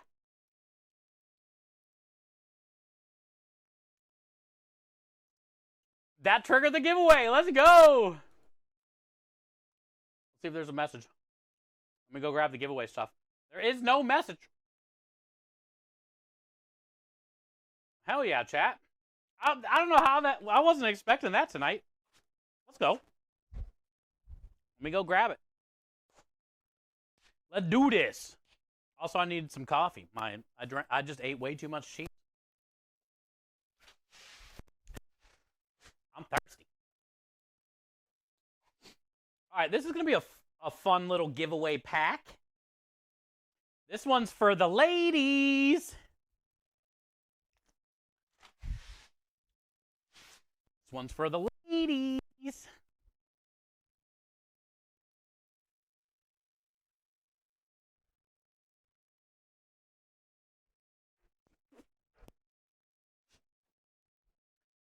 Did I just hear another one? Hey, Wind!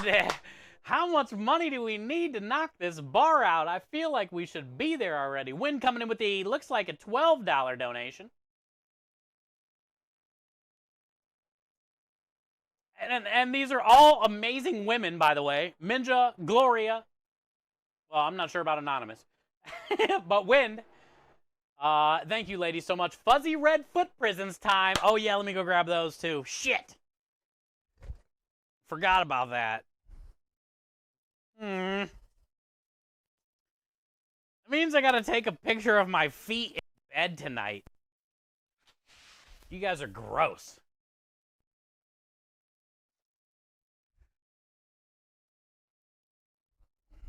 I'll be posting feet pictures in Discord tonight. Don't look.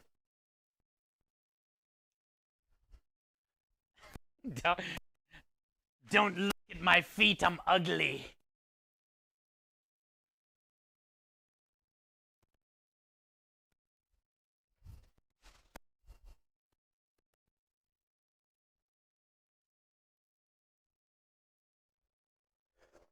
I'm telling you right now, this is going to be the one and only time I will ever put on socks in bed. If it was anybody other than Wind, it probably wouldn't be happening. But it was a good way to get you guys to get us to $2,000. We're going to be wearing the American Heart Association. Ooh, we can tag them. We can tag the American Heart Association since we're going to be campaigning for them all February long. It's their 100th anniversary. And we have Heart Fuzzy Socks. We'll tag them on social media.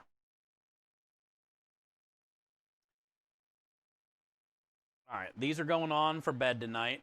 Unfortunate. Make the socks a giveaway. Oh, that's a good idea too. No, because I'm going to put them on tonight. Win wants me. For the 2000, we were supposed to wear socks to bed. I don't know if I want to give away socks that I am putting on my feet. But that's not a bad idea. We'll just wear them all February long, here and there. And we'll tag American Heart Association every time. Fuzzy socks, Marty. To bed, though? It's fuzzy socks is one thing, but to bed, though? Yeah, we got 2K, Annie. What a beautiful community, man. You guys are awesome. The anonymous was Matt. Let's go! Matt coming in with the $20 donation. Thank you, bud. Talking about burgers. Are those Steve's fuzzy socks? They are now. Wynn sent them to me. Is that Matt's command? Yeah. He's a good guy. Amazing person. Just don't click on his links. He's a spammer.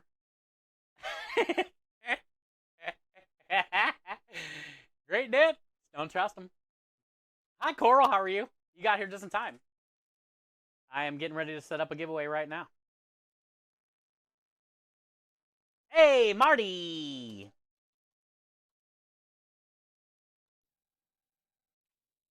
No chat, no Matt. Marty coming in with the 18 months of support and kindness. Enjoy all the winners. The way go spend Marty. Go to the avatar.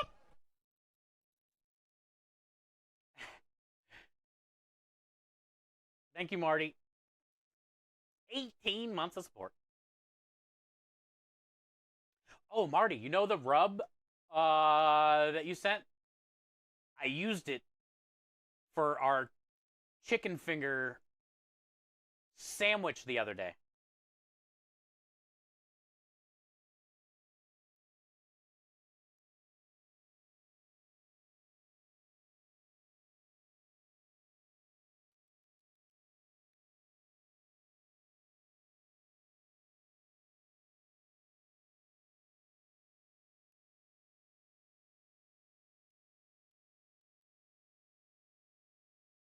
Bing bong.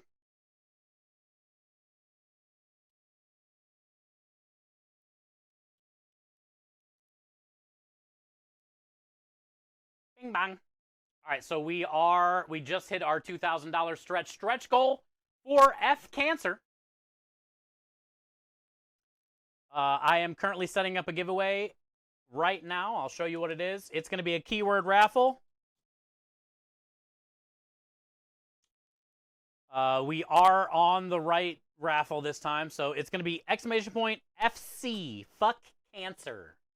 !FC if you want to get in on this giveaway. This is our stretch goal giveaway. This actually giveaway is for the ladies, technically. I mean, guys can enter it and give it to your wife, or I don't know, maybe you like this color pink. I'm not really sure. It is very a bright pink. It's very bright. But this is the Starlight beanie. Thanks to Starlight. This is up for grabs today. Also, I am going to sign this card. In this card, thanks to Winsing herself, she made a worry stone. And we're going to be giving these away every $50 in February for the American Heart Association. We'll be giving away these worry stones and these bags. We'll probably be alternating. 150 will be a worry stone, the next one will be a bag until they're all gone. And she sent us a lot of them. All right, so they have a cool little pink color to them. I love them. I love the way they feel. They got a little thing for your thumb. I like it. I have a St. Jude cool little sticker. And we have a Stream for Starlight 2024 pin. And then the blue bag that Wynn made. There's all kinds of different colors, but I thought the blue looks really cool with this. This is like a bright pink and like a light blue.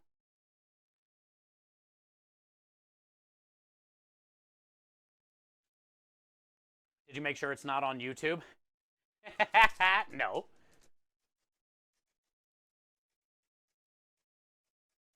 All right, so exclamation point FC. Let's see how many people have donated. We're going to watch a fuck cancer video, or entered. 13 entries so far. Exclamation point FC. And then we are going to watch the standard fuck cancer video. And then after that video, we'll pull the giveaway winner.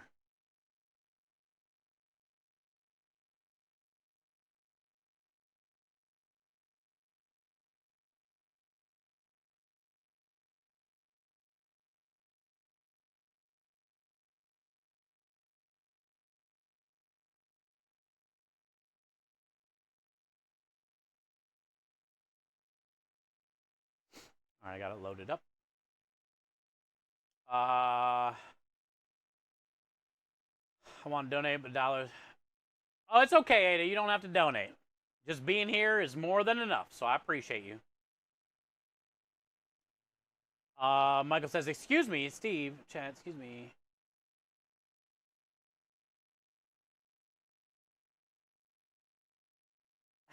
No, that's a lie.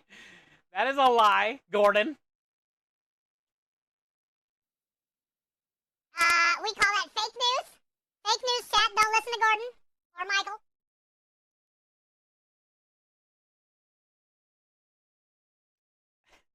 I do not love the Vonks.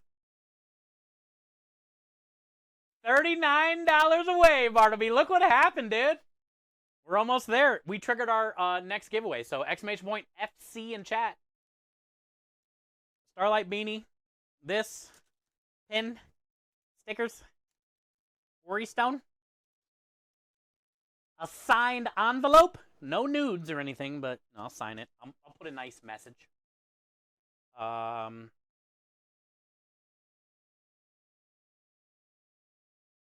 then let's load up the video. After the video, we'll pull the winner.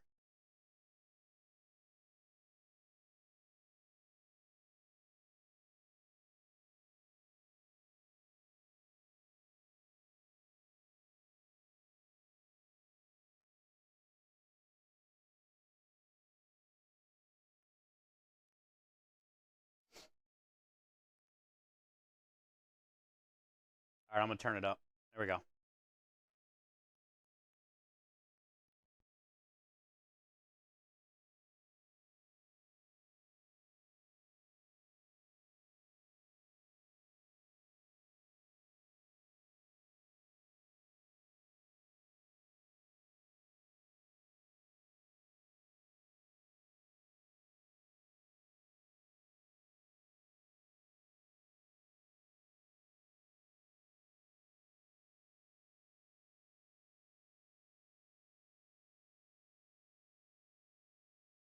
Oh!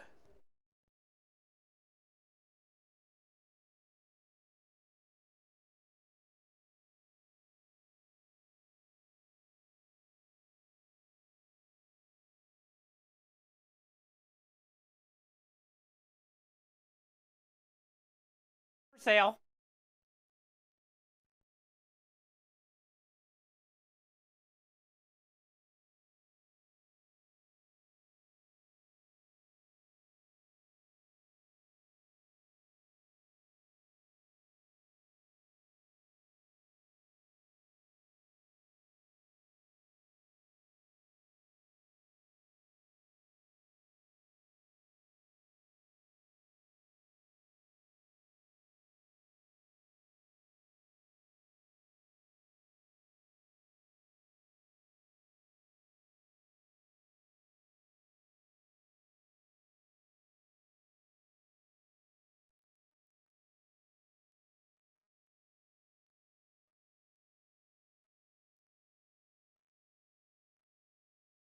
Reverse the risk, cowgirl. There's a lot of F cancer videos that I can't.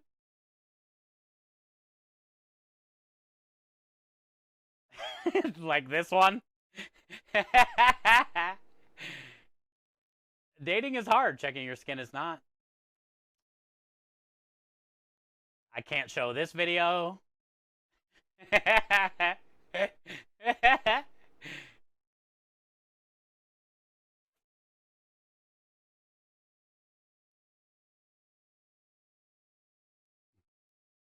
All right, you guys ready? Let me pull up the giveaway. See how many have entered. 15 entries. Oh, and we got a dono. Let's see that. Hey, Patrick coming in with the $20 donation as well. Back-to-back donation days from Patrick. Thank you, brother. I love you very much, man. Your $40 donation because of the double donation matching challenge thanks to Center for Disease Control. That means we are, I believe, $18 away. $18 away from knocking out that bar. All right, here we go. Good luck. 15 have entered. Only one can win. Who will it be? There's a lot of great names in here. A lot of great names in here. Aw, look at that. Let's go. Very deserving. So many donations the last 4+ years. She does so much for this community, so much for the kids, so much for cancer. Minja, you are officially the winner of a Worry Stone. Also, Minja, do you like this blue? Because there are some other ones. Technically, there are a couple other colors. So if the blue is not really one, just let me know, and I'll when we get in the warehouse, I can show you the other colors. And congratulations. So I'm going to be sending the first giveaway pack out to Dannerbean. Double and Engine won and had a feud over who was getting it. They both don't want it. But they want me to send it to Dannerbean. So the first giveaway is going to Dannerbean. And then this one is going to go to Minja. So everything is in here. And if the blue is good for you, congratulations. And we'll get all that sent out.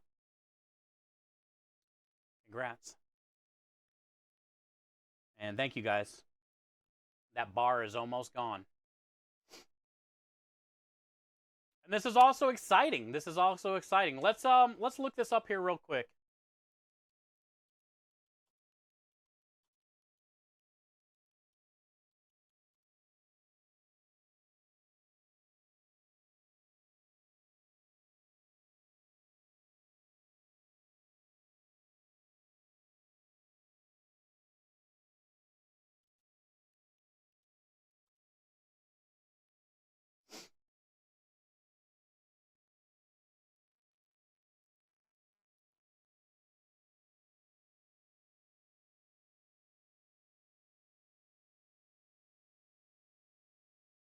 This is cool. We get to learn a lot. We're going to get to learn a lot in February.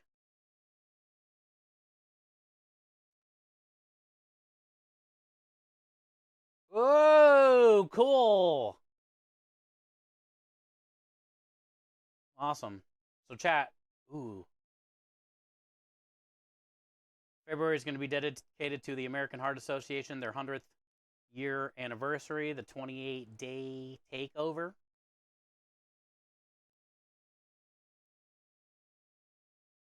And it's looking like we got a lot of fun stuff to learn in February. I heard another dono! I heard another dono! That means we knocked out that bar, because that's both donos. All right. Let's just look at it now. Chat.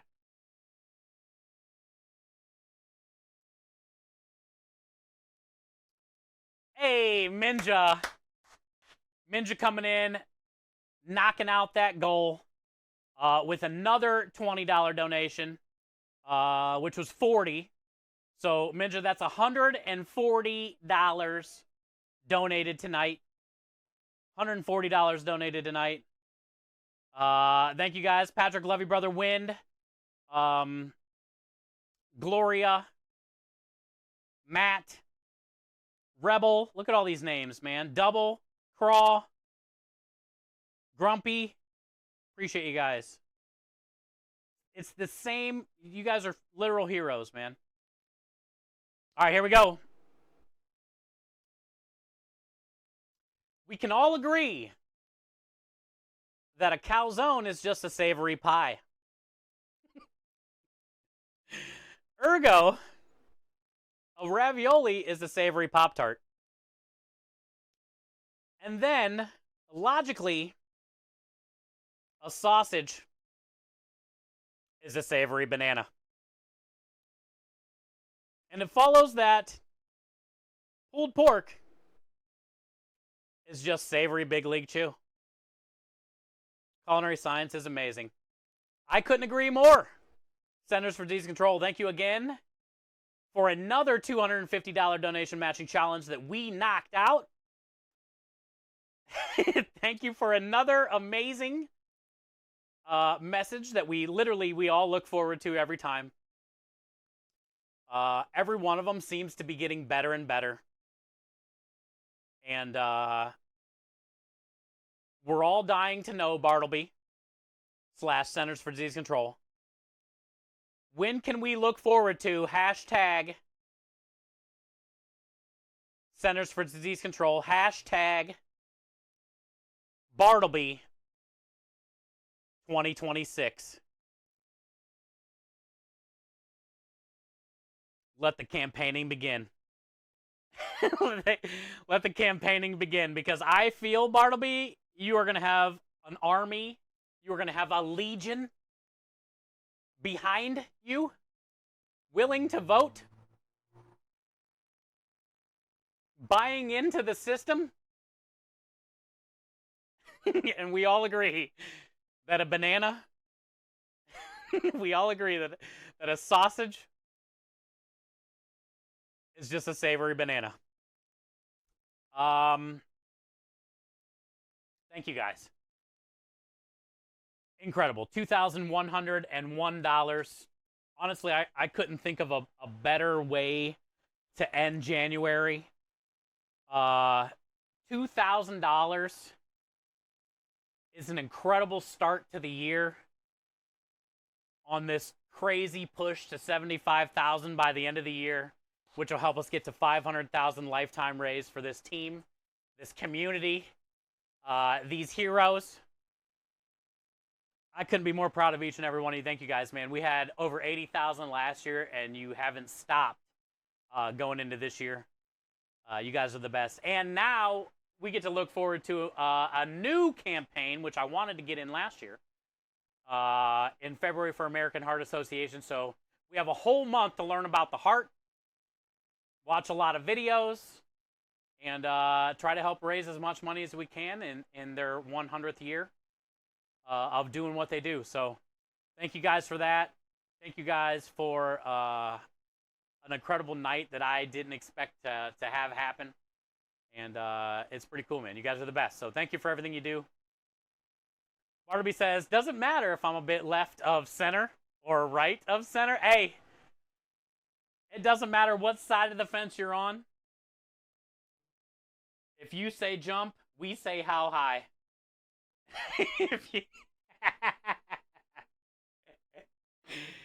If you say jump, Bartleby, we say how high, my friend. Oh, also, I got to wear these damn red fuzzy socks tonight.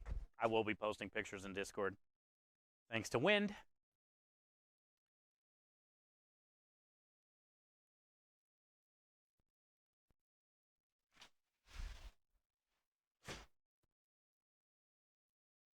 Minja, was the blue okay? I mean, you probably don't care. Honestly, but just curious. Because there is a, I'll grab a few.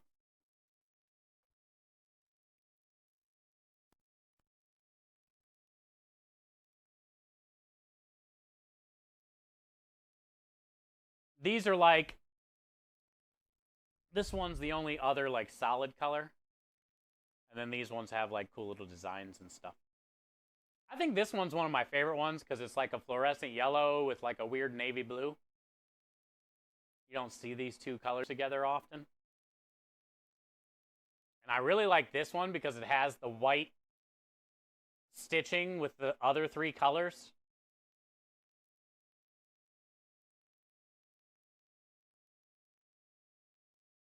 This one's kind of cool because it's like green and white.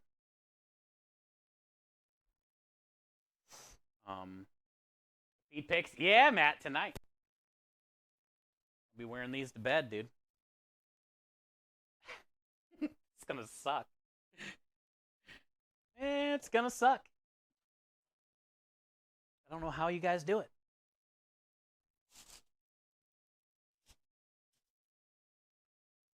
How pretty? They're not pretty. They're foot prisons.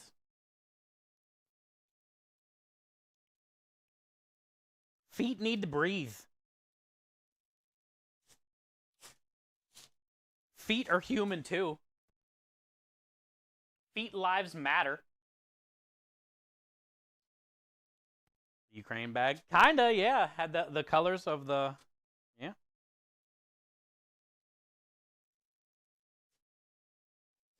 Little crochet bags. Yeah. Wind is very talented. She can bag with the best of them.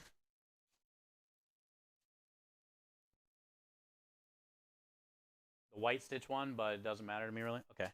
I knew you were gonna say that. It's the type of fucking person you are, but I'll still do the white one. It's cool. I like these colors too. And then the white kind of like makes it. We'll put the blue one back.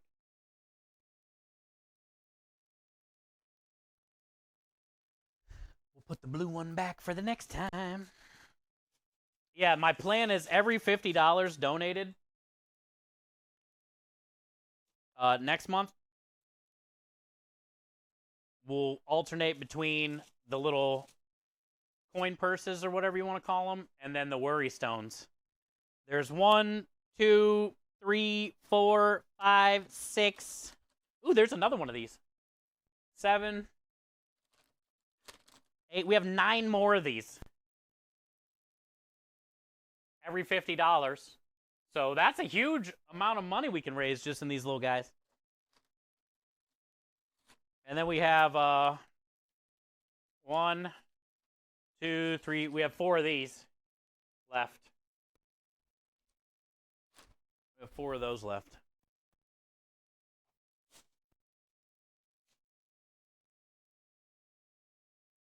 That's a lot of giveaways.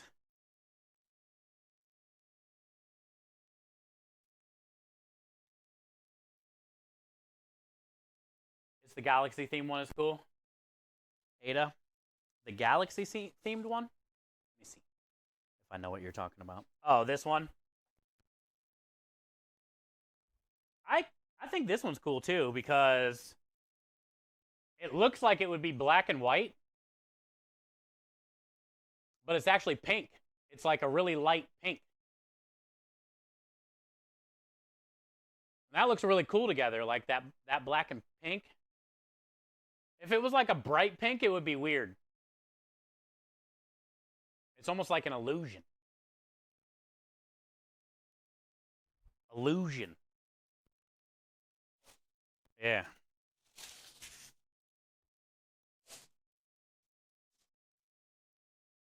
Cheeseburger chowder. Are you going to put in lettuce at the end? Are you stirring in romaine, dude? I swear one of the best cheeseburger chowders I've ever had the lettuce stirred in at the end. And I know it sounds weird. It really was good, though.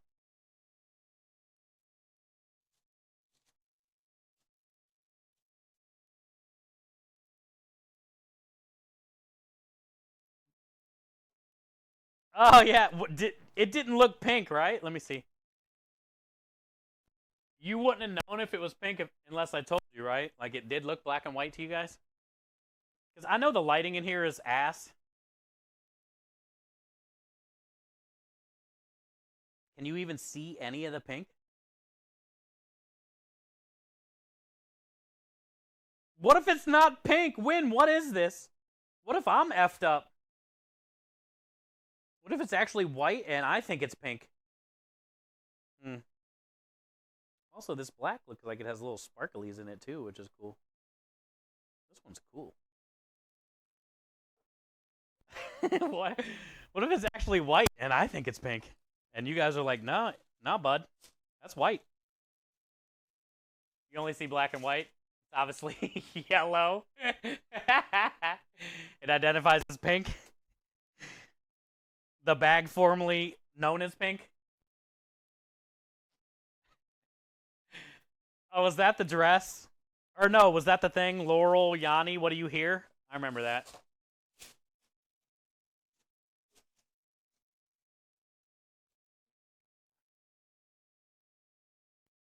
You only see black and white? I swear it's pink. Win, tell him it's pink.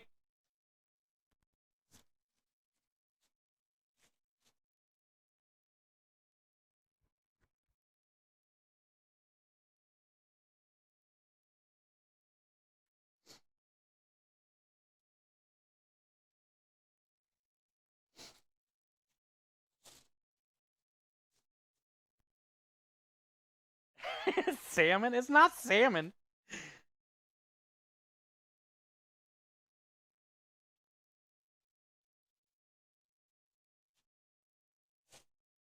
Pinkaroonie? Is that is that really what light pink is called? Pinkaroonie? See, chat? It's Pinkaroonie.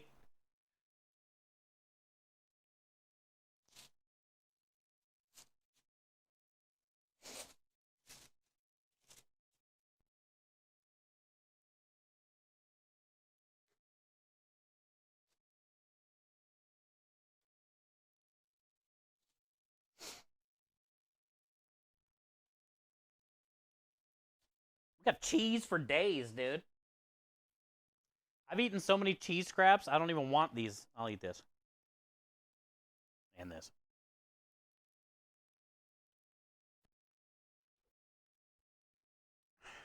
The Gulf of Pink. Hey, I like Pink's music.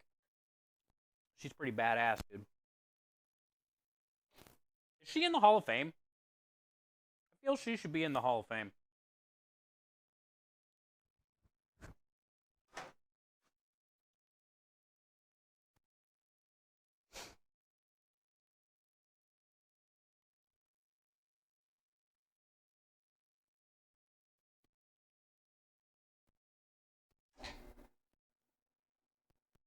Grilled cheese, please. Oh, I bet Struggle's still lurking. I forgot to tell him.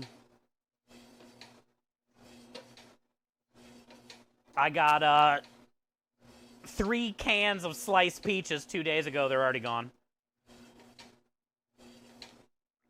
He's gonna be mad though,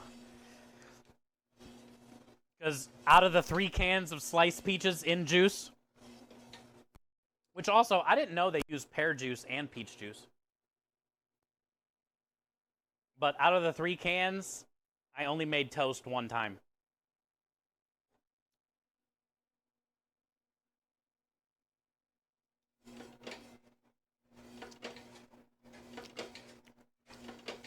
There's something about toast, a nice buttered toast, cut in like strips, and you dunk it in the peach juice. Like you'll eat a peach slice, and then you dunk your toast. Because peach slices are like soft, and then the toast is like crunchy but soft because of the juice. Oh, it's such a good bite. Such a good bite. Struggle got me hip to the sliced peach. Says.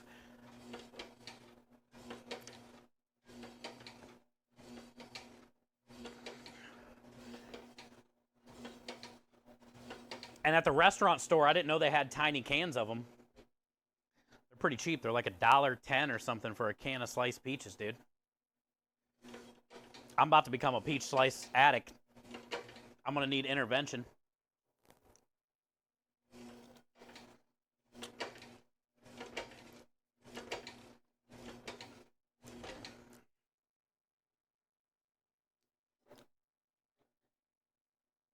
Give me all the lovies. You like the and what about the fruit medley one too, where you'll get like the grapes and the occasional little maraschino cherry in there? I haven't had that like bullshit canned fruit in juice in so long.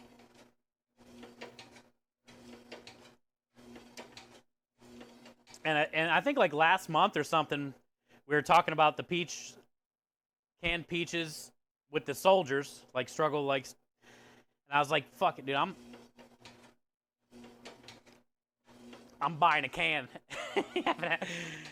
I forgot what the hype was about. And then I did it, and I've noticed I've been buying a lot of cans of sliced peaches lately. It's become my new obsession. Oh, the best part about them? Here's another good thing about them.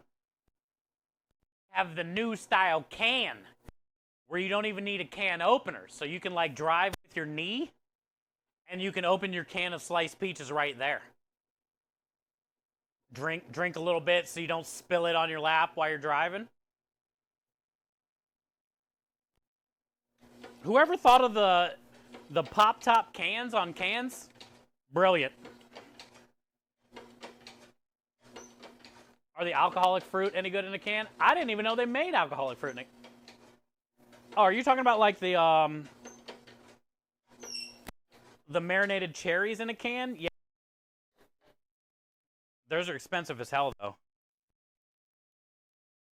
100% worth buying, double.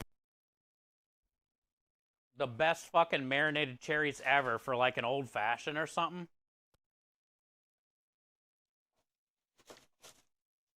But it's like, you know, $60 for a can. Worth it. Because you can use all that juice that's in there for a bunch of shit. Sauces, marinades, vinaigrettes, drinks.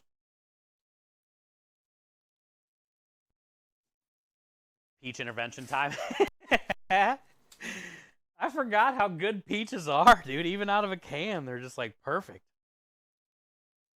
And they're not, I thought they would be a lot more soggy in a can, but they still had like a good little bite to them. And then once you dunk some bread in there that's all nice and buttered, toasted and buttered,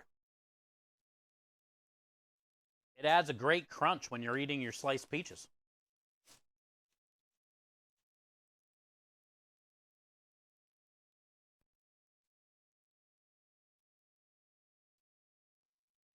I see the fruit medley one by the sliced peaches all the time. I just haven't got it.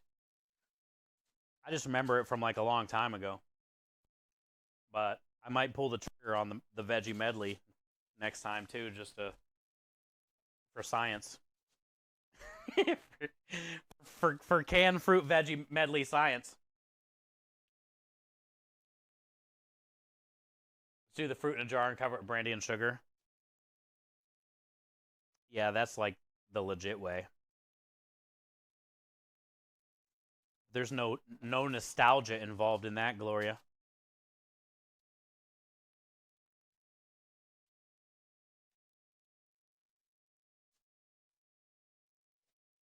Get a can of peach pie filling and put it in the middle of 2 slices of butter bread. Oh, really? That's a cool idea. So it's almost like a pie, but it's low budget. I like that. A cheap version of a pie. I like where your head's at on that one, Gloria. I'm digging that idea. That one would be one of those messy ones, though. You know the sandwiches where you go to bite into it and it all smushes out like the sides and shit? That's guaranteed to happen with that, but it's worth it.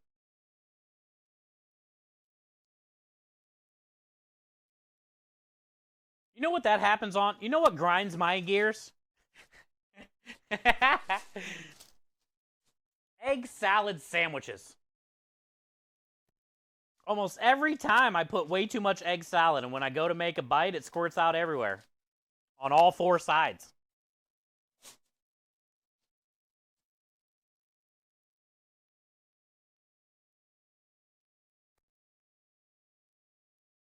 That's what she said.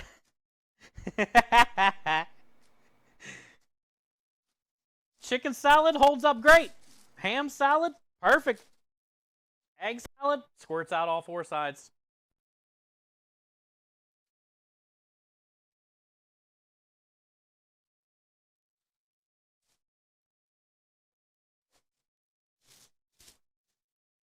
You know what burns my ass? A flame about this side.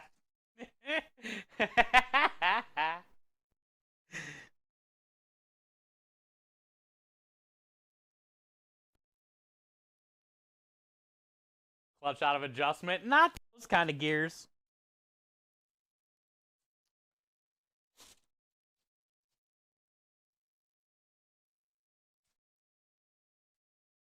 This might be worse than picking and cutting herbs. Not only do you got to get the slicer out and slice the cheese, then you got to clean the fucking slicer and table and floor. After you got done portioning, this is a dishwasher prep job. Unfortunately, I'm the dishwasher too. But if this was a real kitchen, this is the dishwasher job.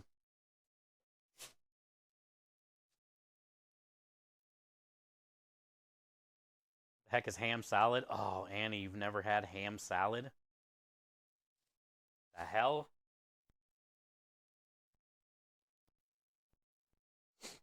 What it is.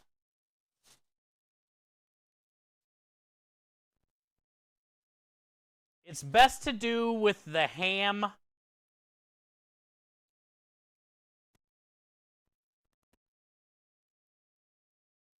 That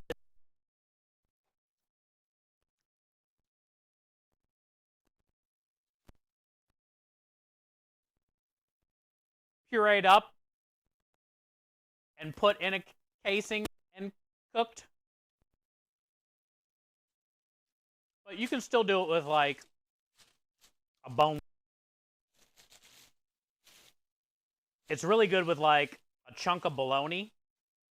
Go to the deli and get some bologna, but tell them not to slice it. And then yeah, put it in the food processor. Add whatever you like: diced onions, diced dill pickle juice, a little bit of mayo, whatever you want. You know, however you make your chicken salad, egg salad. Just do it with ham or bologna. It's pretty amazing.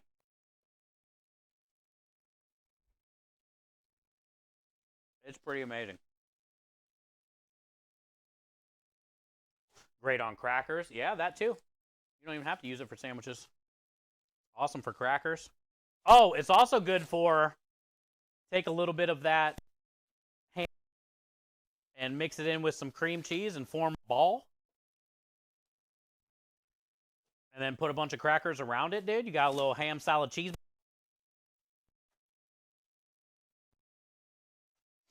Everyone likes a cheese ball.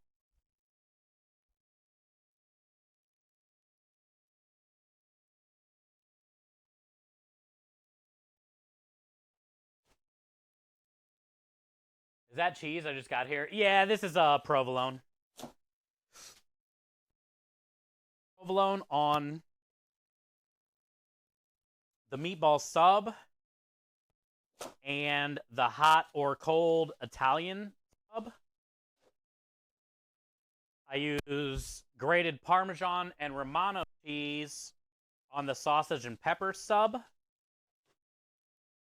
And I use shredded mozzarella cheese on chicken caprese sub. So this is for meatball and hot or cold deli sub. And Friday and Saturday, we're going to be at the winery, which are really busy days.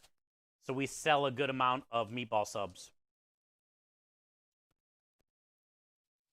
So I need a good amount of provolone. You know? You know?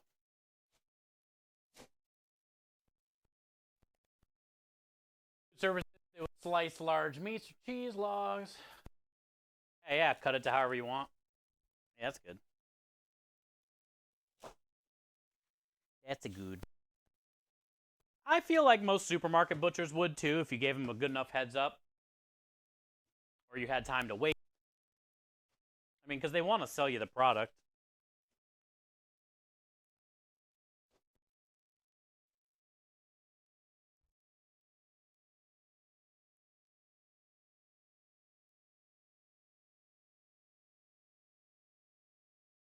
Annie, how you feel about the ham salad? Also, Annie, are you like an egg salad, chicken salad kind of person? Because if you are, you might dig ham salad. I love it with like the dill pickles and the mayo, a little bit of mustard, really finely minced onion.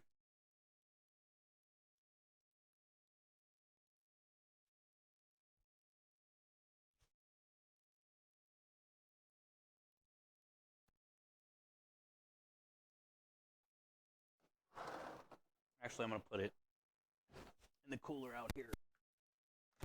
Way more room. Way more room out here, man.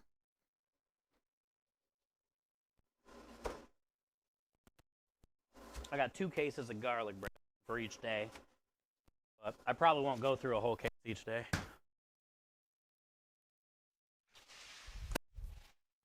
And by garlic bread, I mean Philly rolls. I think it's a 12-inch. They're basically 12-inch Philly rolls. And then we just made the garlic oil today, which is out there on the truck. Marinara should be done. We just got to clean this table off, clean off the slicer. Go grab that marinara, bring it in here, get it pureed up.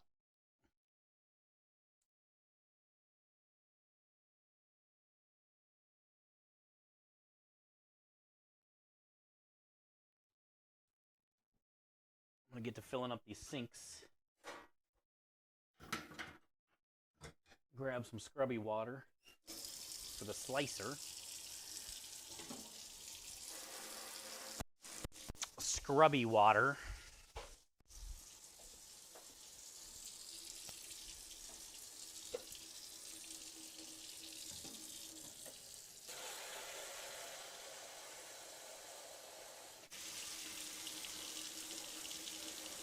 You guys are the best, man. Bartleby had he always has the greatest messages. That was a good one.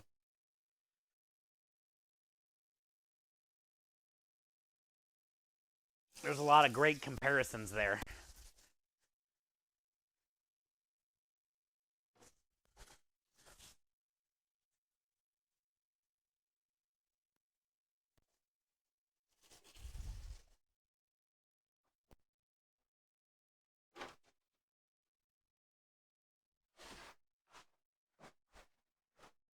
Why would the trash bag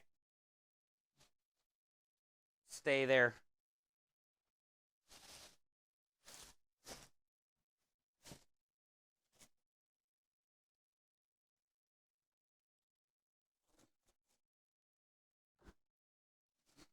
Maybe that'll work.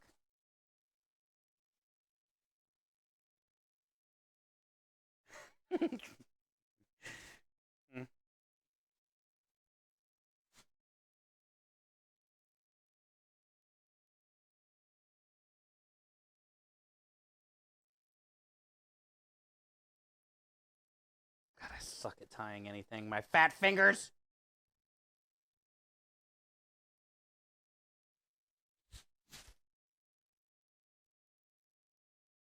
Okay, radio, have a good night.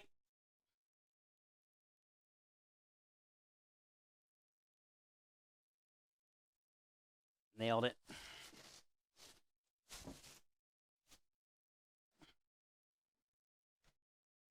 Fuck with me.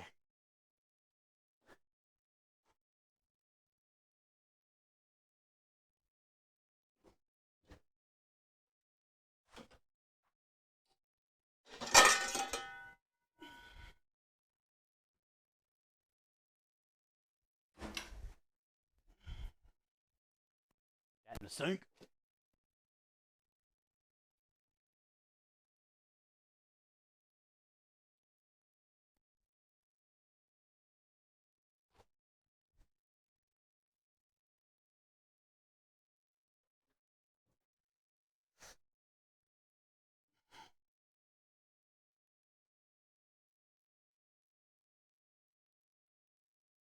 I really hate cleaning slicers. I really do.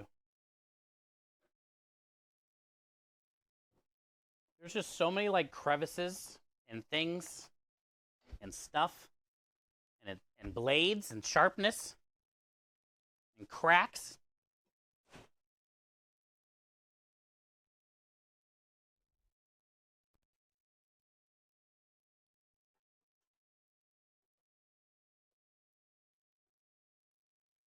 Can't get your hand like in anywhere.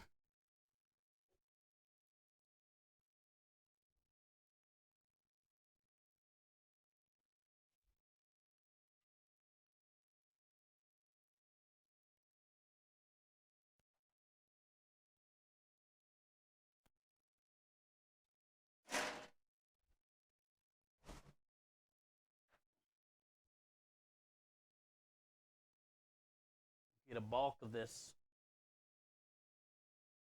off the table for now.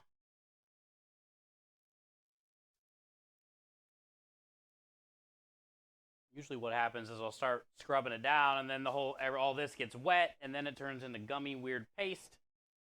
I've learned my lesson where now I try to get as much of that. So then when this all gets wet, it doesn't turn into bubble gum.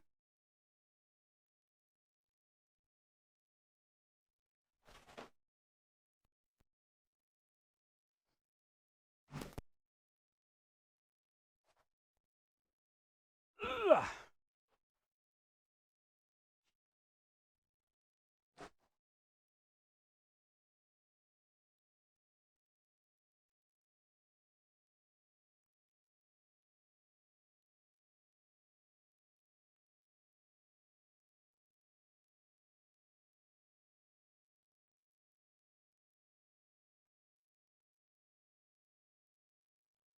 Raiders! Mount up. Mount up. Welcome in, Raiders.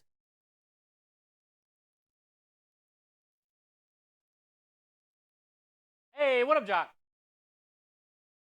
Ruger's wife, the best wife. Ruger is a lucky guy. Hi, Purple. Good to see you. Hi, Midnight Driver. Good to see you. There's Texas Hula. What up, bud?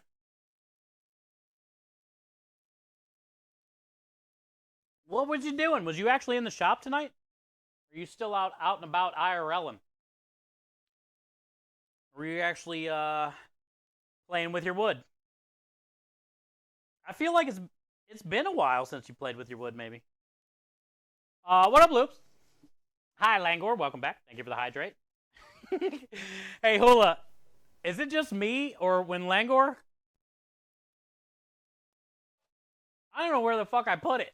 Is it just me, or when Langor hops in, you say thank you for the hydrate before you tell him hi half the time? Oh, Langor's here? Thank you for the hydrate.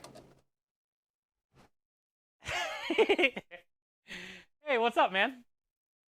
Langor's here? Thank you for the hydrate. Hey, what's up, bud? It's just you? Okay. I always thank him for a hydrate before I tell him hi. Because I already know it's coming. He's predictable, dude. We should try to get Langor to play poker. We can take all his money.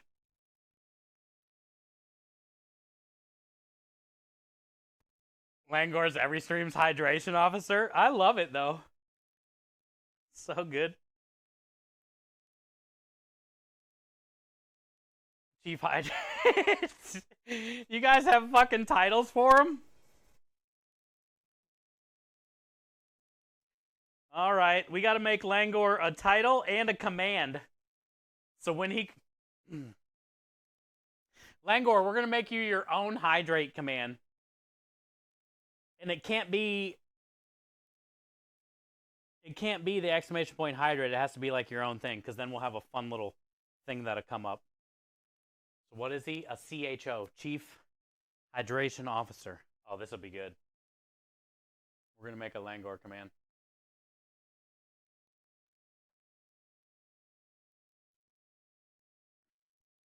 He's going to have his own dedicated hydrate in this channel. I feel like it needs to make a cool noise too, you know? Oh, you know what we can have it do?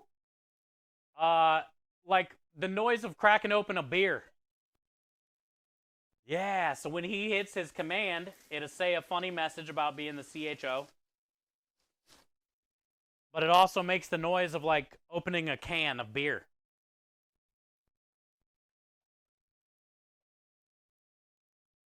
Hey, what up, Mr. Chapman? Dayline, what up, bud? Happy Tuesday. I can donate my... No need. Langor is a legend. He does a lot for lots of peoples.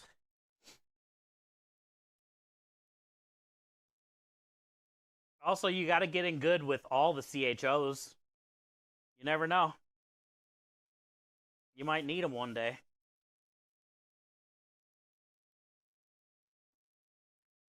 They're very important people. Or, at the very least, you can use them for whatever gain you might need to get. Be like, yeah, I know the CHO.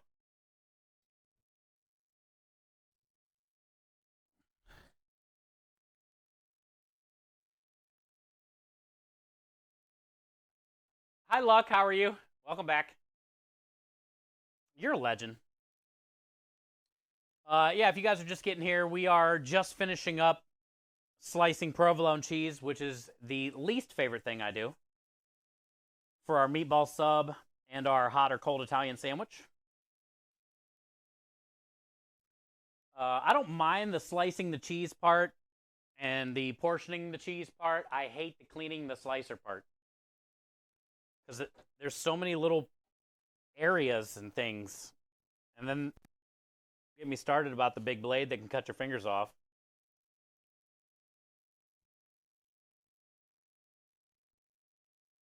I think we got it licked out. We licked it out. Not really like licked it with our tongue, but we licked it out. But yeah, let me go welcome you guys in. If you are just getting here and you haven't been here before from Texas Hula's community, shame on you. No, I'm just kidding. My name is Chef Steve. We are a charity Italian food truck. I have a business partner who goes by the name of Get Creme Delish. And we are a charity food truck, so a lot of the tips and stuff from the customers go to whatever charity we're raising money for. Today was a huge day. Oh, thank you, Rich. Today was a huge day for our Fuck Cancer campaign. This will be our second year raising money for Fuck Cancer during January. Fuck Cancer is all about early detection, prevention, and signs of cancer. Most cancers, 90% of all cancers, are treatable and curable if you can catch them early enough, you know? So that's the big thing, finding out you have cancer first, right? Touch your body, squeeze your, you know, maybe see if there's any bumps, little things, you know? And if you find it early enough, you can treat it. We hit our stretch goal today. We just knocked out a big red bar that went across here, which was a double donation matching challenge thanks to Bartleby. That's why you see the 2 times. Minge is a 2-timer. Patrick, Wind. And we passed $2,000. Our original goal for the month was $1,500. So We just actually did another giveaway as well. That was our second giveaway pack. We did one at 1750 and one at 2000. Can you feel my body? If it is helpful for cancer related issues, then yes, I will feel your body. Also, we just found out today, which is pretty cool, since January is our F Cancer month. That means we're getting ready to change campaigns. We are going into American Heart Association month for February. It is their 100th anniversary. It is their 100th anniversary this year. So we're going to be raising money all February long for the American Heart Association. And we're going to get to learn about the heart and where your money goes and how it helps, and celebrate all that they do. I think everybody in here can agree that the heart is a very important piece to our puzzle for existence. So all the money that we can help raise to go towards heart research and people that need heart transplants or whatnot, I'm all for it. I'm all for it. So that's the plan for February. It's only mildly important. Yes, mildly. That's the plan for February. And then we have a job Friday and Saturday this week. So today, tomorrow, and Thursday are the last 3 prep days. Marinara just finished. I literally just turned off the burner. We're going to carry this inside, and we're going to get this all pureed up. I think I have some herbs already cut. Maybe they're in there. But I think I got herbs for this too.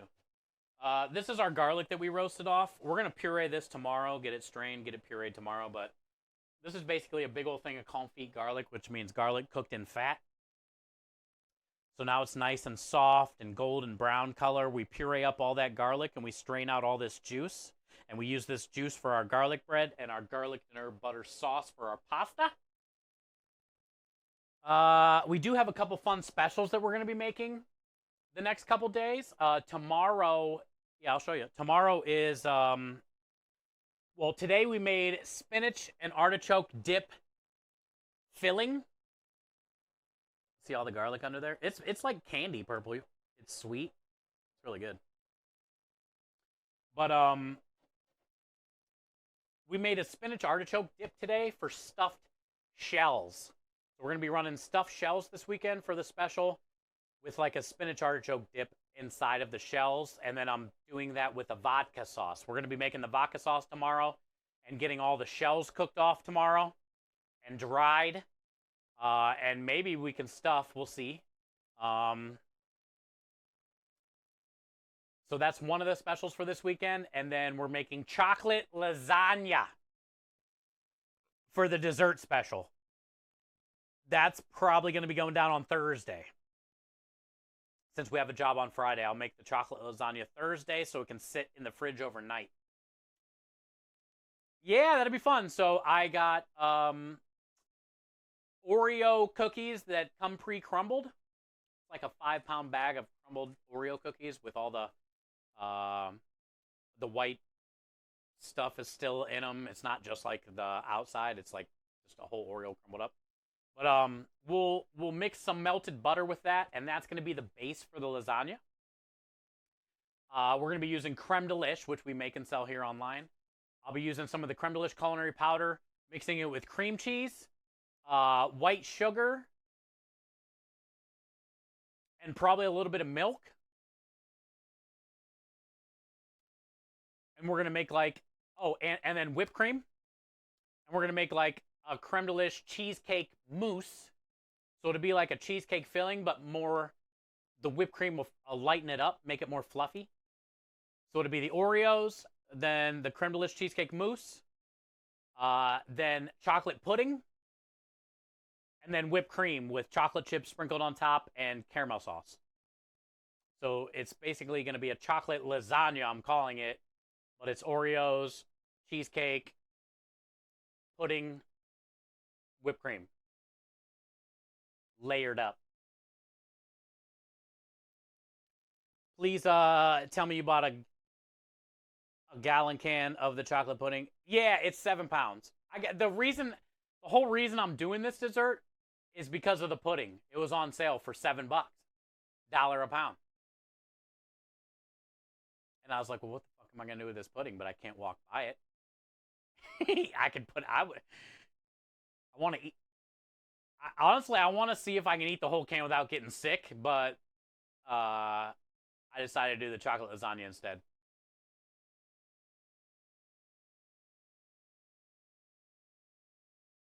I don't know why it is either, Purple.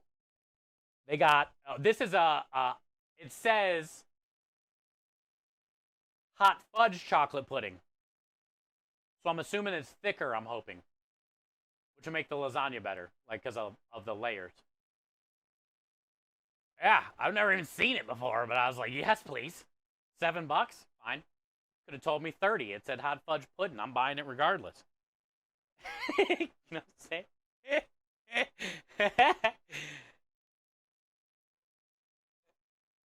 Sounds like a good choice. Yeah, it is. Here, I'll show you. It's inside, which we got to go in there anyway.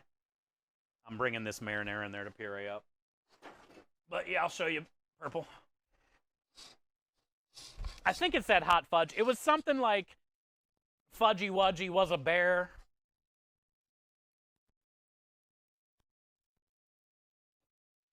It was basically along those lines.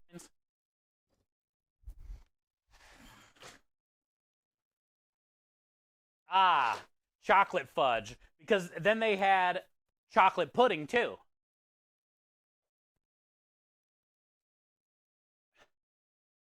But this one's called chocolate fudge pudding.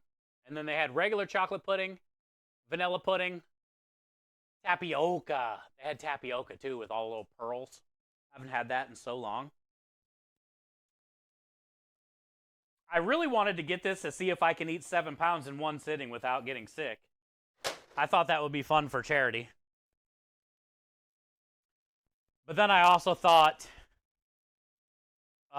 chocolate lasagna would be great to make money for the business.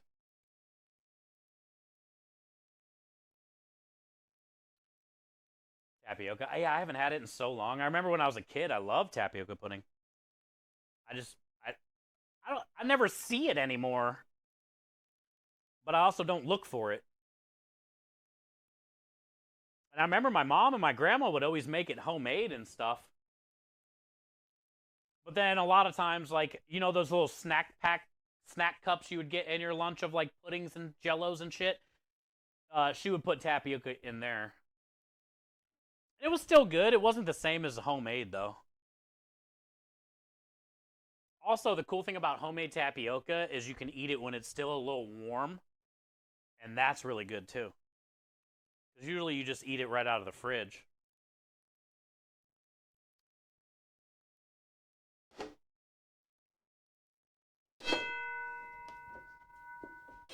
But it's not that bad when it's warm.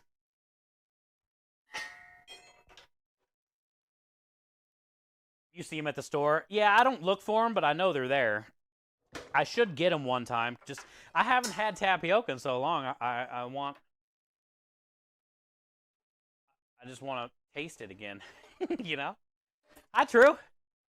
You love tapioca? Me too, dude. Hey, has Miss Hoop ever tried to make some homemade for you before?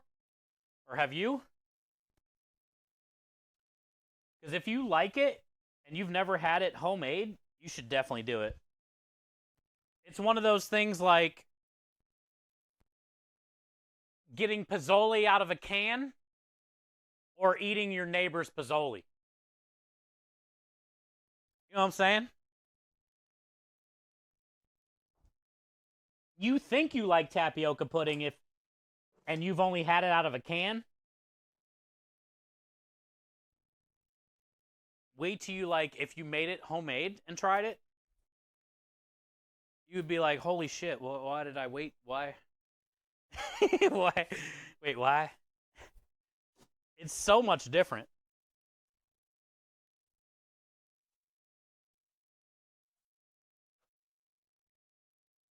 In a way better way. Also, you can add the amount how much like tapioca pearls you want in it too, you know? If that's one of your favorite things about the tapioca, put a shit ton in there.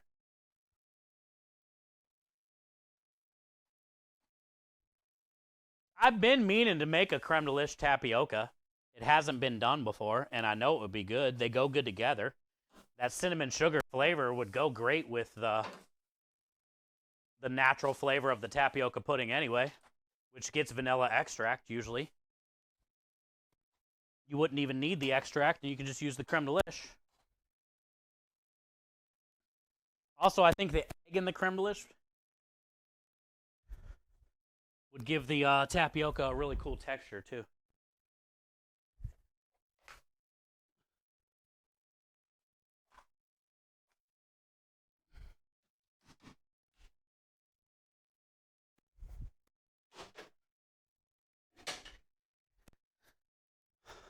We did it! I hate slicing anything.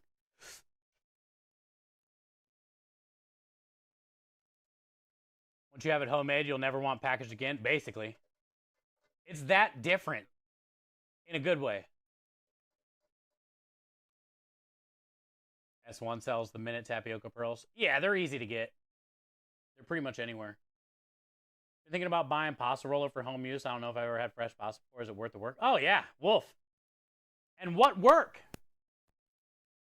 We make pasta every week here.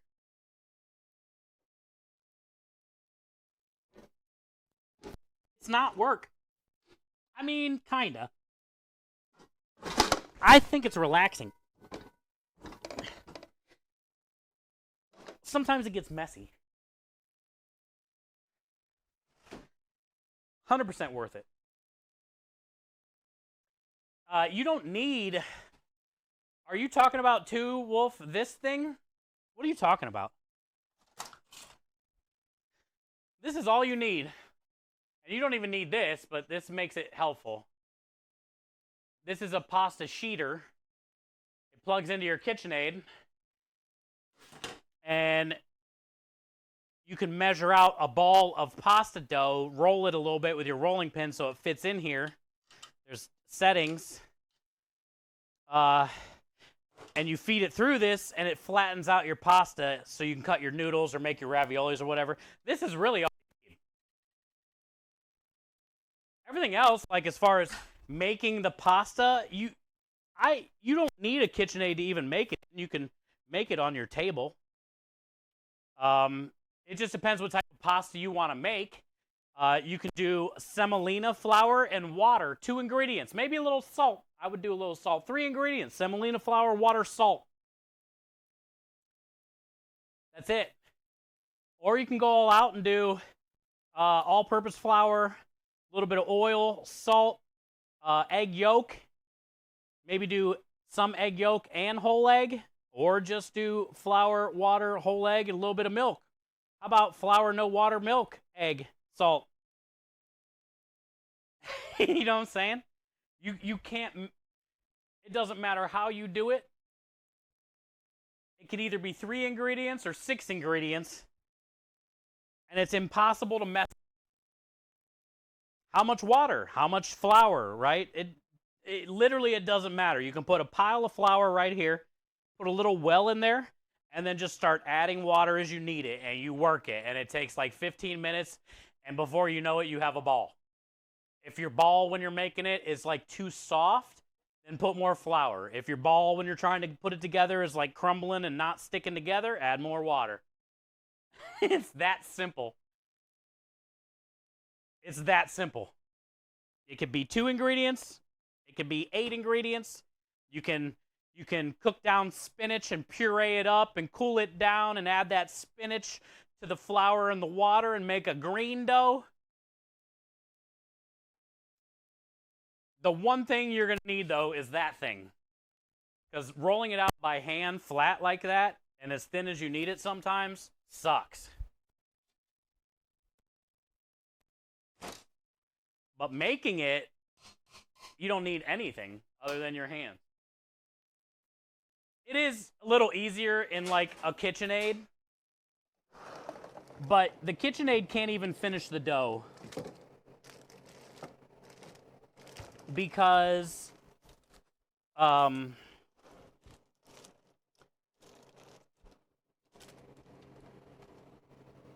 once the dough starts to get too hard and form like a dough ball, you'll break the gears on your KitchenAid because the dough will like catch on the corner of the bowl and then your gear will skip. So, I mean, really, you can only use a KitchenAid to semi-form your dough, and then you're still going to have to do the rest by hand.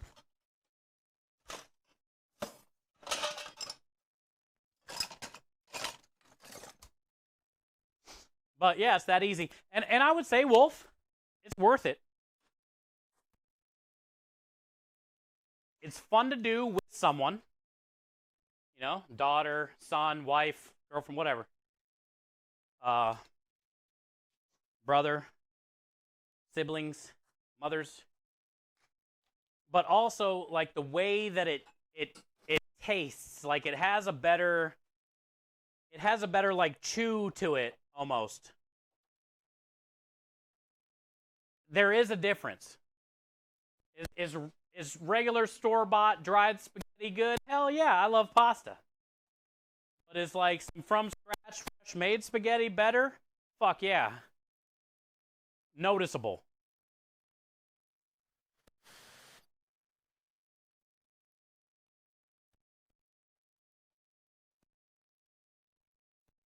I'll be ordering some creme de liche by late March. Used for your... Oh, Lovey. Yeah, that's cool. Also, Lovey, I'm curious to see what you say about putting some in your, I know you ain't gonna fuck with your Lovey dog, because that's your baby. But I'm telling you, dude, if you put some of that in your chili for your hot dog, you might be pleasantly surprised. Like, say if you're doing a deep third pan of chili sauce for the day, maybe put in like 2 or 3 tablespoons. When the meat's cooking down or whatnot, you'll be like, oh shit. How's that possible? How's that possible? But then, yeah, also, Lovey, I mean, there's tons of YouTube videos of different streamers using creme de liche, making all kinds of different desserts to give you some ideas. But, I mean, pretty much you can do anything with it. Especially anything that goes with like a vanilla cinnamon kind of vibe. But it's the, you know, the things like the chili sauce or the caramelized onions. Dude, caramelized onions. Once they're nice and caramelized and golden and you're about to turn the pan off, put in a couple tablespoons of creme de liche and give it a couple stirs. You'll lose your shit. You'll be like, caramelized onions are already good. And then you're like, how the fuck are they good with this vanilla cinnamon stuff? And then you try it, and you're just like, wait, what just happened? You know? Like, my mind got blown with the cheese pizza. I sprinkled a little bit on the cheese pizza, and as soon as I took a bite, I turned around immediately and sprinkled more of it on the whole rest of the pizza. You know? I was like, this shouldn't be a thing. But it was like almost addicting. Where like you had to keep having more of it.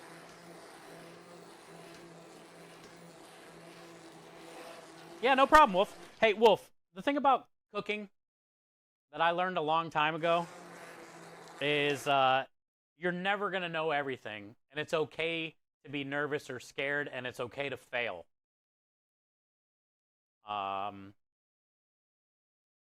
Because that's how you learn.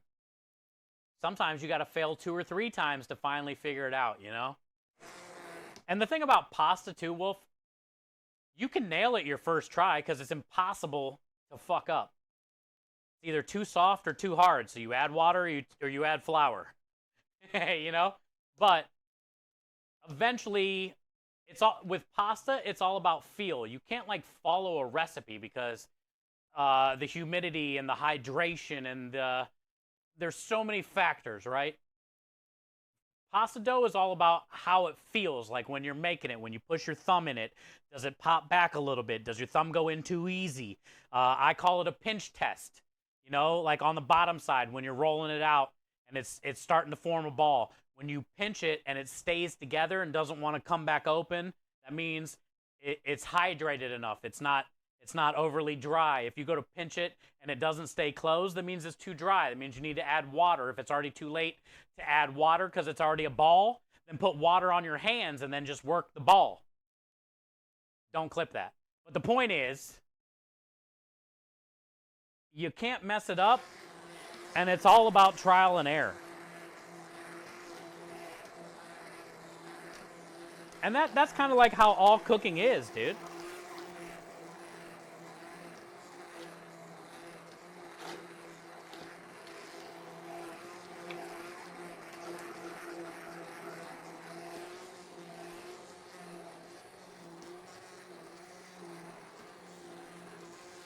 I know everything about nothing. Yeah, no problem, lovies. Just use it, see how you like it. And like I said, don't focus on the creme de lish for dessert stuff.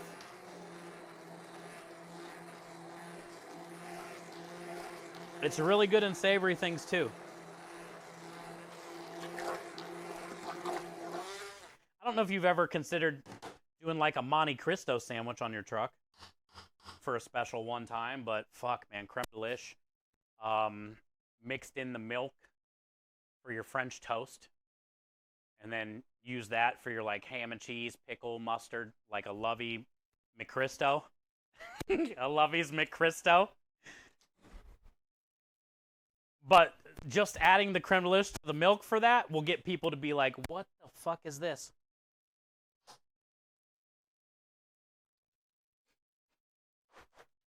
What up, Bill? Go up and read my joke. Sorry, bud. I was ranting.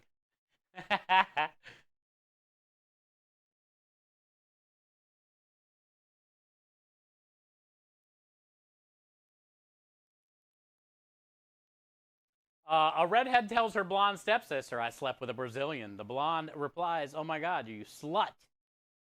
How many is a Brazilian?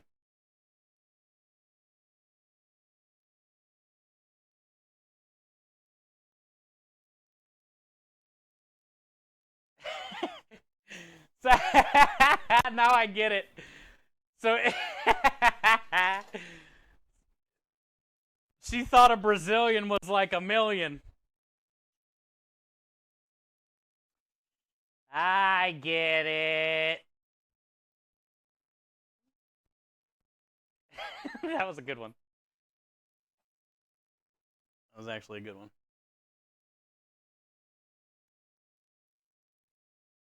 Hi, Marion. How you doing? Good to see you today. Happy Tuesday.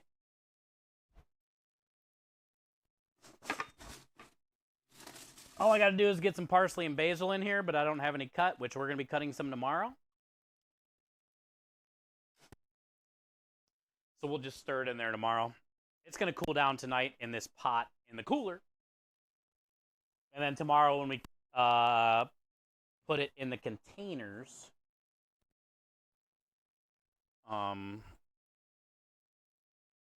we can add the herbs. I'm going to cut some herbs tomorrow.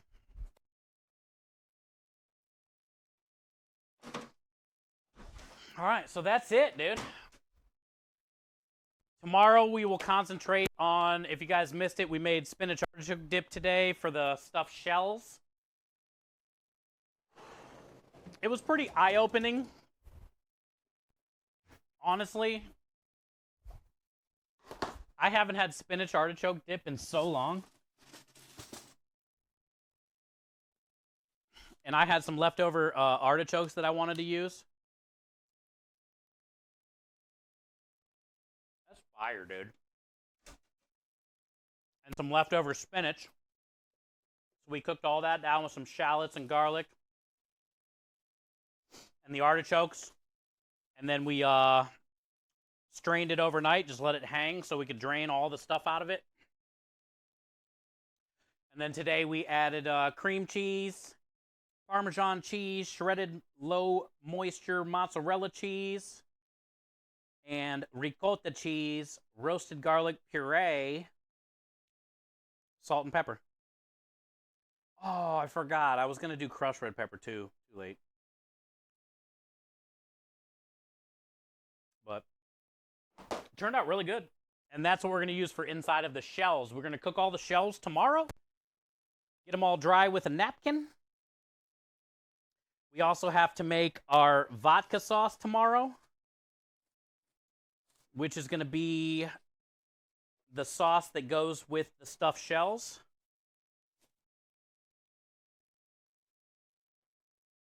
And then Thursday we'll probably work on the dessert special for the chocolate lasagna.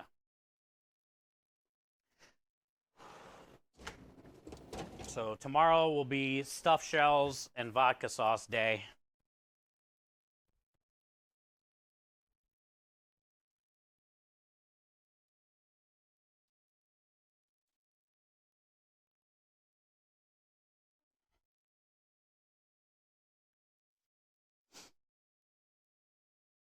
Oh, and while we're cooking the shells, let's just do all the pasta tomorrow. Fuck, tomorrow's gonna suck. We can cook off all the penne, all the spaghetti, get it all portioned. Cook off all the shells, get them all dried. Vodka sauce will only take a second because I'm cheating with our marinara.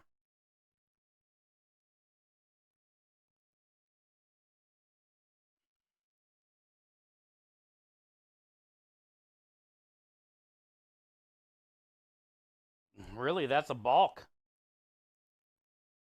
So that means we'll be in great shape for Thursday then. We'll just have to work on dessert special and load the truck. We might have to cut some red peppers Thursday. Definitely got to cut herbs tomorrow, but yeah. Of course. Fuck you, Gordon.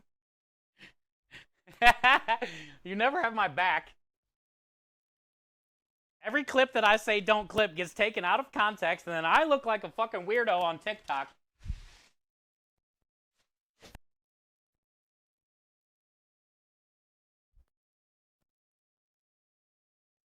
I'm the weird cannoli guy now to 4.3 million people in this world.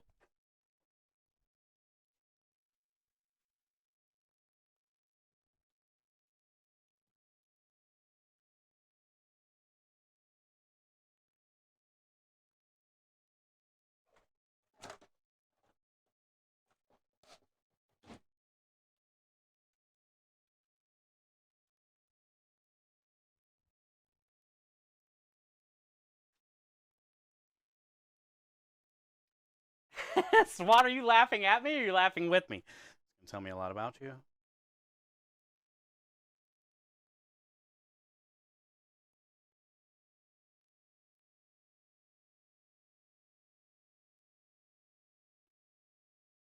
Who should we raid?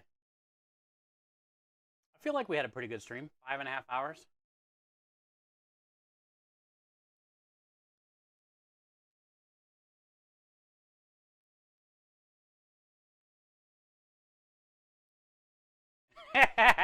Eat my shorts.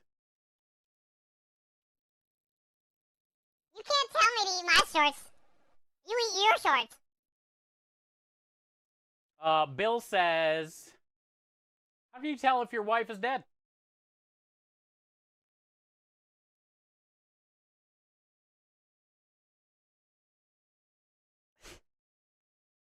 Damn it, Bill.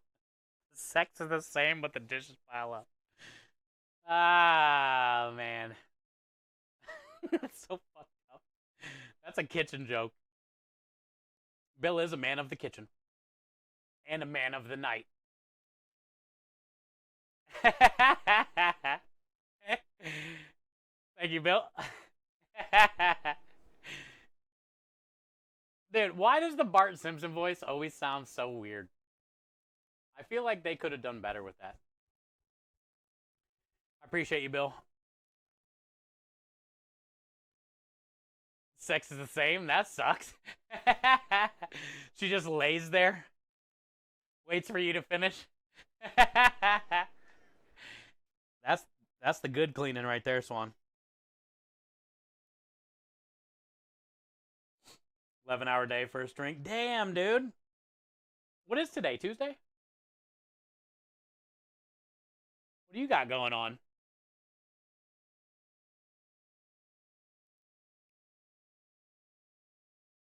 Oh, it's probably order day, beginning of the week, all kinds of shit coming in. That's probably it. Date night in just went live. Oh, okay. Let me take a quick scroll through, but yeah, I'm fine with that.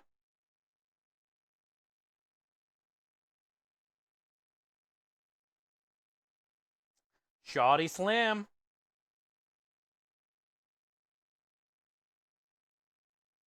She playing some Hogwarts tonight.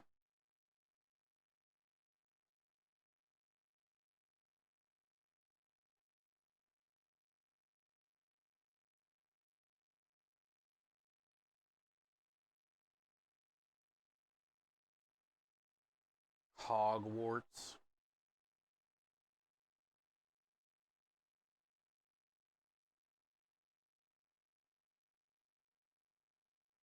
That's fine. Let's go raid Kyle.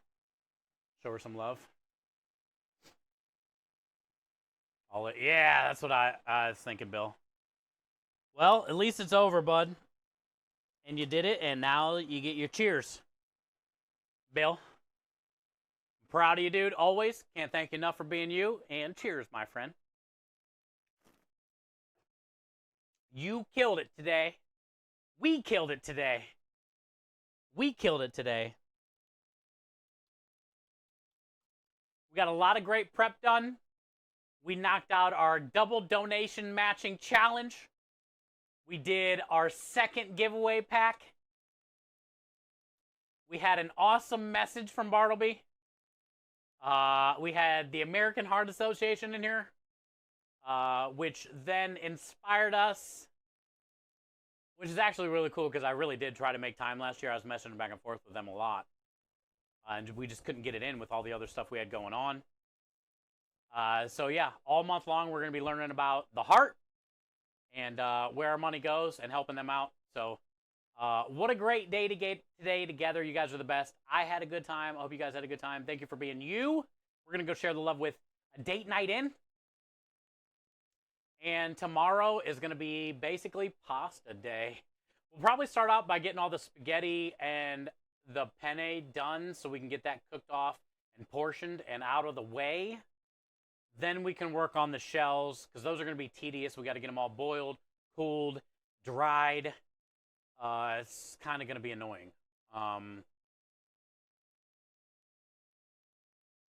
So yeah, I'll see you guys for pasta day tomorrow. And it's supposed to kind of rain, but tomorrow's supposed to hit the 70s here Fahrenheit. So I'll take warm weather and rain all day.